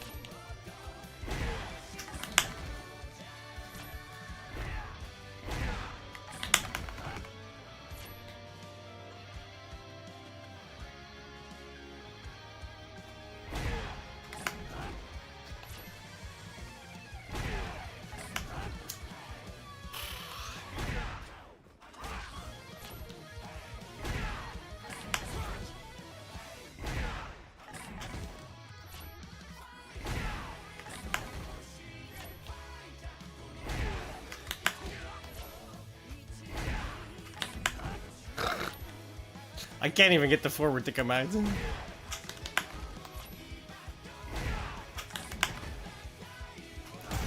Unless it's like an hour late.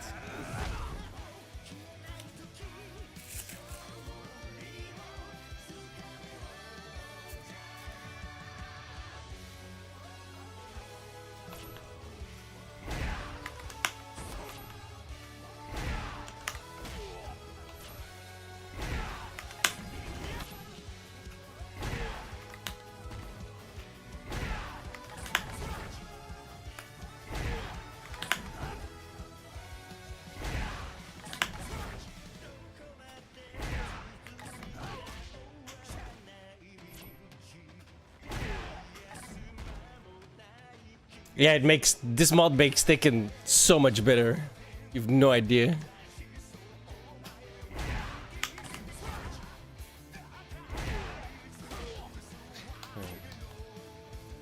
Let's play a real character.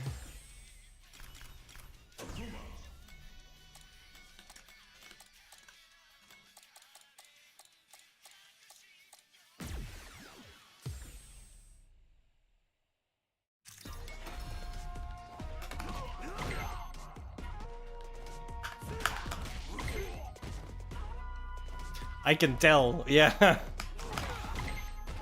I couldn't get that shit to work.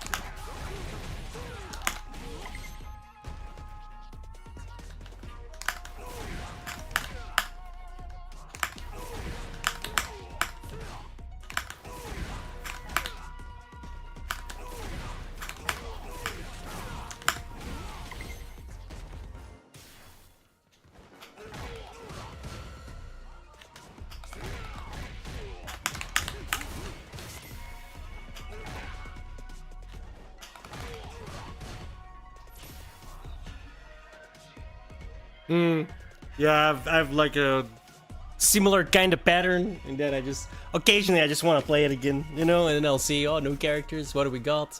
Like, bro, the Viper up-down mechanic is fucks with my head as well.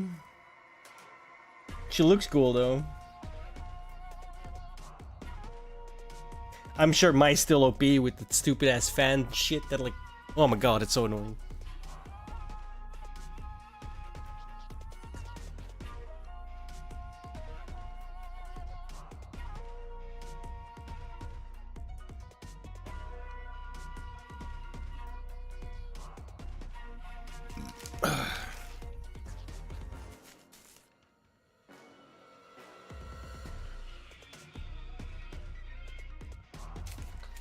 Well, I'm just I installed it because I'm waiting on the VR to charge now. We've been playing a lot of DCS. I've been learning the FA-18. Amazing plane, really fun, but it's a lot of information.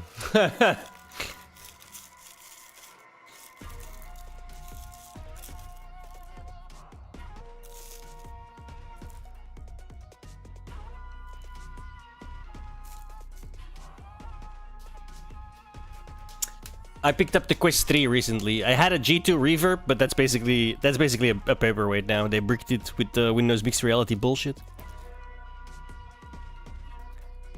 There's a driver out for it to fix it, but it didn't quite work for me. On the one hand, I'm sad because the G2 Reverb was pretty expensive. On the other hand, the Quest 3 is actually better. Like, honestly.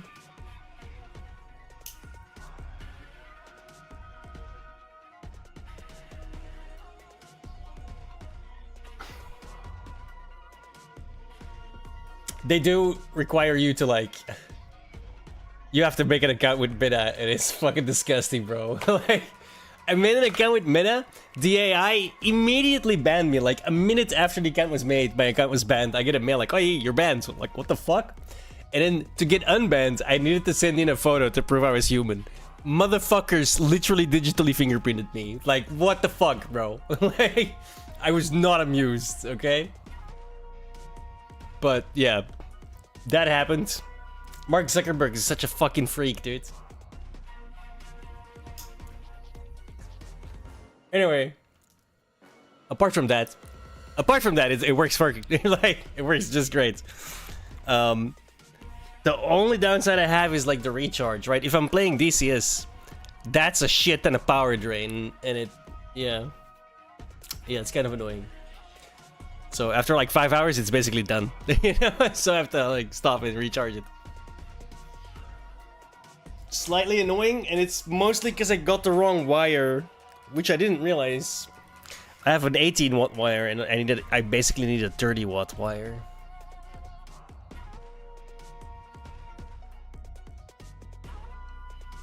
And charger, obviously. But everything else works perfectly. It's also weird that I can just unplug it and walk into my other room. Like, the fuck? Because it's standalone, right?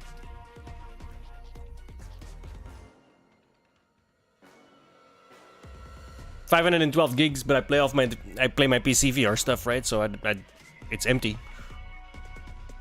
Besides the OS and updates and shit.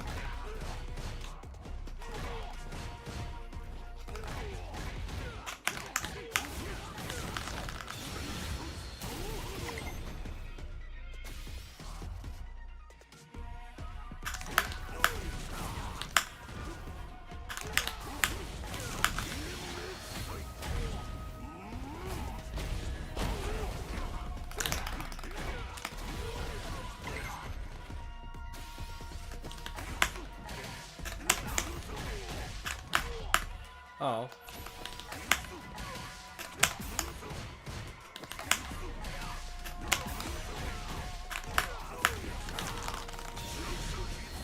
Too late.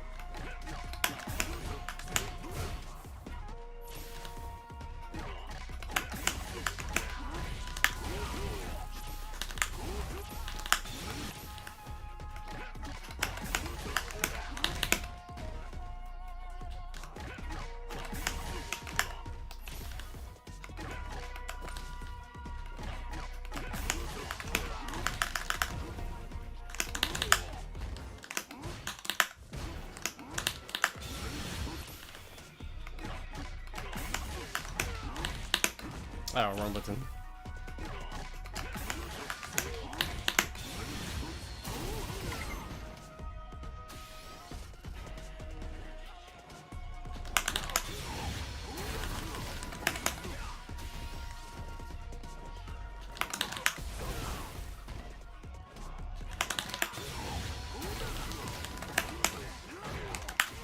God damn it.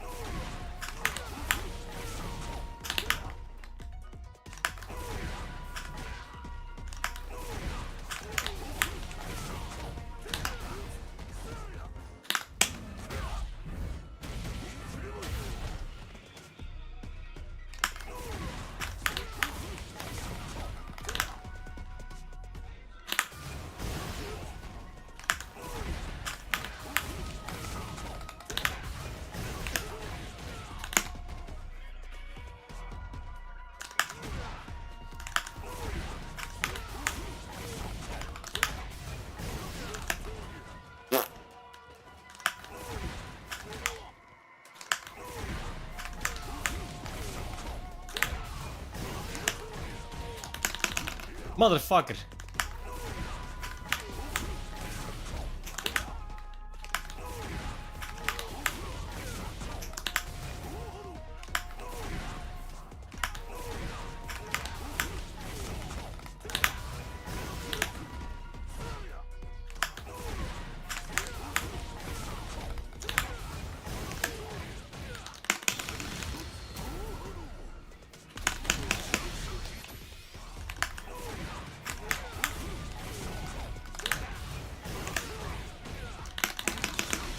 Finally. That took way too long.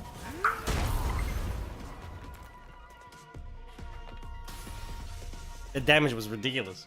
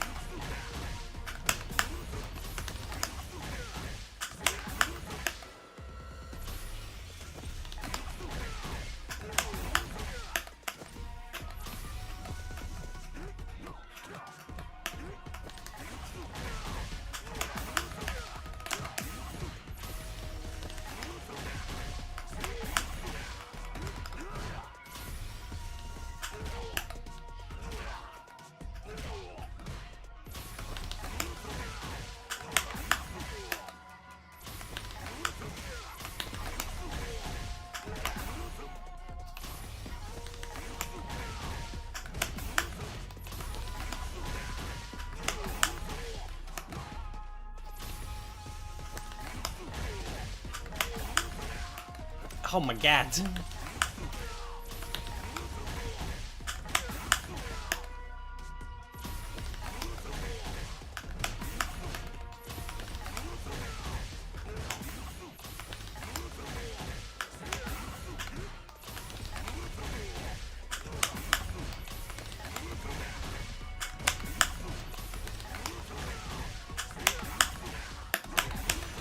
No!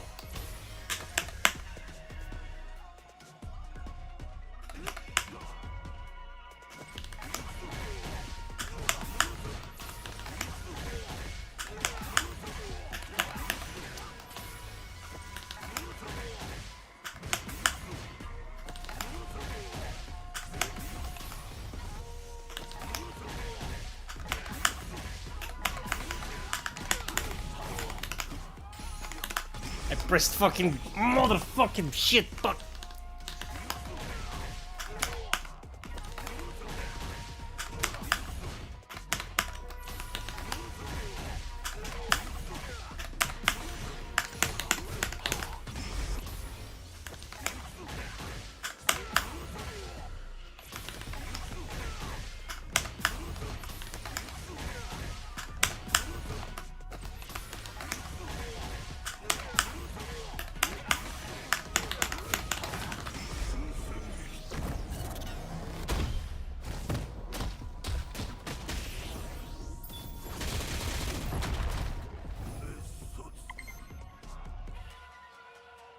GG. Okay. It is 7 p.m. so I am gonna take a break. I need food. And then when we come back, hopefully the thing is charged so I can play more DCS. And we're finally at the part where I can bomb shit. So I want to bomb shit. You know what I mean? Like, yes, please. Alright, boys. Thank you so much for hanging out. I will be back. About an hour, I guess. Hopefully. Where are we at by now?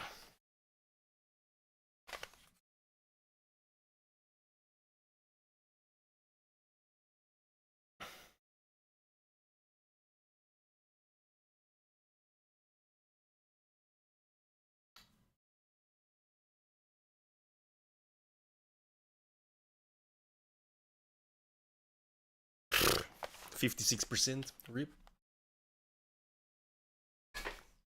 So yeah, about an hour. Hopefully that's 80, 90%.